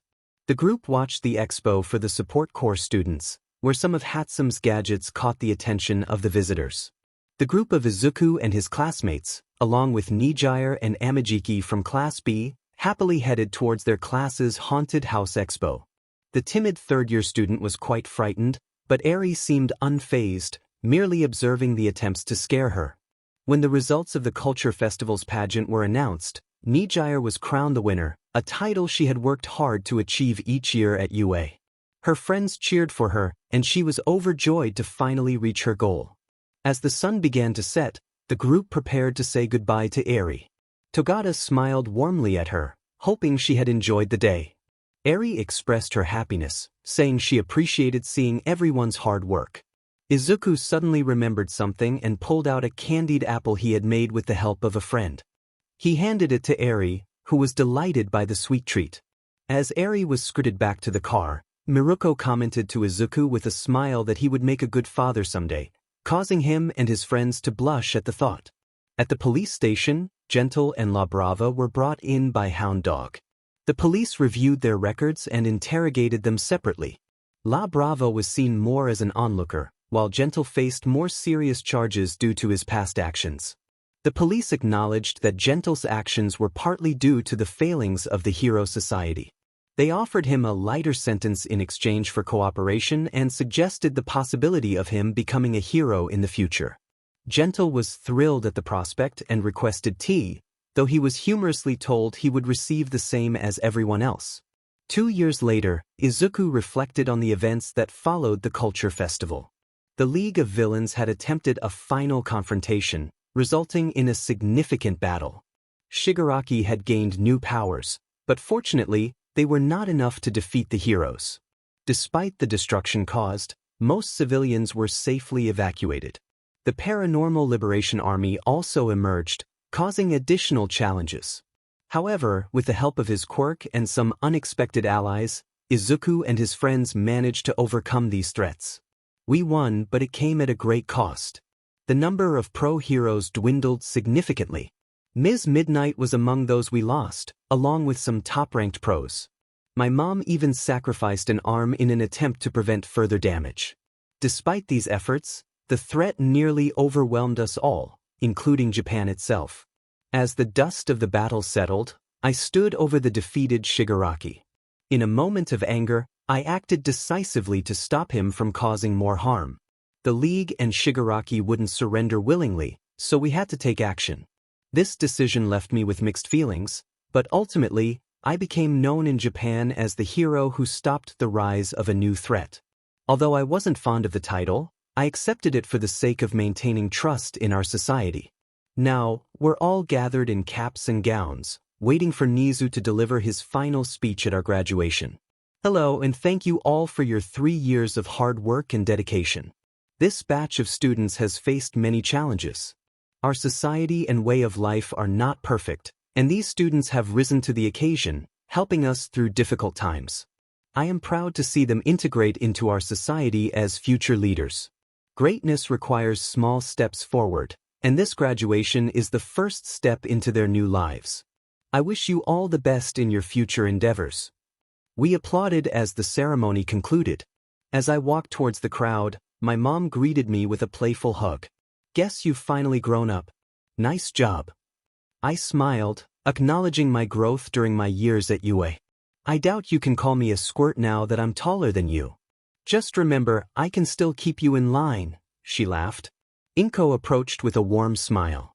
Izuku, I'm so proud of the man you've become. I hope everything goes well for you. Oh, something tells me it will, Aunt Ryu chimed in, standing with Nijire, who looked confident. Nijire has something to share with you. Nijire handed me a small item, and as I realized what it was, I looked at her in surprise. Does this mean? Yes, she confirmed with a smile. I'm about a month and a half along. Overwhelmed with joy, I hugged Nijire tightly. I'm so happy. Nearby, Kino laughed and Yui stood behind her. You knew? Yep, Kino replied. Nijire suspected a while ago. Itsuka and Ibra joined us, and Ibra added, the hero board is aware and wants you to have a marriage ceremony to formalize things. Wait, everyone knew but me? I exclaimed, realizing the truth. Mineta, overhearing, voiced his frustration. Why does he get to be a dad while I couldn't even get back into the hero course? Kyoka responded, maybe it's because of your behavior towards others. Pony, mistaking Mineta for something else, interrupted, and Mineta lost his patience. Just because you have a bunch of girls around you doesn't mean you should look down on me. We exchanged glances, unsure how to respond, and simply shrugged. Kachin, less amused by Mineta's antics, intervened. Dumbass. Now, don't be rude, Kachin, I said, as Toga and Tokage joined us, adding to the light-hearted atmosphere. Katsuki's family shared a laugh before approaching us. All right, Katsuki. It's time we head home. You still have to pack, right? His mom reminded him. Pack? I asked, curious about what Katsuki meant. Me and the girls are heading to America. There's a hero agency that wants to enlist me right after graduation. I asked if they could bring Setsuna and Himiko, and they agreed. Just you wait, Izuku. I'm going to be the #1 in the US, so you better aim for the top hero spot in Japan. Once that's settled, we'll see who's truly the best. Katsuki declared with determination. As Katsuki and his family left, Ochako smiled and said, strangely enough, I like his logic. It gives you something to look forward to. She playfully punched the air. Such strong language, though, Ibra commented, looking a bit uncomfortable. Anyway, let's go. You need to pack too. Didn't you say the government wanted you to move in today? Mom reminded me of the arrangements made by the Japanese government. Oh right, you all have the address of the new home, right? I asked the girls, who nodded in response. Great. I should be there around 6 with the smaller things packed up. Tomorrow, the hard work begins for us. And by hard work, you mean having you and Ochako make everything weightless to fit where it's supposed to be, Momo pointed out, and I nodded, acknowledging her accuracy.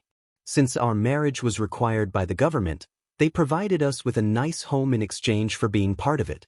We also had to join the hero workforce under a new agency called Wolf Pact, but that wasn't a problem for us. Alright, I'll see you all later. I waved goodbye to Mom and Inko, who smiled warmly. Hard to believe you're the little kid I once saw in a tough situation, Mom said with a hint of pride. You're a good kid. Don't forget this and do your best going forward. I'll do what I can. Oh, by the way, did everything finally settle with the divorce? I asked Inko, who had been dealing with legal issues for a while. All finished up. I might have lost my old home, but selling some of our belongings allowed me to make a down payment on a new apartment. It's not the greatest, but it works, she explained, showing resilience. Must be challenging for you, I said, acknowledging her struggles. Same can be said for you with your challenges. We just make do with what we have. Mom and Inko laughed as we began parting at the train station. Well, I'll be off. Izuku, promise me you won't scare your mother with any surprises. I wasn't scared. Honestly, I was happy, Mom replied with a smile. Hence the point you were celebrating so enthusiastically, I teased. Hey, I was happy. Don't blame me for wanting to celebrate. Also, this young man here opted out of being an old man to the kid he saved, Mom added with a chuckle.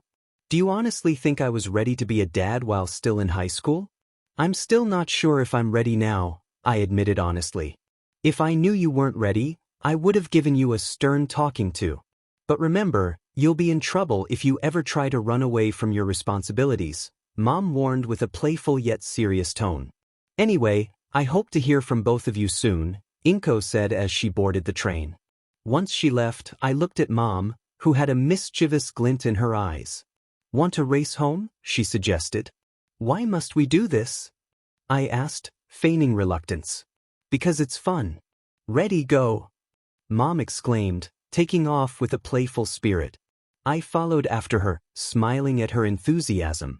I didn't know what the future held, but I was confident that with the support of those who loved and cared for me, I could face any challenges ahead.